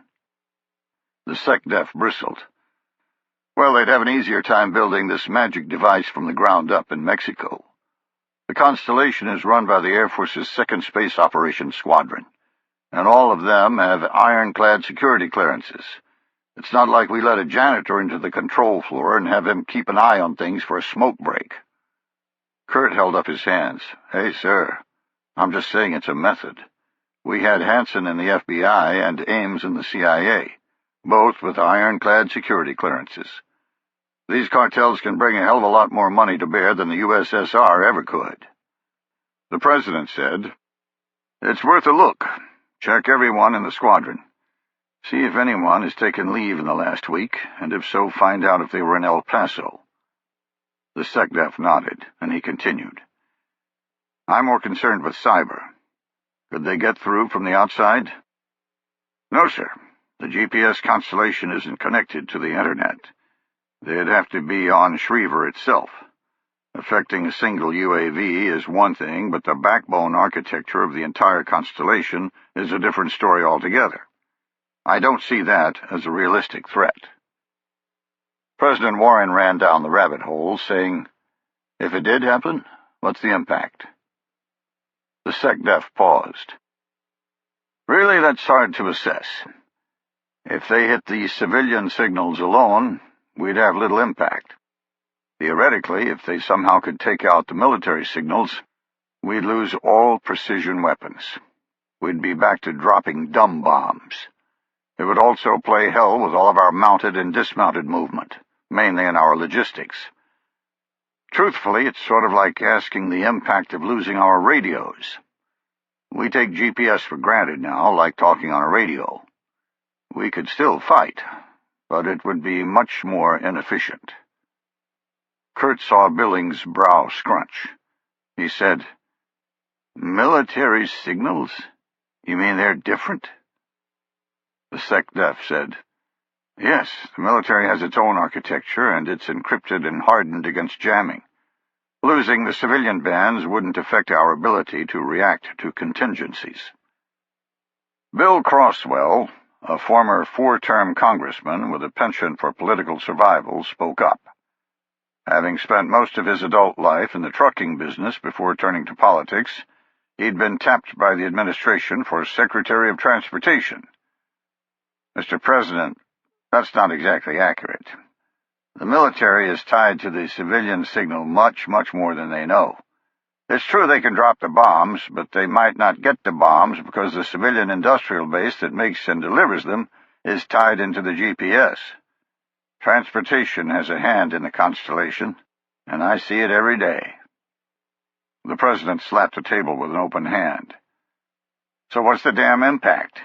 Can someone give me a straight answer?" All the men at the table jerked upright at the action, not uttering a word.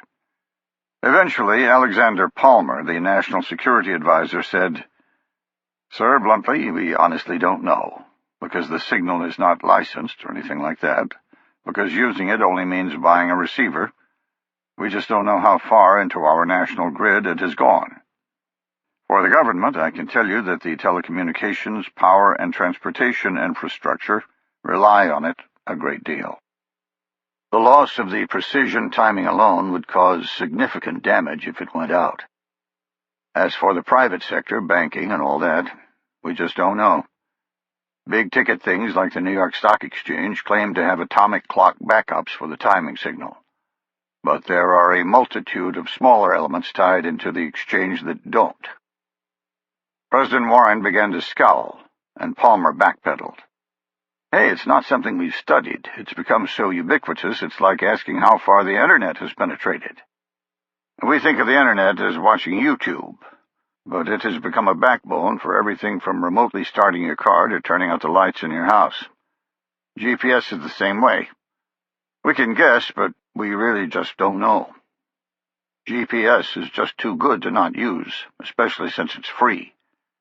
He pointed at the Secretary of Defense. In the end, Mark's right. It is a bunch of drug runners. Something I don't feel is a realistic threat. Unless the assholes actually do have something and sell whatever it is to someone else. President Warren saw the DCIA snap up his eyes at the comment and said, "What?" The DCIA spoke up. "Sir, we've got a movement of a Hezbollah cell from the tri-border region of South America to Mexico City, coming in 2 days. It's probably nothing, and I'm not trying to be an alarmist.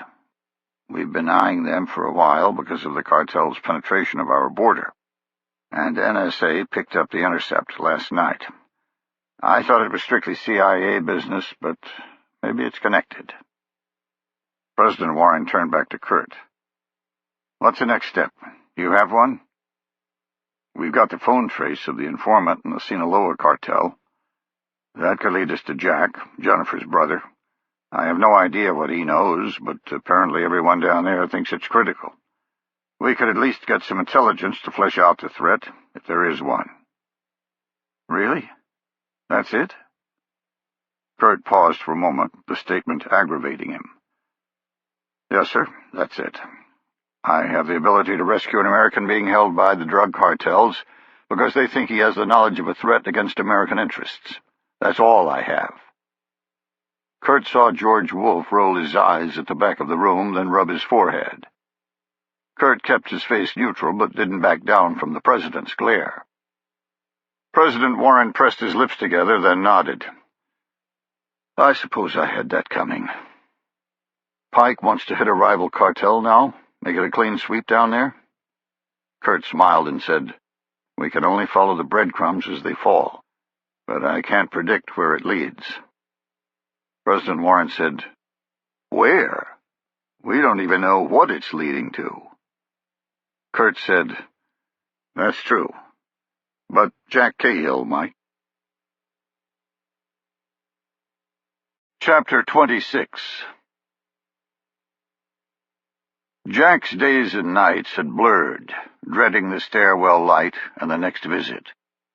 After his initial conversation about the Sinaloa cartel, he had been ignored, and he wondered if he'd been forgotten. He'd seen enough butchering that he certainly wasn't going to ask about his status. Being ignored was better than the alternative. He had grown accustomed to the entrance and exit of what he called the enforcers, and had learned how to keep them happy. The bald Sicario was another matter. This morning he'd been pulled out of the basement by the strange, slight man with a scar on his forehead, and he'd felt mind-numbing fear. The Sicario's actions instilled it. He seemed to float about the room like a frail hummingbird, but his eyes were hypnotic, exposing the lie of frailty. Jack knew he was crazy, but in a different way, a stronger way. If he'd been in a coffee shop in Dallas going about his life, Jack would have seen the Sicario and laughed, saying, "He's not all there," before sipping his $4 grande latte. Now, living in this man's world, he knew that was incorrect. He was beyond all there, like an elemental thing, sensing the very pulse in Jack's neck.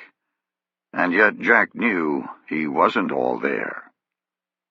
Put into a car, he'd been told the person he'd seen on the video was coming to Mexico City, and he was to point him out. They'd driven close to an hour, then parked outside the Benito Juarez International Airport. Going into the waiting area of Terminal 1, the Sicario had said nothing at all, treating the entire trip as if they were meeting family. No threats, nothing about what would happen if he tried to escape. He'd simply parked and locked the car, resting his dark eyes on Jack for a second, then had turned his back and entered the airport. Jack had scurried to keep up, the eyes searing his brain with unquestioned obedience. Any thoughts about escaping sinking like a coin tossed in the water, flashing more faintly the farther he walked. They had entered the throng of people all waiting outside the exit to customs, the Sicario pushing aside illegal taxi vendors and family members waiting on loved ones returning home, all turning in initial anger, then melting back at his stare. They reached the front, separated from the exit by a metal railing, and he spoke for the first time. "The contact's plane has landed. He will be coming out soon. Point him out to me." Jack nodded and began scanning the flow of people exiting, praying he would recognize the man, bringing forth the memory from the digital recorder. The tension in his body increased with each passing minute, the people exiting in little bursts. They stood for over an hour, Jack beginning to see the contact in everyone who appeared, imagining what he would look like with a haircut and clean-shaven, or in a suit, maybe wearing a sombrero, perhaps camouflaged in a dress with a wig, anything to please his crazy captor. Eventually, the Sicario tapped him on the shoulder, causing Jack to jump. He flicked his weird eyes toward the exit and turned without a word. For a brief moment, Jack considered running, racing through the crowds and shouting his predicament, causing a commotion that would set him free. As if his thoughts were floating on the air between them, the Sicario turned back, and Jack felt his eyes penetrate. He rushed to catch up. They had returned to the mansion, and Jack had been led to the same study as before, the mustached leader who had originally questioned Jack waiting behind his desk. The Sicario set a directional microphone and digital recorder on the table. When the leader went to pick it up, he said, "El Comandante, I didn't get a chance to use it. He didn't show up." The leader scowled like a child and said, "Didn't show, or didn't get pointed out?" Jack felt his survival time shrinking to seconds. He said, "I swear he wasn't at the airport. Maybe he came earlier or he's coming later, but he didn't leave while we were there."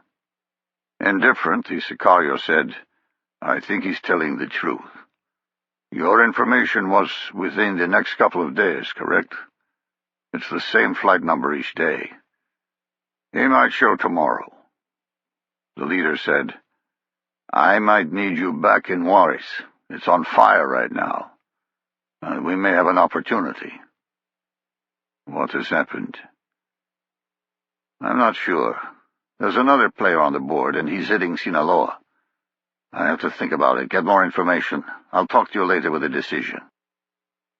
Thrown back into the basement, the first thing Jack noticed was that he had a new neighbor. A boy of about 18 was sitting in the corner in stylish jeans and an expensive shirt, looking at Jack with the catatonic stare of someone not yet understanding what had happened to him. Or maybe understanding completely. Chapter 27.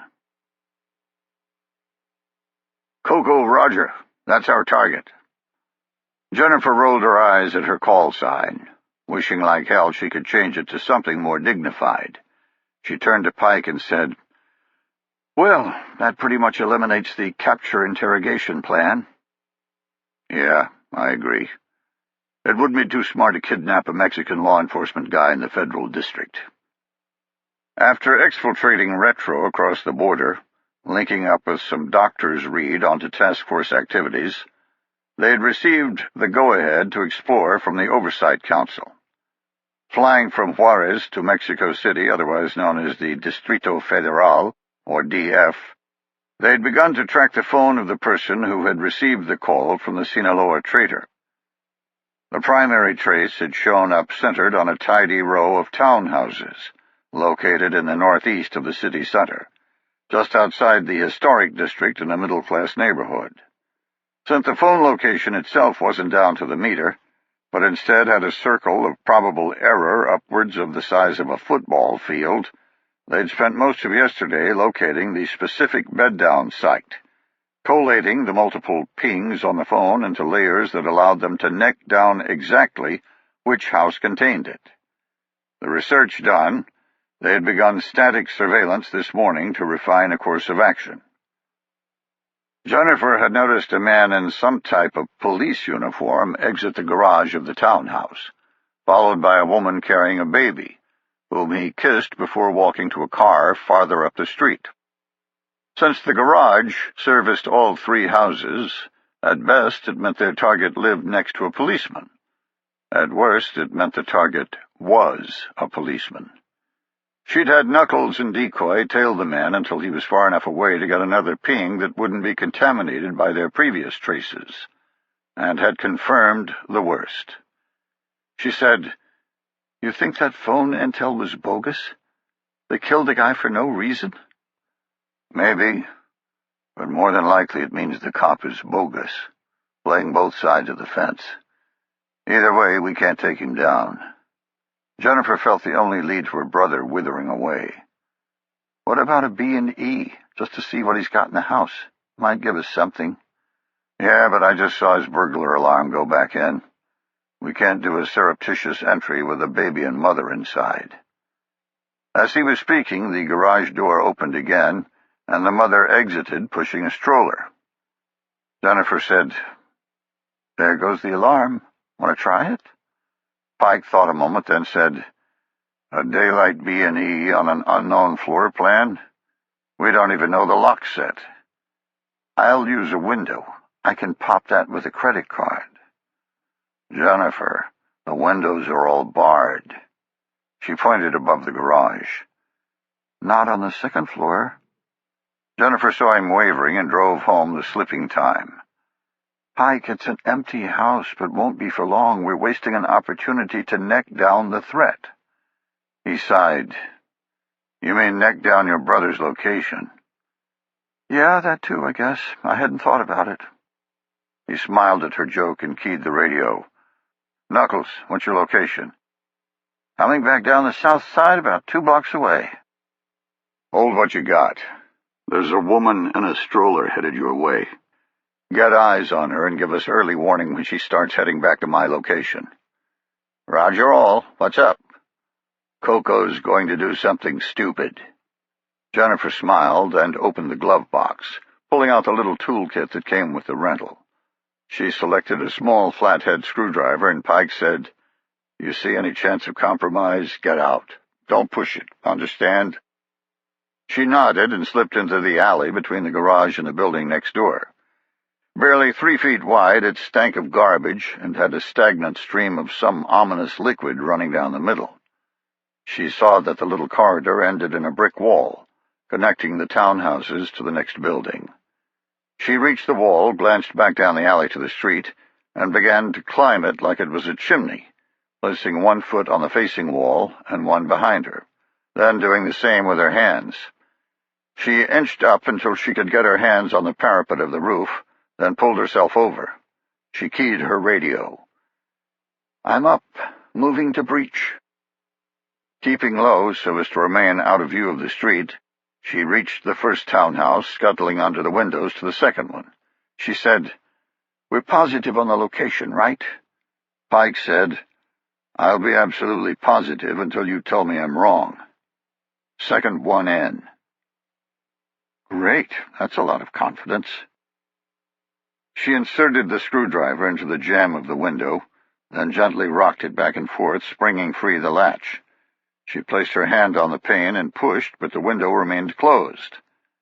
She studied it for a moment, then saw the problem. Painted shut.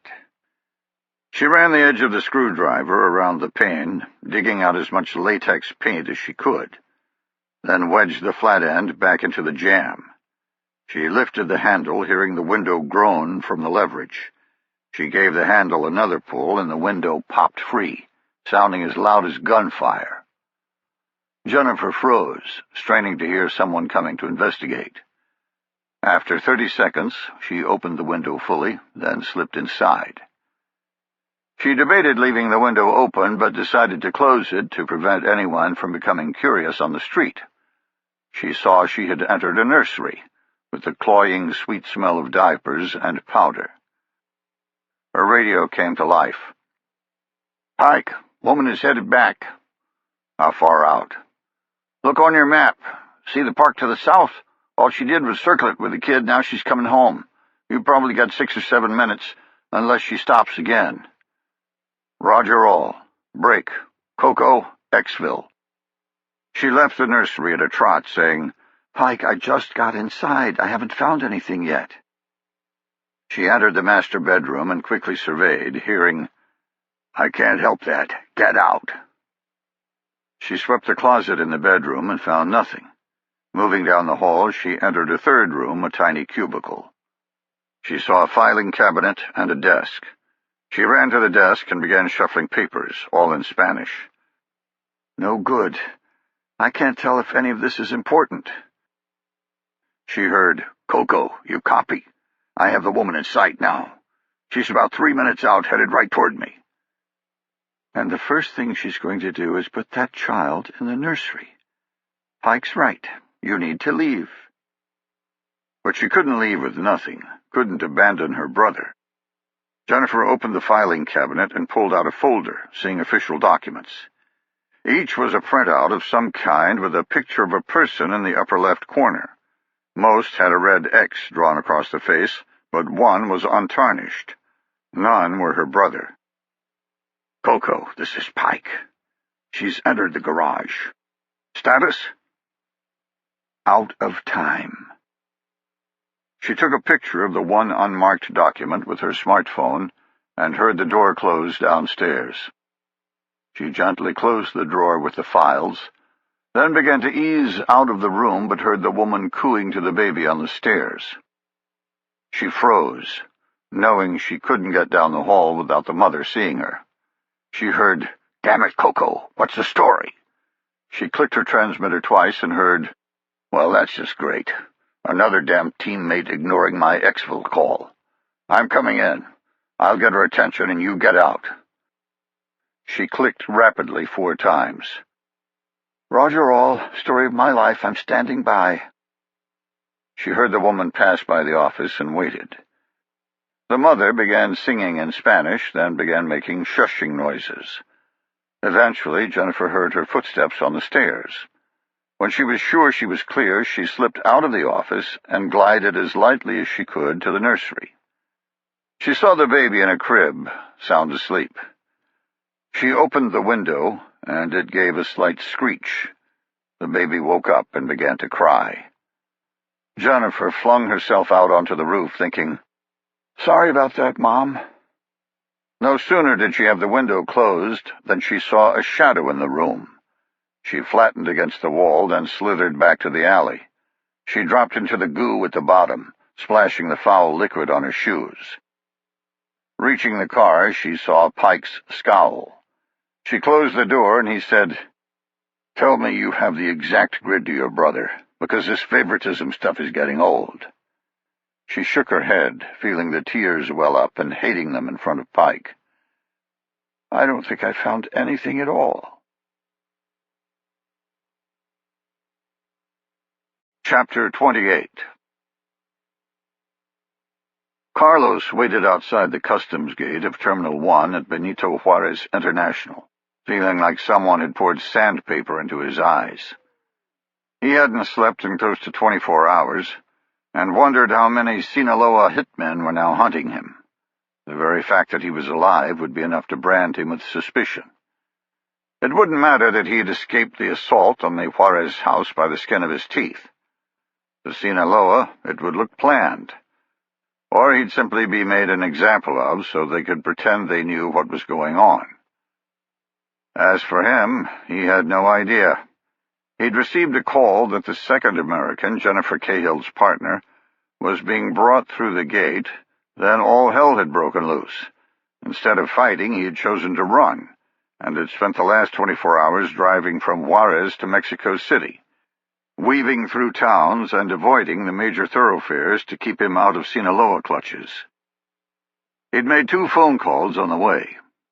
One to Mr. Guy Fawkes, a.k.a. Arthur Booth in Colorado, telling him the time was almost right to come to Mexico, and having him start to dig into Grolier recovery services. Use his skills to penetrate and find out what they really did, because something wasn't right about that company. After hanging up, he had laughed at the thought. Something isn't right. That's putting it mildly. The supposed anthropologist woman had had the balls to drive across the border by herself into cartel territory, and had found the house with nothing more than a voicemail, then had managed to escape a ring of Sinaloa men, killing several in the process. If that weren't strange enough, the man with her had somehow managed to escape his captors, drive across the border, find the same house, then slaughter everyone inside with a team of killers. Yeah, something wasn't right, and he asked Mr. Fox to find out what that was. In truth, he wasn't so sure that Arthur Booth wasn't behind it to begin with. The entire cycle of events had begun when he'd captured the reporter at their initial meeting. Carlos would treat Booth as an enemy until he could prove otherwise. His second call had been to South America.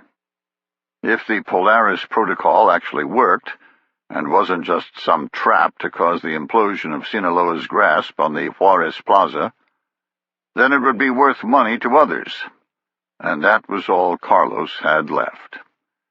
They'd been approached on numerous occasions by Lebanese Hezbollah, and had actually helped them once or twice when it would pay off without risk. But for the most part, Sinaloa had stayed away from anything smacking of Islamic terrorism. The cartel's fight with the government of Mexico was something they could handle, and they didn't want to give the United States any reason to interfere, which is what would happen if they started assisting Hezbollah on a grand scale. But now Carlos's fight was over.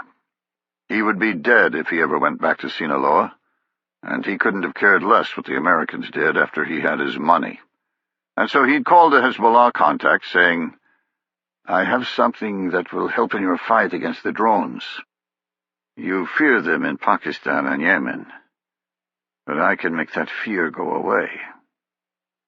Not having any insight at all into the phenomena of global jihadist movements, Carlos didn't understand the difference between Al-Qaeda and Hezbollah, and like most of the world, assumed they were painted with the same brush. They had agreed to meet, and now Carlos waited on their arrival outside the international terminal, hoping he didn't see a group of foreigners wearing something that looked like a bedsheet, highlighting who they were and putting crosshairs on him. He needn't have worried. 3 men exited, looked around, then focused on the sign in his hand. All appeared more Latino than like an Arab terrorist, wearing jeans and T-shirts with cheap rucksacks on their backs. They sported thick mustaches but no beards. The tallest one approached and said in English, "You are looking for an investment in South America?" Carlos replied, "Yes, I am always looking for good investments." The man smiled at the correct answer and held out his hand. Carlos shook it, saying, "You have no bags?" "Just our backpacks. We can buy what we need if we stay longer than anticipated." Carlos nodded and led them to the car rental counter, saying, "Who did I talk with on the phone?" The tall one said, "None of us. We understand you have something that will help our brothers fight in Waziristan." Carlos had no idea what he was talking about, beginning to feel lost. "I have an ability to confuse the predator drones. Is that what you mean?" The man smiled and said, "Yes, that's what I mean. So you know, we are but a conduit. Another man is coming, from Waziristan." He said it in a condescending manner, as if Carlos was a child. Carlos held his gaze for a moment and said, "I don't give a shit where he's coming from, as long as he has money. A lot of money." Chapter 29. Jennifer, her eyes behind a set of small binoculars, said, "Holy crap, Pike, that's a cop." I jerked the binos out of her hand and focused. Sure enough, the target of the house we had left 2 hours ago was now leaving the residence of the kid on the document Jennifer had brought with her from the B&E. What the hell? This whole thing was turning into a real-life version of The Usual Suspects. All I was missing was hearing someone say Kaiser Soze was behind it. I wanted to turn the operation off, but couldn't because of Jennifer. She was hell-bent on finding her brother, and since she could play me like a violin, here we sat with her pathetic lead from the B&E. Only now, the damn thing had actually gone somewhere. The one clue she'd taken from the house had been a photo of a document in Spanish with a picture on it. We'd sent it to the Taskforce, and had found out the kid in the picture was the son of a textile tycoon and had been kidnapped yesterday. Just one more statistic in the multi-million-dollar ransom industry in Mexico. The family lived in a wealthy area west of the city center called Polanco, where all of the houses were set behind high walls and gates. Why the cop had the kid's picture we didn't know, but Jennifer was convinced it was because he was in on it. Convinced it was a lead to her brother. I, on the other hand, was convinced the whole thing was asking for a compromise of task force activities, but had reluctantly let it go since the Oversight Council had sanctioned further operations. I was a little surprised we'd been given clearance to explore the lead at all, and my heart just wasn't behind it. For once, I wasn't demanding to be allowed to do something because I thought the risks far outweighed the rewards. It was a cold calculation, but Jennifer's brother wasn't worth task force exposure, and I wasn't as sure as everybody else that there was some overarching threat. Even though the Oversight Council flinched at the mere mention of my name, I understood when to push things and when to back off, and this was a case of needing to back off. Except Jennifer had looked at me with her damn puppy eyes, and the Council had sanctioned it. Jennifer said, "What do we do now? He's getting away." "Do? What do you want to do? Run him into a ditch and demand answers?" Her face grew dark. "Yeah, that would be fine." "Well, that ain't happening. How about we ask the family what they know?" "You mean go knock on the door? With what? They won't even let us in." I tinkered with the idea a little longer, probing it like a tongue working a piece of meat stuck between the teeth. Yeah, it's a gross analogy, but it explains exactly how I was feeling. Wanting to free the irritation in my mouth, but knowing the slop left over would be disgusting. I said, "Let's go. You lead the way. You're much less threatening. Get them to let us in. I'll take over from there." We called Knuckles, letting him know what was going on, then parked outside the gate of the mansion, punching the buzzer of the keypad outside. A man came on speaking Spanish, and Jennifer said, "We're here to talk about Felix. We'd like to come in." There was nothing for a moment. Then a woman's voice in heavily accented English said, "Who are you? What do you want?" Jennifer stared into the camera and said, "I'm here to help. Please, let us in." She said, "Go away or I'm calling the police." I thought for a split second about pushing the issue as if we were the kidnappers, just to get me in the door. Knowing that would be cruel. Before I could lean over, taking control, Jennifer said, "My brother is kidnapped by the same savages who have your son. I know they're together. Please, please let me come up." Her voice was dripping with emotion that couldn't be faked. Instead of leaning forward, I leaned back, lest they see me in the car and suspect a trick. The gates parted. We drove up a circular path and parked out front. The mansion was much larger than what could be seen from the gate. Two men exited the top of the stairs, not overtly threatening, but not friendly either. We walked up, and one motioned to me, telling me to spread my arms. I did so and was thoroughly searched. Not in a sloppy way either. He literally cupped my balls, which told me he was doing it for real, as that was the last place a man would put his hands, and the first place a killer will put his weapon because of it. He wasn't an amateur, which meant his employer wasn't either. He had me face to the left, putting Jennifer in my sight, and continued. For her part, I saw a man cup her breasts in need. I suppose I should have been aggravated, but the guy did it like he was working a lump of dough and clearly had no ulterior motives. I began to wonder how the child of someone who hired professionals like this could have been kidnapped. They both stood up and waved to someone inside. For the first time, I noticed the sliding door behind us was 4 inches thick, a ballistic door, bulletproof. They'd searched outside in case we were carrying a suicide vest. What the hell? Who is this guy? The only thing that came into my head was Kaiser Soze. We were led into a room and met by not a man, but a woman of about 50, with a stern visage that exuded control. Someone who was clearly used to being in charge, but her trembling hands belied the act. In English, she said, "Who are you?" I said, "We're here to help you, I promise." She flicked her eyes at the man who'd searched me, and without a beat he punched my kidney, bringing me to my knees. He drew back to punch again, and I trapped his hand, gasping for breath. I rotated against the joint, then rolled over, bringing him with me to the ground. All I was thinking was escape. I saw the other man moving in and released the joint lock, collapsing my hands around my target's head, screaming, "Stop or I'll kill this motherfucker!" Everything paused like it was in slow motion. I said again, "Back off or he's dead. Jennifer, go to the door." She said, "No," then turned to the woman. "I want my brother, and you know where he is. You might not realize you know, but you do." I heard the words and screamed, "Jennifer, get your ass outside the door right now!" I saw the other man glide my way and torque my target's head. "Back off!" Jennifer shouted at the woman, "Your son is with my brother. Please, we need your help." I heard someone shout, "Alto!" The guy in my arms relaxed as if on cue. Chapter 30. A man entered the room and said again, in a lower voice, "Alto." He waved a finger, and the guard advancing on me faded back like a robot. The woman began to weep, sagging against the wall and putting her face in her hands. He looked at everyone in the room, guaranteeing compliance, then said, "I am Arturo Gomez, the father of Felix. Let him go and no harm will come to you." I did so and the bodyguard stood up, then joined his partner, another robot under the control of the man who had entered. Both eyed us, ready to spring forward, but did nothing more. I rose from the ground and said, "I'm Pike Logan, and this is Jennifer Cahill. Her brother has been taken, and we believe it's by the same people who hold your son. Any information you could give us would be appreciated." "Are you American law enforcement?" Jennifer said, "No, just family." "Why should I trust you?"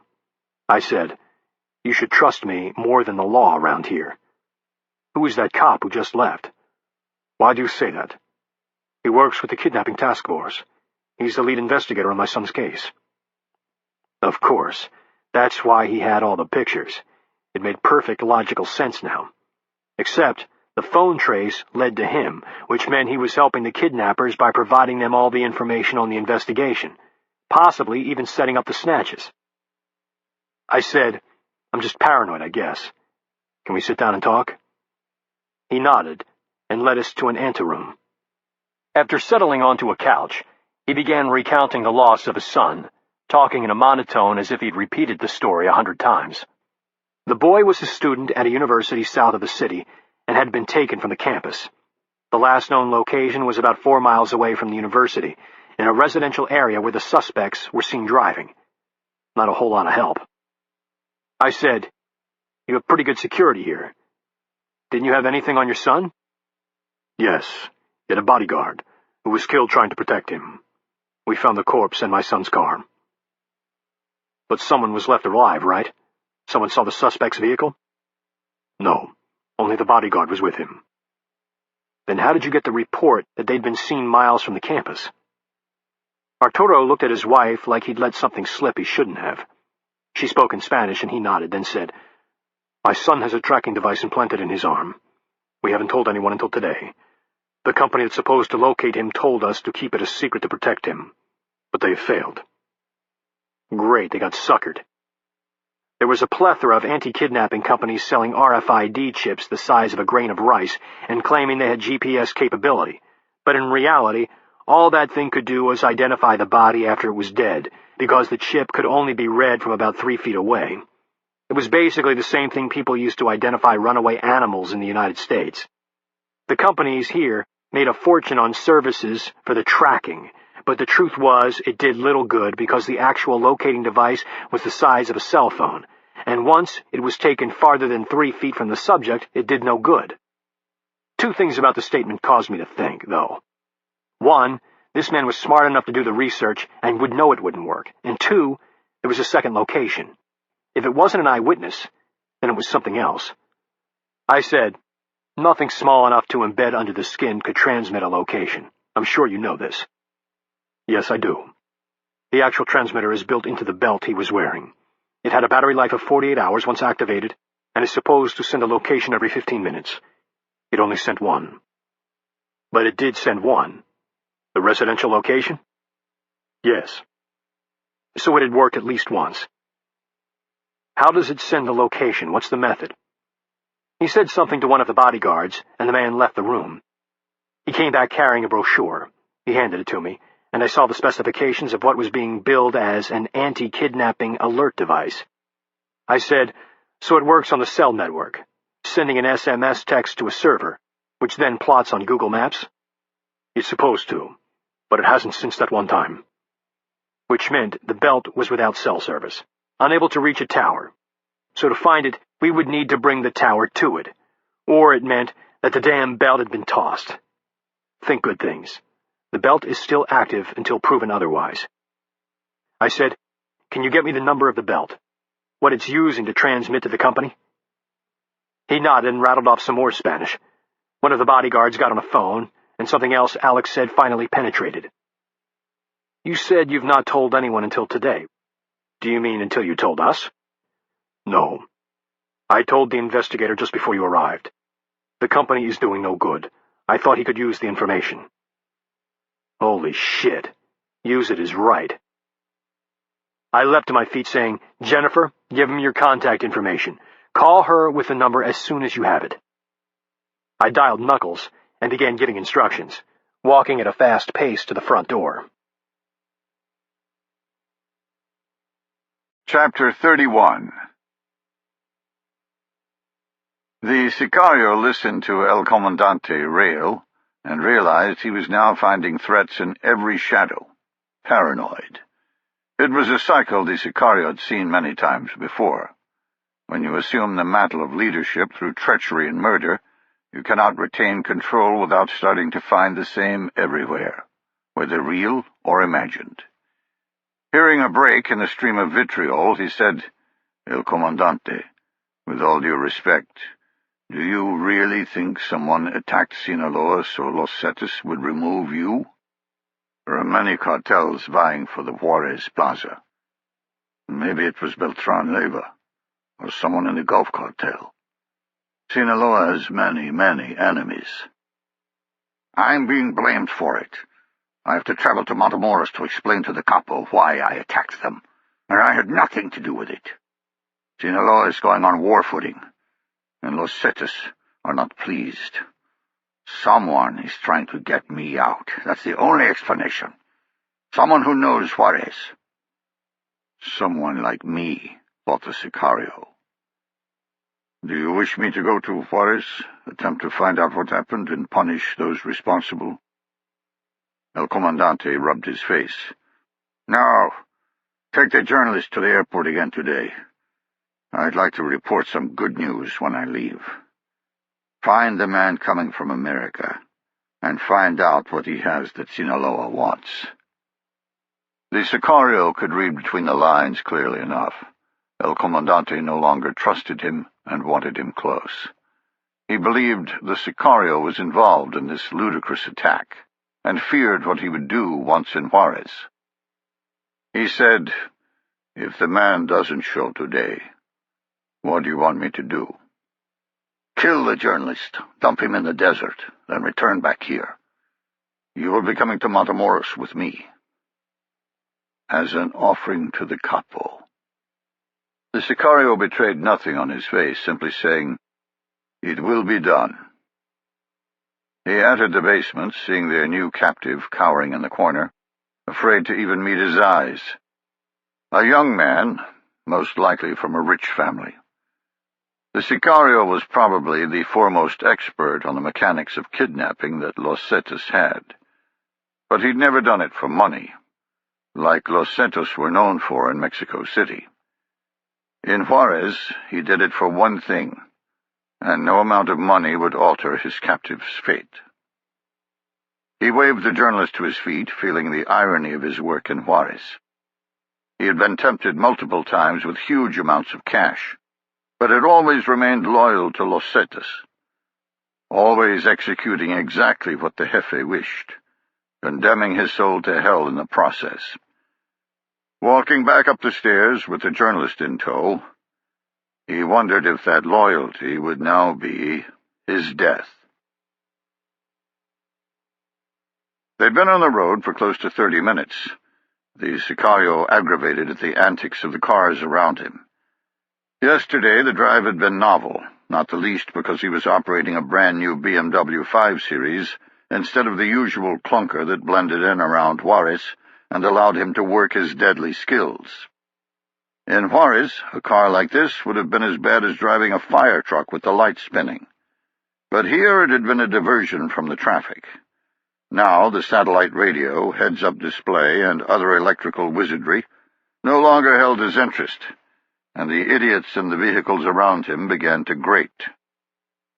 With thoughts of his meeting with El Comandante swirling in his head, he uttered his first words to the journalist that weren't a command. "Tell me, what is it like in the United States? Is it like here?" He heard nothing and glanced at the journalist in the passenger seat. The man sputtered for a moment, then said, I don't know what you mean." The Sicario said, "Do you live in fear? Do people in your cities fear men like me?" At first, the journalist said, "Yes," followed by a pause, then, "Well, no, that's not true. There's no one like you in America, at least not in my world. The only people that run into men like you are criminals. If you do nothing wrong, you don't have anything to fear, unlike here." The Sicario pondered the statement, wondering how the journalist could believe such a thing. Surely his world and the journalist were not so removed from each other. He said, "Life is nothing but a series of interconnected events.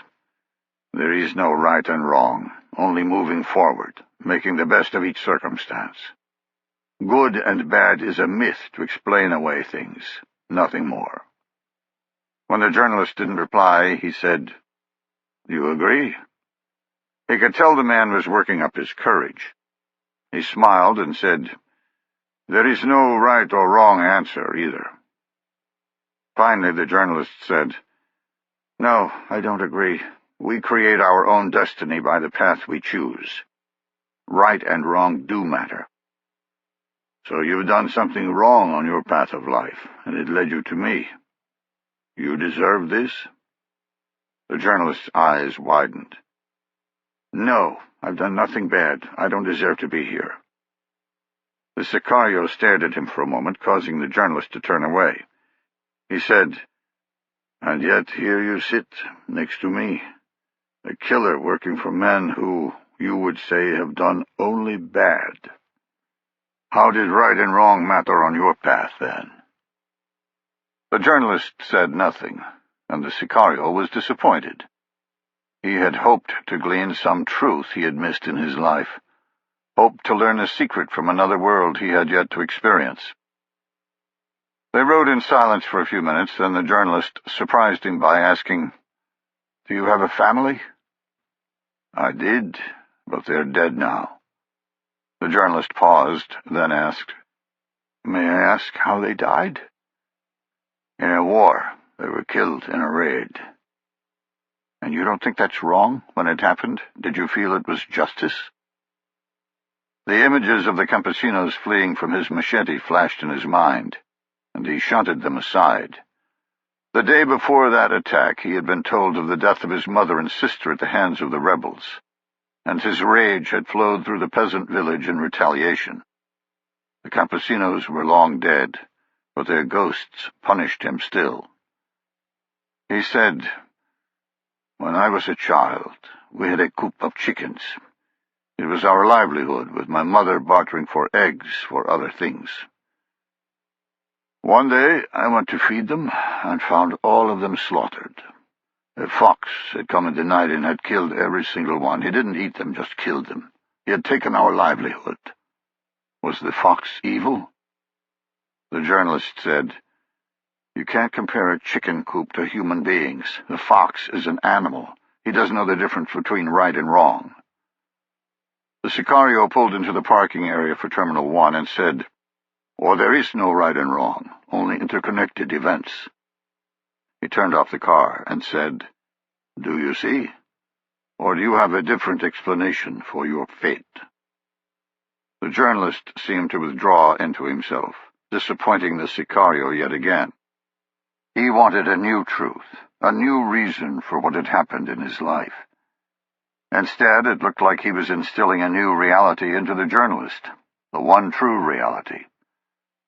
They entered the terminal and, like before, the Sicario muscled his way to the front, his slight frame not nearly as powerful in exacting compliance as his gaze. He positioned the journalist and began to wait, sure he would end up killing the man in another couple of hours, and was a little sad at the prospect. He would have liked to talk again, explore the differences in their lives a little more. 45 minutes in, growing more positive the journalist would be sacrificed, he was beginning to construct a plan for disposal of the body when he saw the man visibly start. Thinking he had spotted the courier, he followed the journalist's gaze, then did a double-take before his eyes reached the doors exiting customs, having a flash of recognition of a man on his side of the ropes. Carlos. He studied the face to be sure, then backed away. It was Carlos, a respected member of the Sinaloa cartel's operations in Juarez.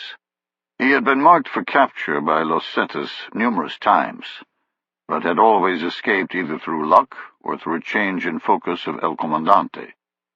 The Sicario had studied his life intently, learning his patterns and methods, and had nicknamed him El Traje because of his habit of always wearing a business suit, like he did today. Why is he here? El Comandante had said the leadership had been killed, decimated in a military-type attack. He saw 3 men approach, and a discussion ensued. He wished he could hear what was being said, but the directional microphone was in the BMW, too large to use unobtrusively here. He sidled up to the journalist and said, "Did you see the man? Is he here?" His face white, he said, No, he hasn't come through." Sure he would tell the truth if the man appeared, if only to save his life, the Sicario said, "Who did you see?" The journalist ducked his head and said, "No one. I thought I saw him, but it wasn't the right guy. He'll come, though, right? He'll come?" Carlos and the men began walking to the rental car counters, and the Sicario had a choice: continue waiting here or follow them. Maybe Los Zetas' information was only partially correct. Maybe someone was coming, but it wasn't the man the journalist knew. He made his decision, pulling the journalist with him to the car and circling around to the exit for the rental lot. When the 3 men appeared in a yellow Toyota, he waited. Soon enough, he saw Carlos drive up in a dented, beat-up American sedan like he was accustomed to using in Juarez. He let them get a few cars away before beginning to follow, knowing the traffic would keep them from eluding him. After winding through Zona Rosa, they pulled over at Chapultepec Park and exited, walking toward the lake that fronted Paseo de la Reforma Avenue. The Sicario parked as well, pulling out the directional microphone and saying, "Do as I say, and you may yet live through the day." When the journalist didn't respond, he said, "Do the right thing. Follow me." The park itself was very large, with paths intertwining throughout, and food vendors hawking their products, giving the Sicario plenty of options to approach without being seen.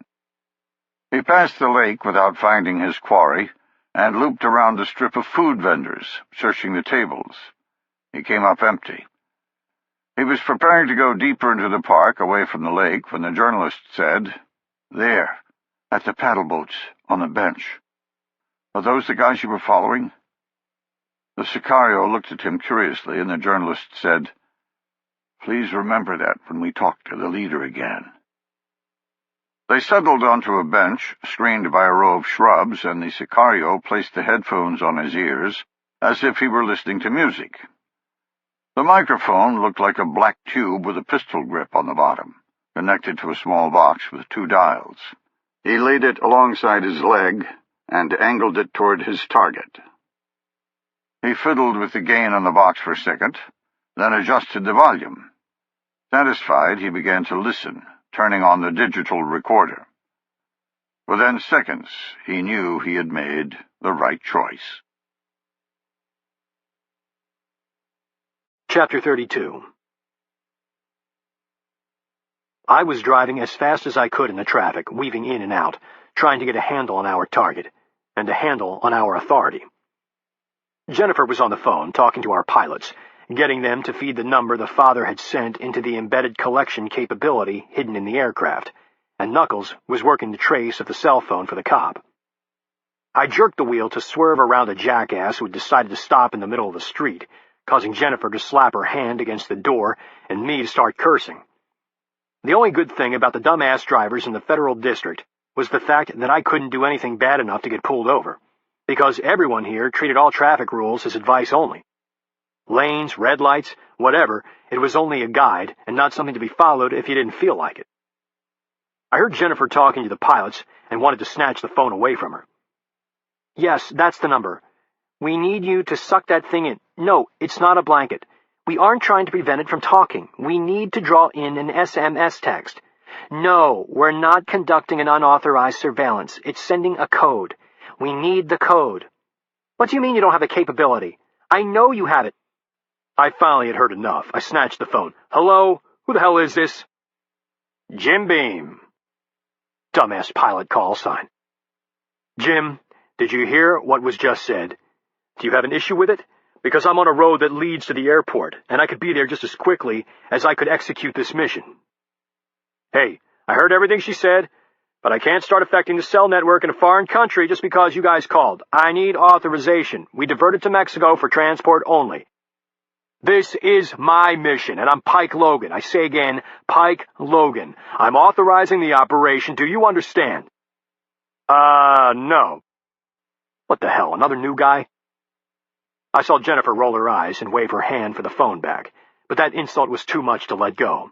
I took a breath and said, "Okay, well, clearly you haven't heard about me. But we did meet, right? You remember what I look like?" I heard him talking to someone next to him then. Yeah. Brown crew cut, scar on your face. You had the hot chick with you, right?" Now I really wanted to throw the phone. "Yes, that's me. I was running Taskforce collection operations before you got your pilot's license. Now put that number into the collection device and turn it on with the largest gain you can. We're trying to get an SMS text that is out of range of the nearest tower." I heard nothing for a moment then. "The package in the plane isn't authorized for Groyer recovery services. All you are authorized for is transport. I need someone from headquarters to release." Jesus Christ. The task force actually separated the individual capabilities of the aircraft? Should have known. Because I'd seen it 100 different times in other scenarios where I was authorized but others weren't. This was a first for me, though.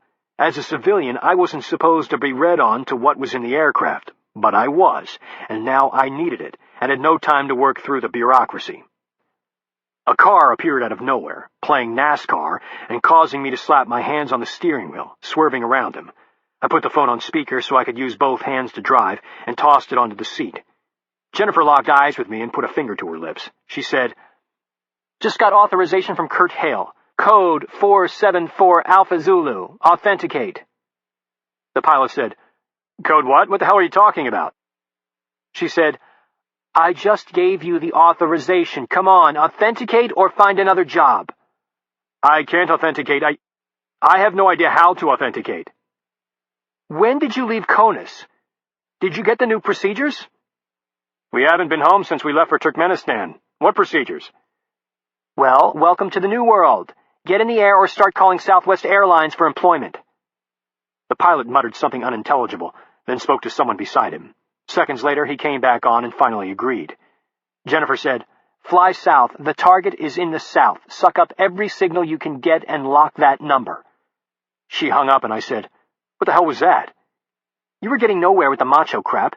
You guys change operational procedures every 5 seconds, so I figured I'd give him what he wanted, authorization."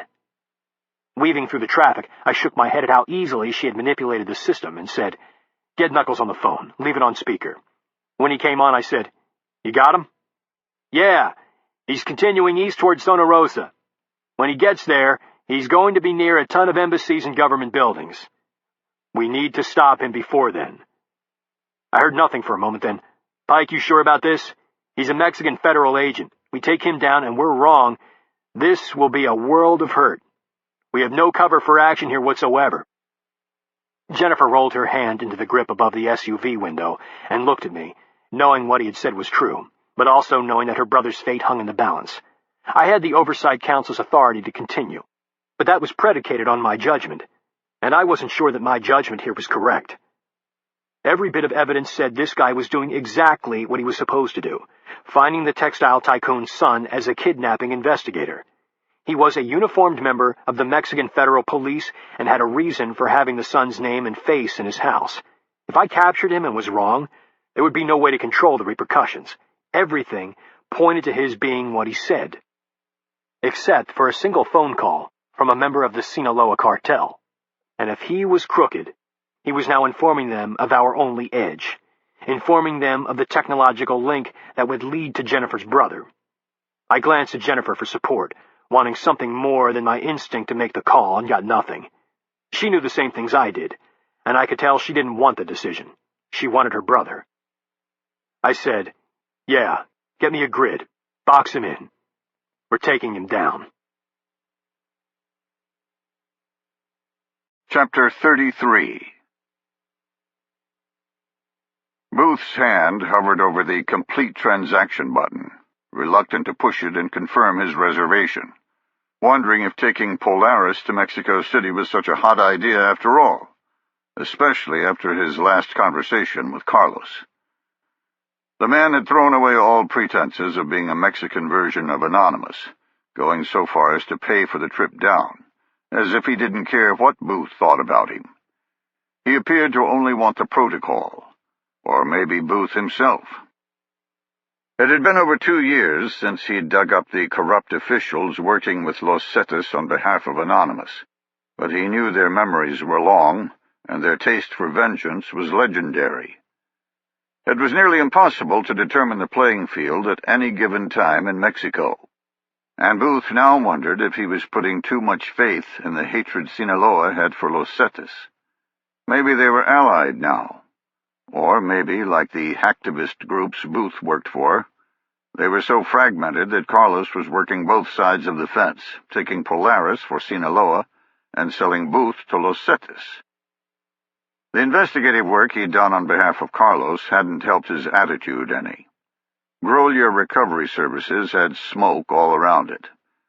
On the one hand, it had found a temple in Guatemala that had actually made some press, meaning the discovery had been real.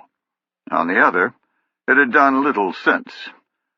A trip to Syria on behalf of a university that went nowhere because the country was in a state of turmoil, a trip to Egypt that looked more like a tourist agenda than anything a professional archaeological company would conduct, and most recently, a trip to Turkmenistan, where the employees did little, if anything. Digging in deeper, exploring the linkages any company has in the digital age, he'd found a hefty amount of obfuscation and security. The company ISPs redirected off of mirrors, making it hard to determine exactly where the host was, and they employed encryption protocols that were something he would expect out of Apple protecting the next-generation iPhone, not a firm doing routine business. Especially a firm of this size. Some of the ISPs crossed paths with other interesting ones coming out of Washington, D.C. On top of all that, the company supposedly had over 10 employees, but he could find tax records for only 2. A Nephilim Logan and Jennifer Cahill. The rest were ghosts, on the books officially, but with little else to show for the trouble. A token payment here, an issued credit card there, but nowhere near what should have existed. The final kicker was a Gulfstream 4 aircraft leased to the company. He worked for Boeing, the world's largest aerospace company, and outside of a handful in the upper echelons, nobody flew around on private jets. How on earth did this company manage to pay for the thing? And why would they? On the whole, the company stank, and Carlos had brought them into the equation. He didn't care if it was some DEA front out to destroy whatever Carlos was into, but he wondered greatly if he would be pulled into the net. Wondered how much of Carlos's blood would splatter on him if an action occurred while he was down in Mexico. No way did he want to end up like Bradley Manning, chained to a bunk at Quantico on suicide watch, or Edward Snowden, running from country to country. And what he was doing would be considered exponentially worse than giving diplomatic cables to WikiLeaks or a top-secret slideshow to the press. But at least Manning and Snowden had done something, created some good in the world at the risk of their well-being, created transparency in a government that was cloaked in darkness, the worst being the so-called drone program working to keep the fat cats on Wall Street in business. There was no telling how many people were being targeted right this minute, all enriching the oil barons.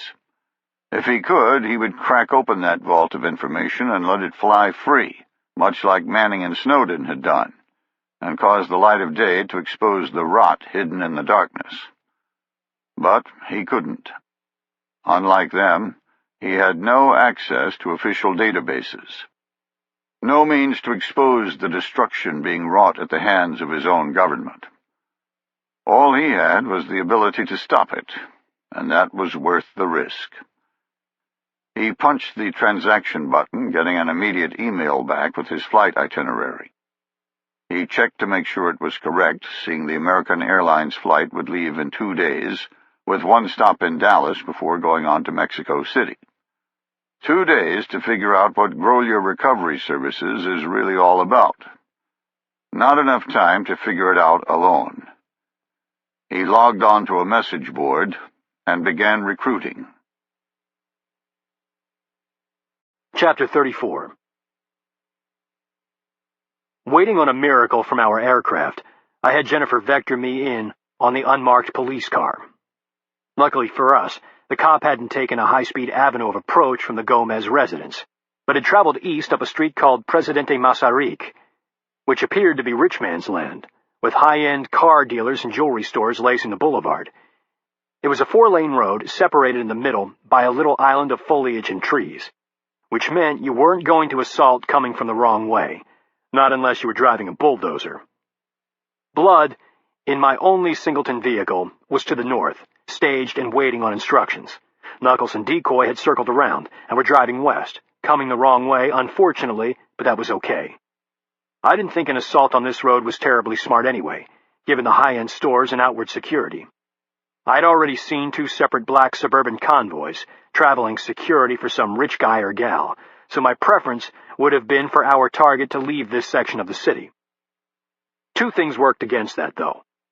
1, if he kept going east, he would run into the area around Zona Rosa, which I knew contained multiple embassies, along with the Mexican version of the FBI, making the security impossible for an assault, and 2, the longer I let him drive around, the longer he had to give his GPS locator information to the cartel. I didn't know if he'd phone it in, or if he'd just wait, figuring if it hadn't worked yet it was no threat, but I didn't like his having the information and running free. Jennifer said, "He's 1 block up, right in front of the traffic circle." I relayed to Knuckles, having him hold up short with eyes on the circle to see which way he went. My traffic began to flow, and I asked for lock-on. "Same location, he hasn't moved." "Okay, break. Blood, come down south, hit the traffic circle, and head west. Give me a visual." "Roger all." We pulled over and waited, giving me 1 vehicle short and 1 long on the road, with the target in between. I was always a stickler for human eyes versus technology, because I'd been burned in the past when relying solely on some magic device. In this case, I didn't know if the target was truly stationary or if he dropped his phone in the trash. 2 minutes later, Blood said, "Okay, I have eyes on. He's out of the vehicle, and it's some sort of cantina next to a pizza shop. He's inside, and he's talking to a bartender. The bartender doesn't look happy." "What are the atmospherics?" "It's mostly just outdoor tables. Inside it has a few more seats, and a long piece of lumber in the back for the people wanting some booze. Your kind of place. He's at the bar with a guy polishing glasses on the other side. Nobody outside, And from what I can see, nobody inside. I don't think they're open for business yet. My mind was running through the potential opportunity when Blood came back on, his voice slightly elevated. Cop just pulled his gun. The bartender's got his hands in the air. What the hell, more Kaiser Soze shit? Is he arresting the bartender? Not from what I can see. The bartender is now at the cash register. And it became clear. He's shaking the guy down for cash, extorting money out of him. Which confirmed he was crooked. I put the car in drive and Jennifer said, "What are we doing? What's the plan?" I ran through the options and keyed my radio. "Blood, hold what you got and stand by. Knuckles, close through the circle and get eyes on. Wait until you see my car. I'm going down to block his in. We'll then enter together. Get him on the ground, and we'll get out." "You want to take him in the cantina, really?" "Yes, really. Go in hard shot Policia and get him in our car. It'll be out front. He's shaking that guy down for cash, and it'll look like we rescued him. Blood, you copy?" Roger. You're our blocker. Anything comes in behind, they're yours. Decoy, you take the front as lead element on exfil. We're headed south. Any questions?" Knuckles said, "Yeah. You have the number for an attorney in Mexico?" I said, "I'm sure Mr. Gomez will provide one if we get his kid back." I pulled in behind the cop's unmarked car in front of the cantina, seeing him through an open door at the bar. His weapon now holstered, he was stuffing something into his pants. To Jennifer I said, "You got the wheel. Get this thing ready to run. Coordinate with Decoy for a route out toward Paseo de la Reforma." She looked at me, surprised at how quickly this had erupted, but she nodded. I exited and saw Knuckles to my left coming down the sidewalk from the pizzeria, a Glock held low by his leg. We paused out of sight of the front door. He nodded, telling me he was ready, and I peeked around the corner. I saw the cop holding his pistol in a two-handed grip, aiming it across the bar.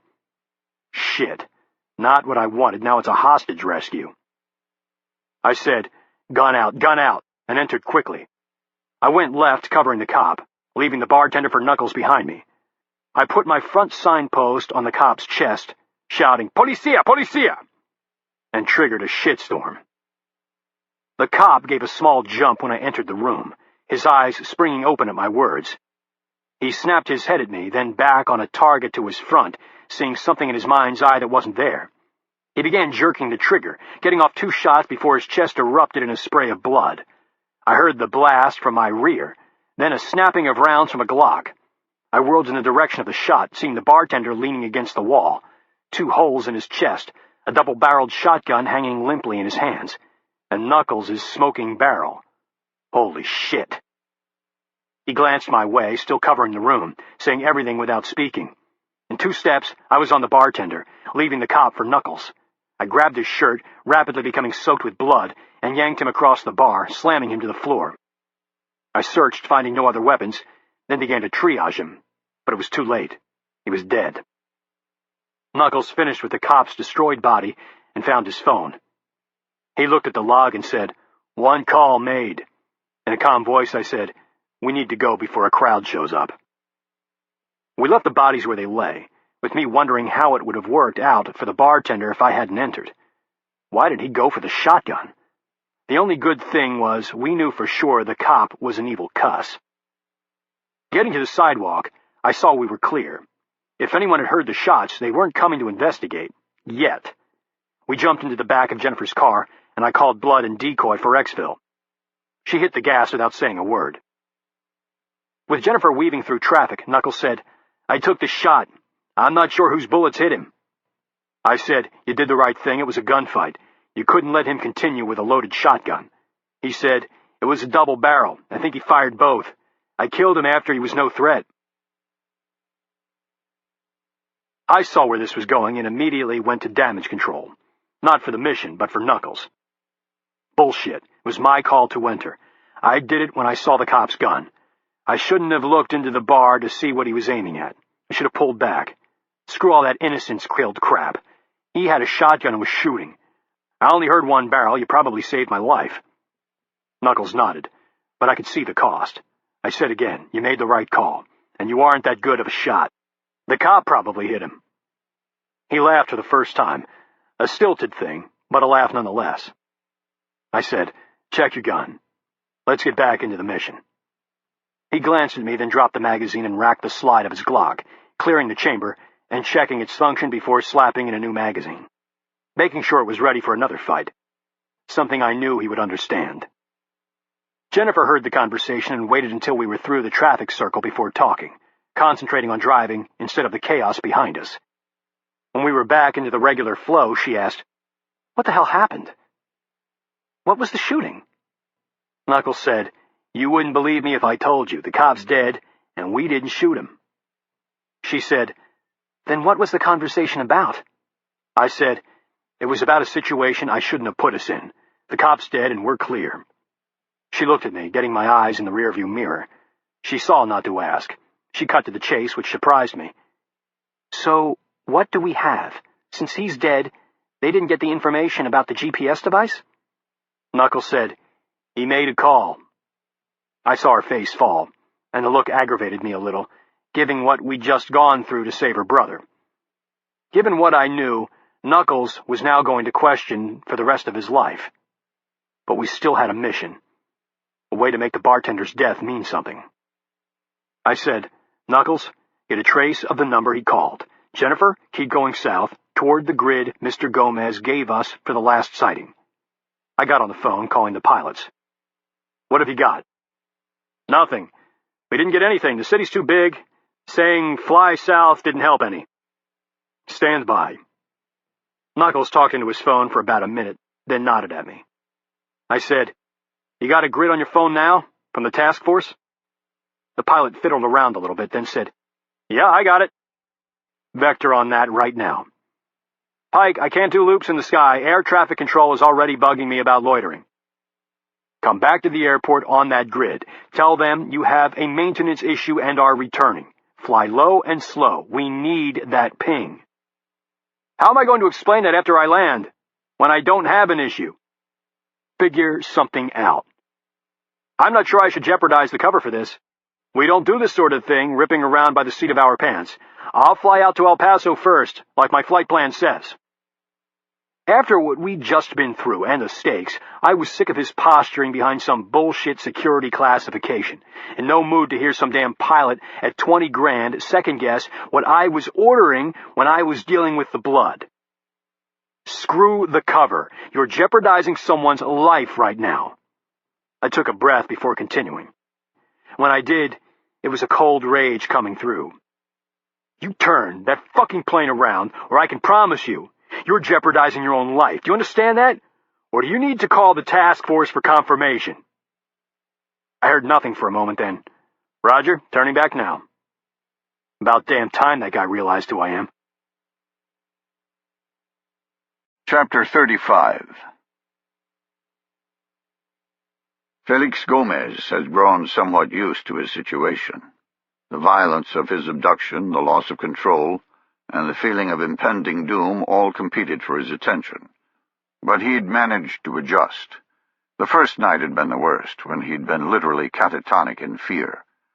But that had steadily eroded as he realized that they meant to keep him for his worth, and had no inclination to torture him for amusement. The night before, he'd even managed to fall asleep. He'd had nightmares, but all in all, he was holding up better than the others who were with him. A man of about 50, and a boy not much older than him. Both seemed on the verge of a nervous breakdown, their faces reflecting a hollow shell devoid of hope. Perhaps it was because of their respective timelines. The old man had told him he'd been here for over a week, and the younger one was running up against a week and a half. Felix knew the average time for successful negotiation and repatriation was 5 to 7 days. After that, the kidnappers either felt they were being jerked around, or that the families simply couldn't come up with the money, with the victim usually found dead alongside a dusty road, bound and blindfolded with packing tape. Another encintados to add to the statistics. Both of the men with him were running out of time and knew it. Or perhaps it was the fact that he hadn't been abused, like the two other captives. The older one's face was swollen, with a bloodshot purple-black eye, and he was missing his index finger on one hand, the stump covered in dirty cloth. A proof of life sent to someone to communicate that Los Cetas meant business. The younger one had a bandage on his upper arm that was mottled red, fresh blood seeping from the wound over the crust of the old. Felix had no idea what that represented, but nothing of the sort had happened to him. Maybe if he'd been treated to constant abuse, he'd be as mentally crushed as they were. It might also have been his faith in his father. He knew Arturo Gomez would move heaven and earth to free him, and had the power and money to do so. He was sure they were tracking him right now because he had an ace up his sleeve. Well, underneath his sleeve, that is. He unconsciously rubbed his left triceps where his ace was buried. Initially, he was petrified the men would undress him when he was placed in the basement. But all they'd done was take anything that could have been of value for escape, such as his shoes and cell phone, leaving everything else as he wore it. Leaving his belt, which was much more valuable for escape than his cell phone. Had he been able to call, he had no idea what he would have said to get them to his location, but his belt was sending that out constantly. He wondered if his father was even now planning his rescue. The lights flashed on, and his two roommates scurried to their designated eyebolts, the older one silently weeping. Felix did the same, as the enforcer Felix had taken to calling El Barbudo, or the bearded one, came down the stairs. In one hand he held a fillet knife, and the other was a machete. He ignored the other two blubbering captives and came straight for Felix, throwing a pair of handcuffs at his feet. Felix manacled himself to the eyebolt. His arms drawn out before him, his hands locked, El Barbudo gave him a choice. Tell which arm held the anti-kidnapping chip, or have them both cut off with a machete. Felix felt his world collapse, the reason for the other boy's upper arm wound becoming crystal clear. How did they know? How did they know? He feigned innocence, and El Barbudo raised the machete, lightly touching the upper bicep of his right arm. Manacled to the eyebolt, his arm in perfect position for getting hacked off at the shoulder, Felix whispered the answer. 10 seconds later, he was screaming. A minute passed, and the man was holding the little device in his hand, covered in a coating of bodily fluid. He dropped it on the floor and stomped. The glass shattered with a small pop. The sound, a tiny punctuation, of Felix's dwindling chances for survival. El Barbudo unlocked his arms and tossed a bandage on the floor. He left, dropping the room into darkness yet again.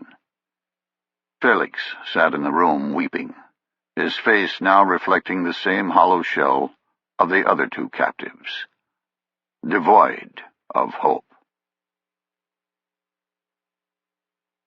Chapter 36. The pilot put me on hold, and I was sure it was just to aggravate me. Jennifer saw my face and pulled one hand off the wheel, slapping my shoulder. I glanced her way and she said, "Give him a break. He's working the problem." From the back, looking at a tablet, Knuckles said, "Keep going straight. Right up ahead at the school. That's the location. The last place is GPS pinged.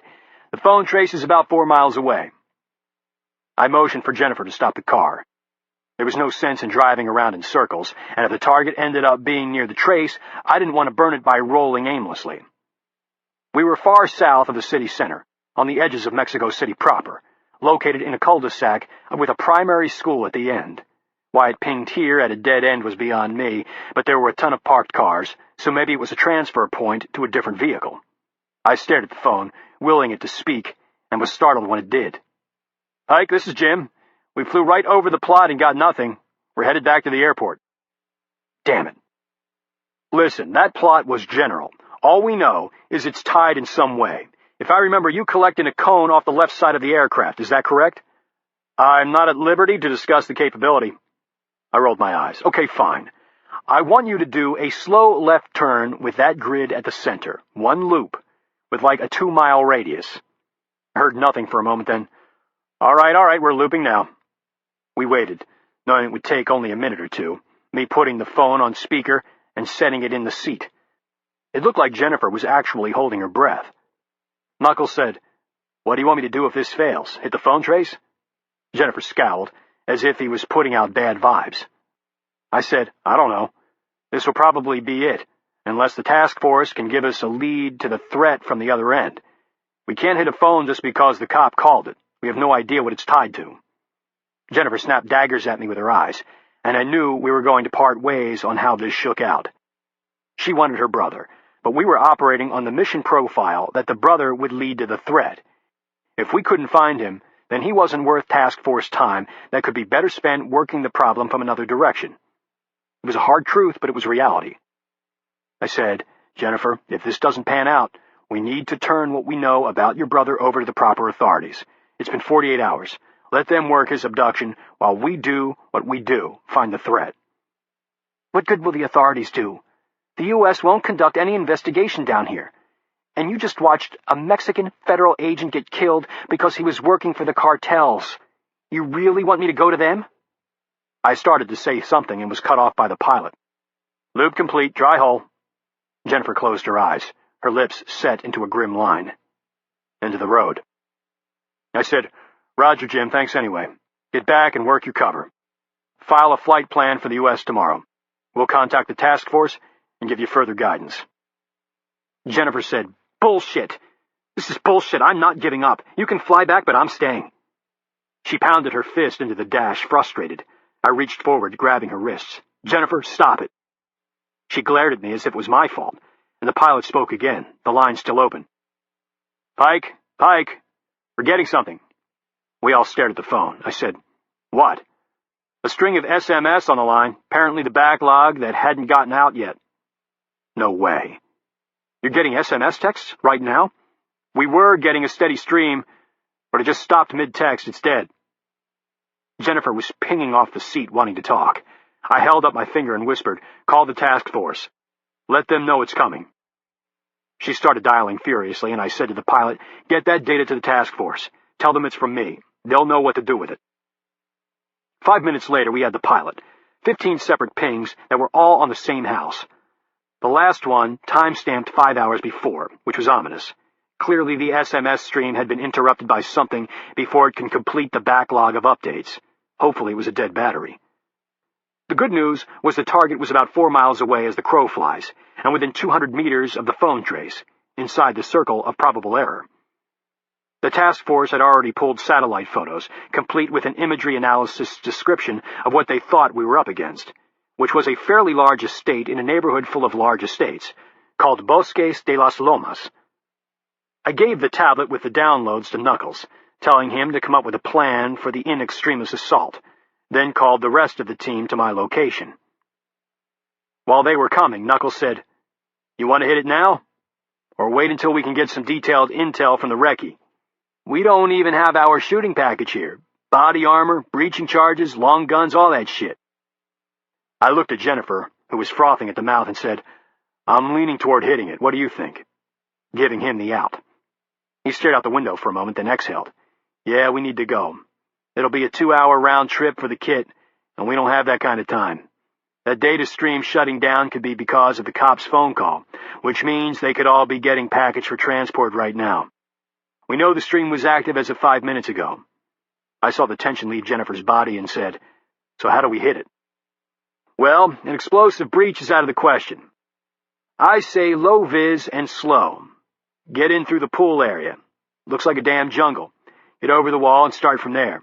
Task Force hasn't identified any guards on the outside, so we can make it to breach unobserved. My bet is they're hiding in plain sight, using the exclusive neighborhood as security.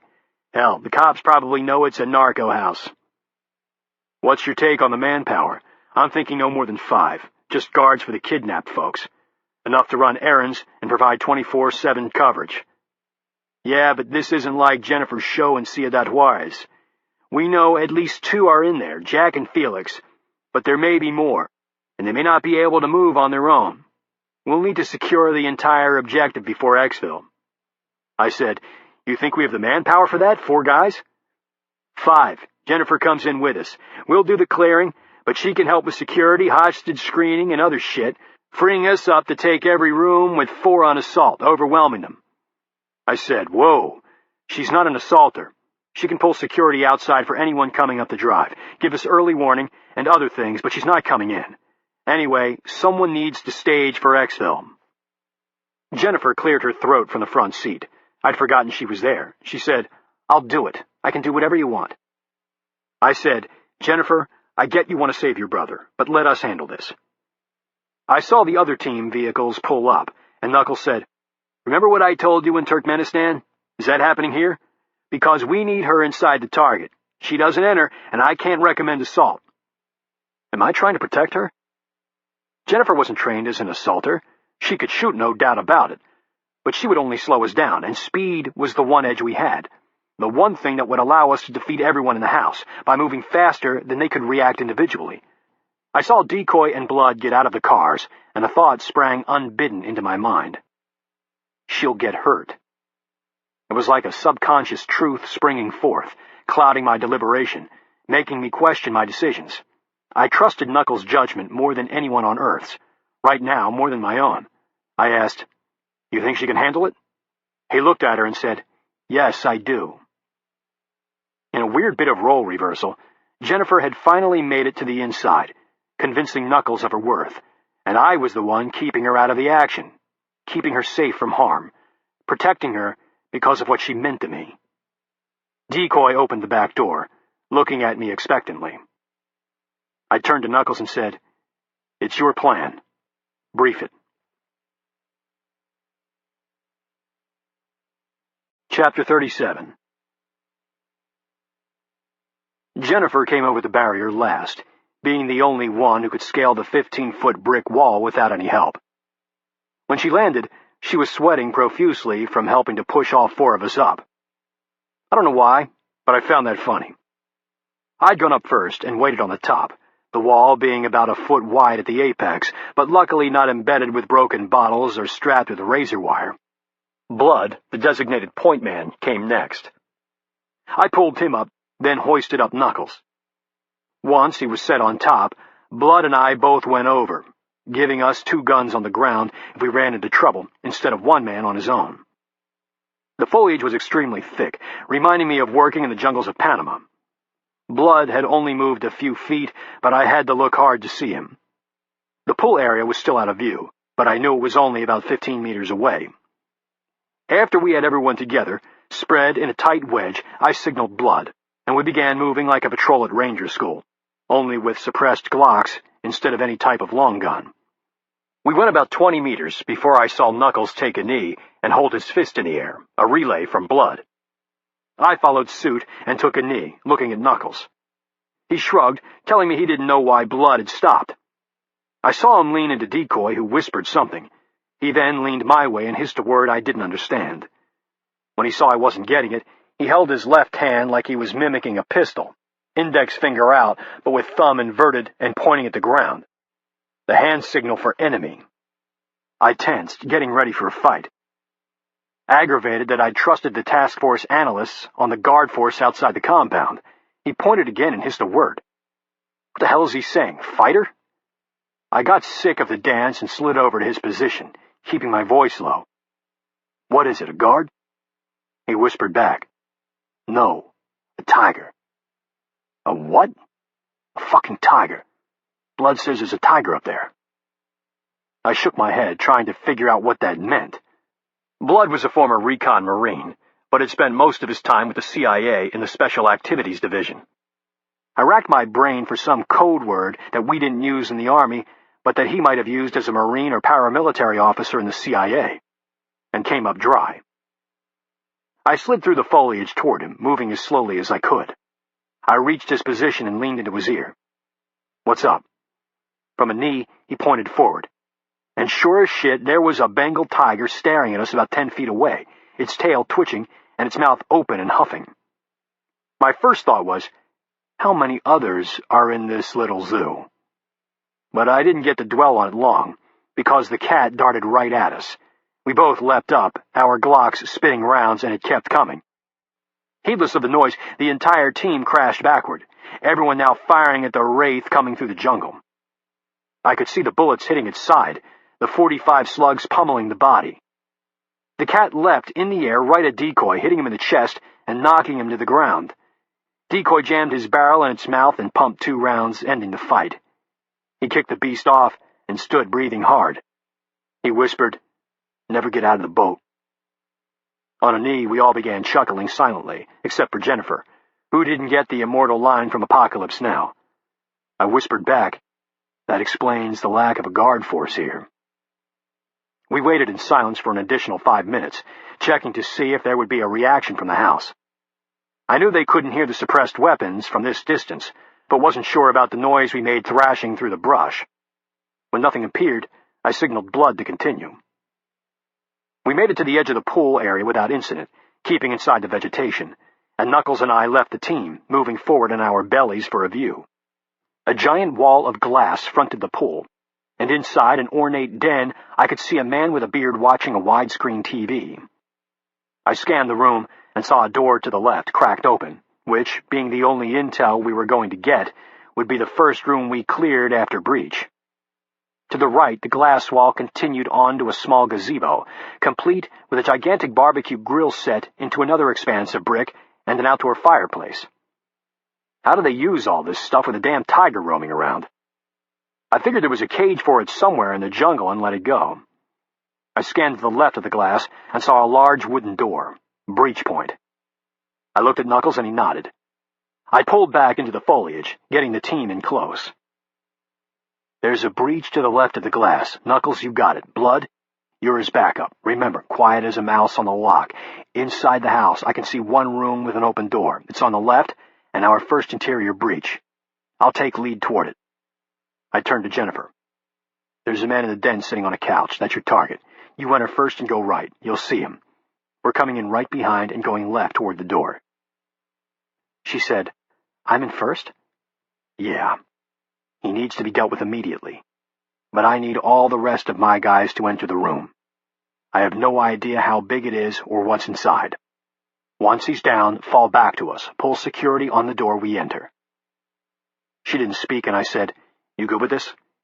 Yeah, I'm good with it. Just didn't think I'd be first." Knuckles winked at her, and I saw a little smile slip out before she began checking her weapon.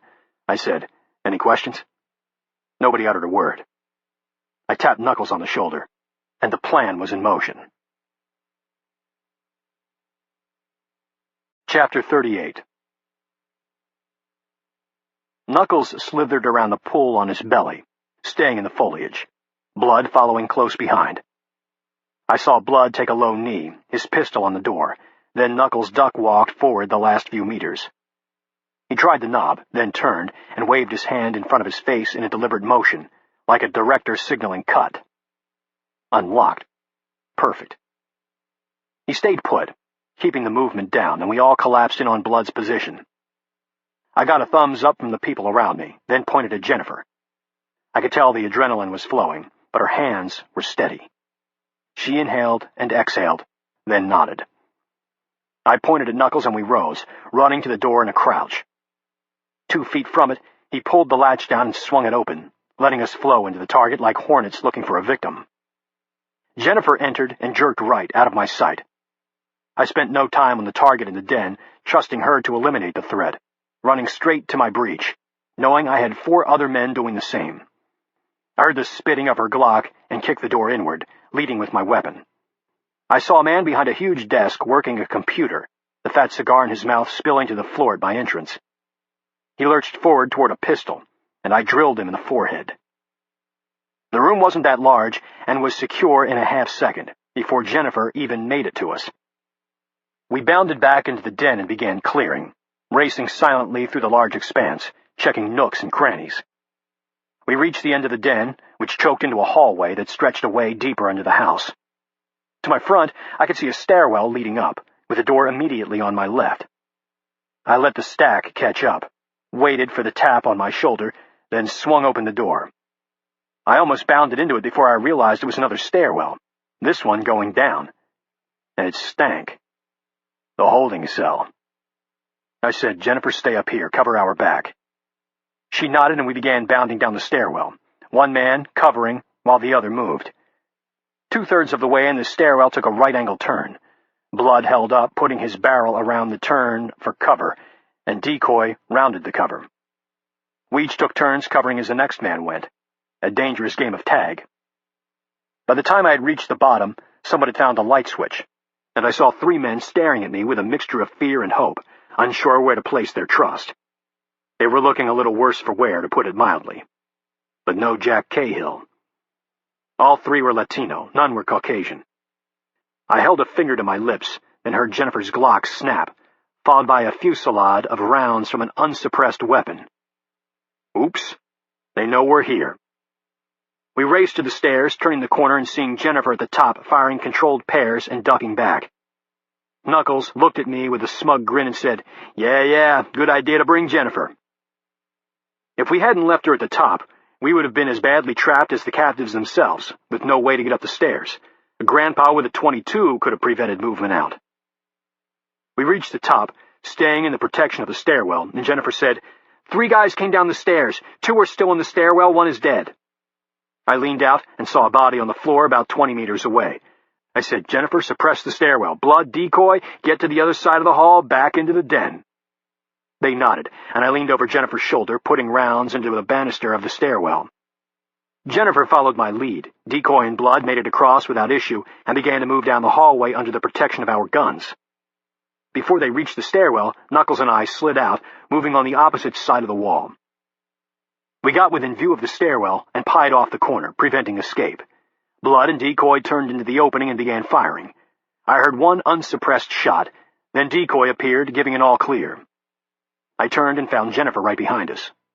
I said, Go down the stairwell, the hostages are there. Her eyes lit up and I remembered, Jennifer, your brother wasn't down there. She took that in, nodding vacantly. I said, Check them for injuries, and get them ready to move. Find out what they know. She nodded more forcefully and took off at a trot. We continued clearing, finding nobody else. The remainder of the house was empty. We rallied at the head of the basement stairs. I said, How are they? They can move, Jennifer said. They're a little beat up, but ambulatory. Okay, Blood, Decoy, figure out the gates to this place and bring in 2 vehicles. Knuckles, Jennifer, get them ready to load. I want to be out of here in less than a minute. No telling if any of these guys called reinforcements. Jennifer said, Jack was here, Pike. They said that. He was here, and taken out this morning. I said, What? Here in this house? She nodded, her eyes boring into me, looking for the magic answer that I didn't have. Truthfully, the words were like a hammer, like being a Sonte raider in Vietnam. If we'd only gotten the intel earlier. Decoy and Blood, go. Get the vehicles up here. After they left, I said, You sure? She said, Yes, he was here. I ran through the risk and decided, All right, listen. We have no more than 5 minutes to SSE this place, and that's pushing it. Go find phones, laptops, CDs, thumb drives, whatever. Knuckles, take the last 2 rooms we cleared. The ones with desks. Jennifer, take the first room we entered. The dead guy in there looked important. I'll take the den and kitchen. Ignore the 2nd floor. It's nothing but bedrooms. Jennifer gave me a grateful smile, and we split up. I found nothing of interest in the den. The kitchen was the same, so I continued into the garage. I saw 2 Mercedes and a BMW, with a 4th spot empty. On the wall was an impeccably kept little key assortment, like you see in a valet stand. 3 of the slots held 2 sets of keys or key fobs. The last slot held only 1 fob. A keyless-looking thing for a BMW. And Jack had been taken from here in some type of vehicle. I snatched it off the rack and returned, finding Decoy leading the captors to the front door. Knuckles had a couple of phones and a thumb drive. Jennifer had a hard drive she'd ripped from a computer. In 40 minutes, we were out of the area and driving back to the city center. We segregated Felix from the other 2 and released them at the Zocalo in the historic district, giving them each a wad of pesos. I suppose we should have taken them to their respective houses, but the fewer people who saw us, the better. They'd have to make do with finding a taxi or using a payphone. Felix, on the other hand, was a little more personal to us. When we pulled over, the 2 were weeping uncontrollably, profusely praising and thanking us over and over.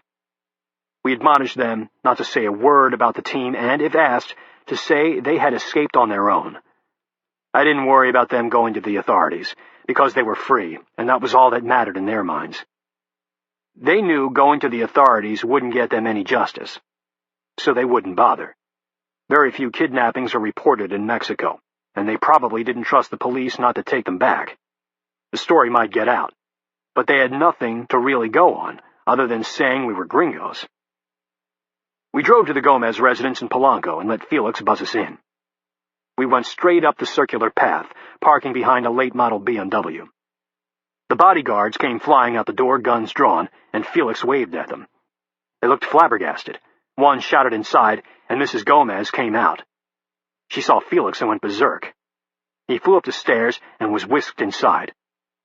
Arturo came out, wiping his eyes. He said, "How did you do it? How did you find him?" I said, "You found him. It was your GPS device." He pointed at Jennifer. "Did you find her brother as well?" "No. He was there this morning but was taken out before we arrived." He grew solemn and said, "I'm so sorry. I can never repay you for what you have done. However I can help, I will." I stared at the BMW in the driveway. I pulled out the key fob I'd found and said, "You ever seen one of these?" Confused, he said, "Yes, of course, I have the same thing. Why?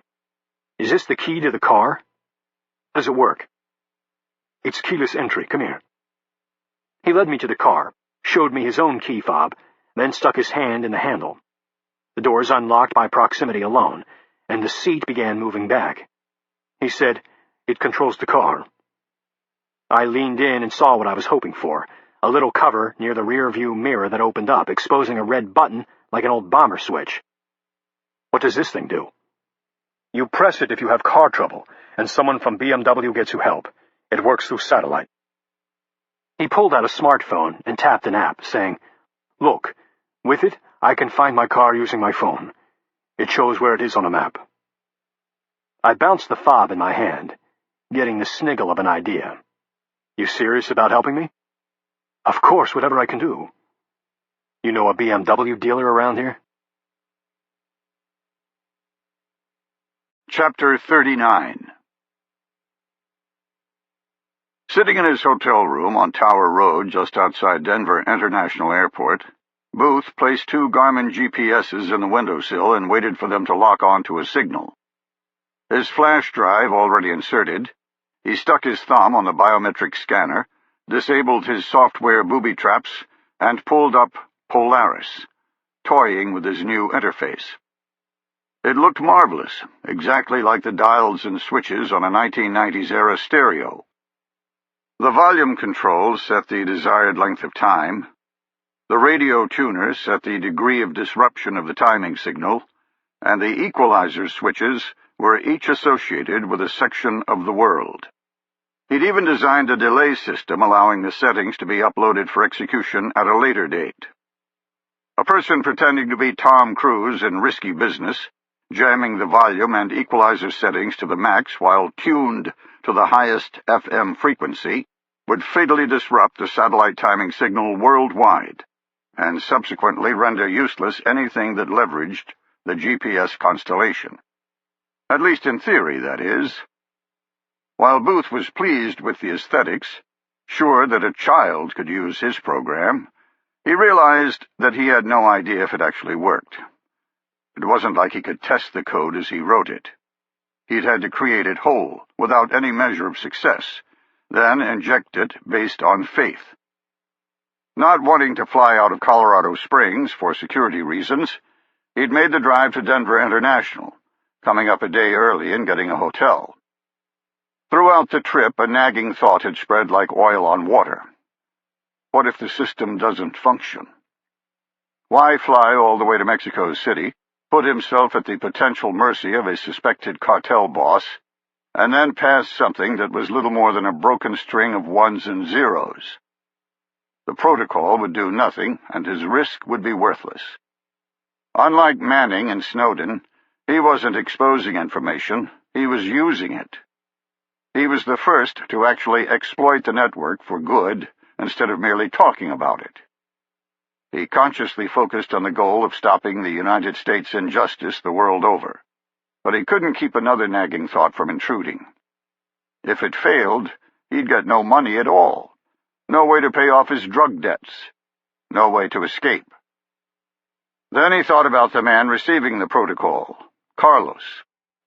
If Polaris didn't work, money would be the least of his problems.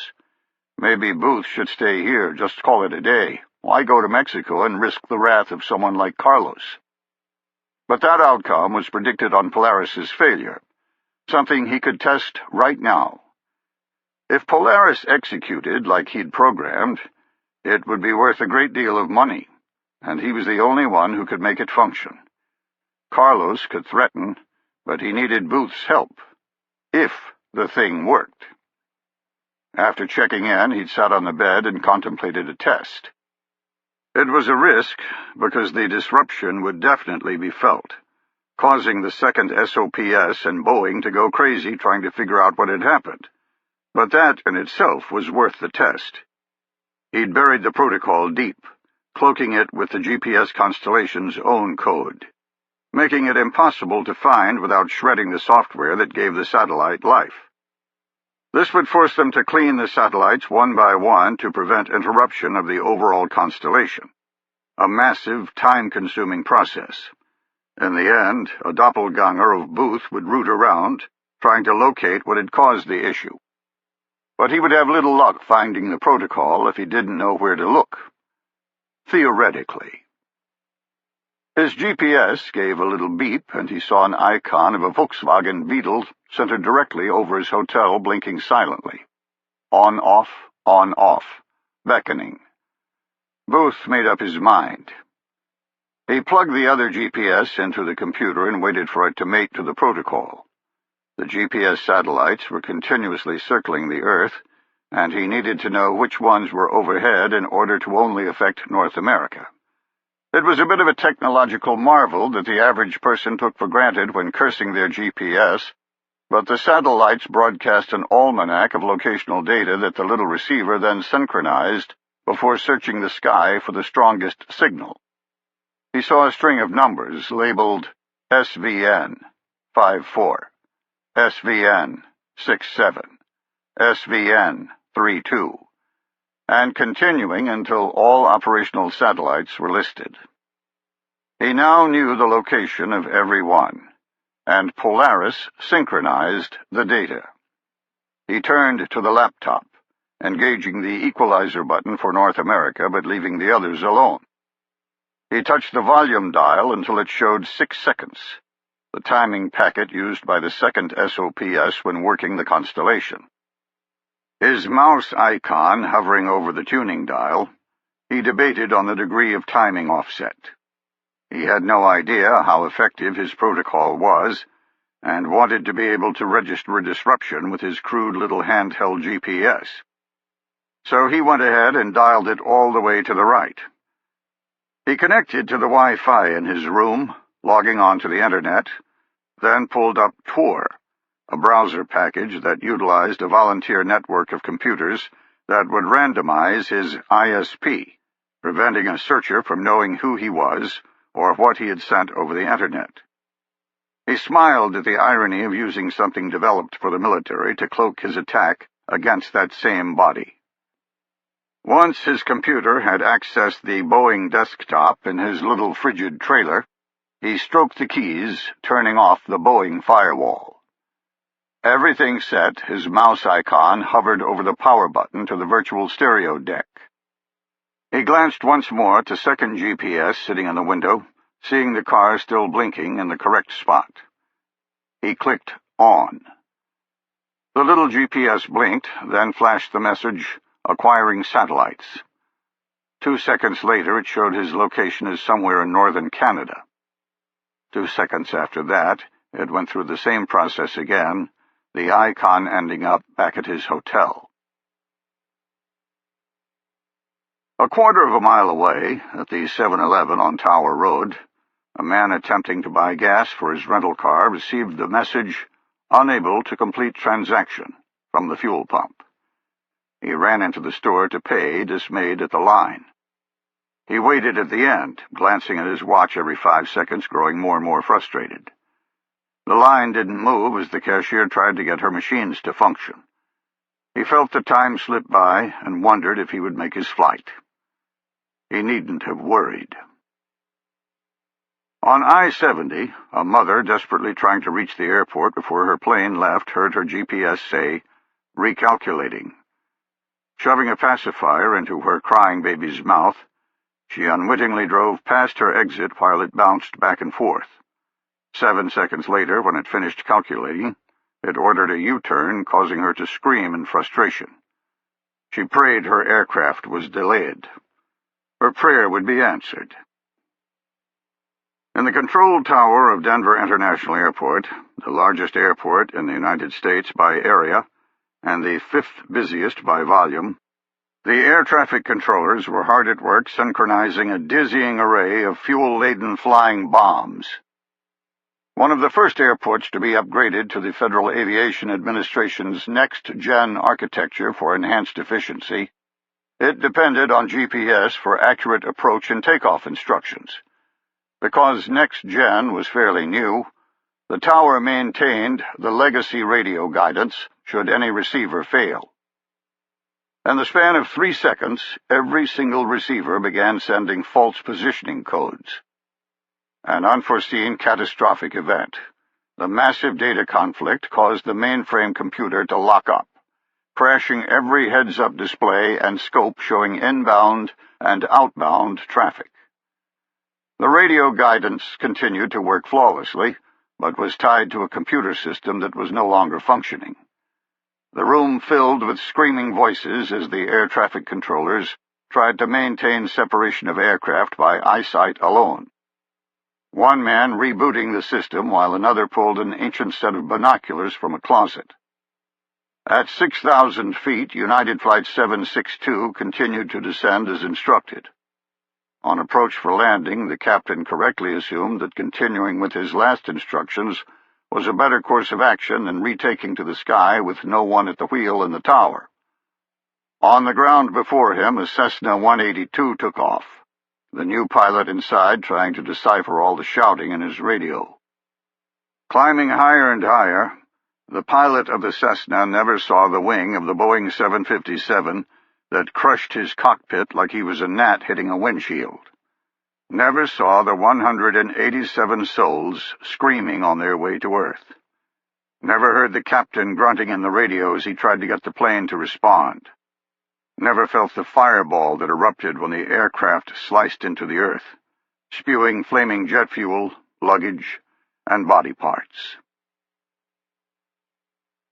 Staring at his blinking little Volkswagen Beetle icon, Booth was very, very pleased. His code, created out of whole cloth and built in the dark of a basement without any testing, had worked flawlessly. He giggled to himself at the number of inconveniences he had caused, wondering how many people across the United States had just heard that annoying little GPS voice, or how many had had their ATM withdrawals spoiled, forcing them to start over after the 6-second test. He heard a siren and glanced out the window, noticing for the first time a giant black cloud growing from the airport.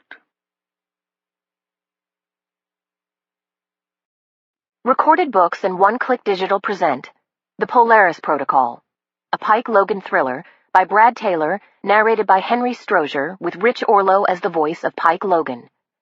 Chapter 40. A small trickle of blood still flowed from the gaping wound in El Comandante's head, tracking down his outstretched arm before dripping silently to the hardwood floor below the desk. The flow told the sicario that the attack was fairly recent. He scanned the office, seeing a computer ripped open, wires sprawling out like electronic intestines. The desk had been rifled, with papers scattered about, but 2 separate bundles of U.S. $100 bills lay in the drawer, untouched. It didn't add up to a narco hit. The bodies lay as they had fallen. No messages sent through mutilation, no sign of methodical execution, and nothing of value had been taken. Yet someone had ripped through a Seta safe house, killing everyone inside. Just like the Sinaloa safe house in Juarez. Someone with intelligence and the skill to use it. Who would that be? Who would have the capability to penetrate both Sinaloa and Los Cetes, then attack with a scalpel, hitting 2 distinct houses, getting nothing in return? No law enforcement proclamations about stymieing the drug trade, no riches from the houses themselves. He turned and found the journalist staring at the corpse, his face pale, scared by a dead man. The Sicario found it humorous. He said, "Sit on the floor in this room. If you move, you will look like El Comandante." He searched the rest of the house, finding more bodies, but from what he could tell, all were lying exactly where they had been hit. There were no narco banners left at the scene, no propaganda or bragging, no graffiti designed to intimidate. It was as if whoever had come had killed for no other reason than because they could, like the fox in the hen house of his youth. And like that same animal, they had taken the livelihood of the Sicario. Going down the steps to the basement, he realized that he would now be targeted. El Comandante had planned on taking him to Matamoros, which meant he'd probably already poisoned the leadership, offering the Sicario to deflect blame from the Sinaloa attack in Juarez. This assault would do nothing but confirm it, leaving him on the outside. He reached the basement, and as expected, it was empty, although it wouldn't have surprised him to find the kidnapped victims killed outright as well, like the chickens by the fox. He went back up the stairs, contemplating what he should do. He couldn't remain in Mexico City, as all of his contacts here were Los Cetes. He couldn't trust them for help, and the city itself was foreign. Ciudad Juarez was more his style, a place where he understood the rhythm and flow. But after the Sinaloa hit, he was sure anyone associated with Los Cetes was being targeted, and he had no illusions about his picture hanging on someone's wall, just like Carlos's photo had been on his. It was pure luck that he hadn't been here when the assault went down in the first place, an interconnected event like all the other ones he'd experienced in his life. All that remained was how he would use it. "I need safety, someplace to hide, but there is no place in this country."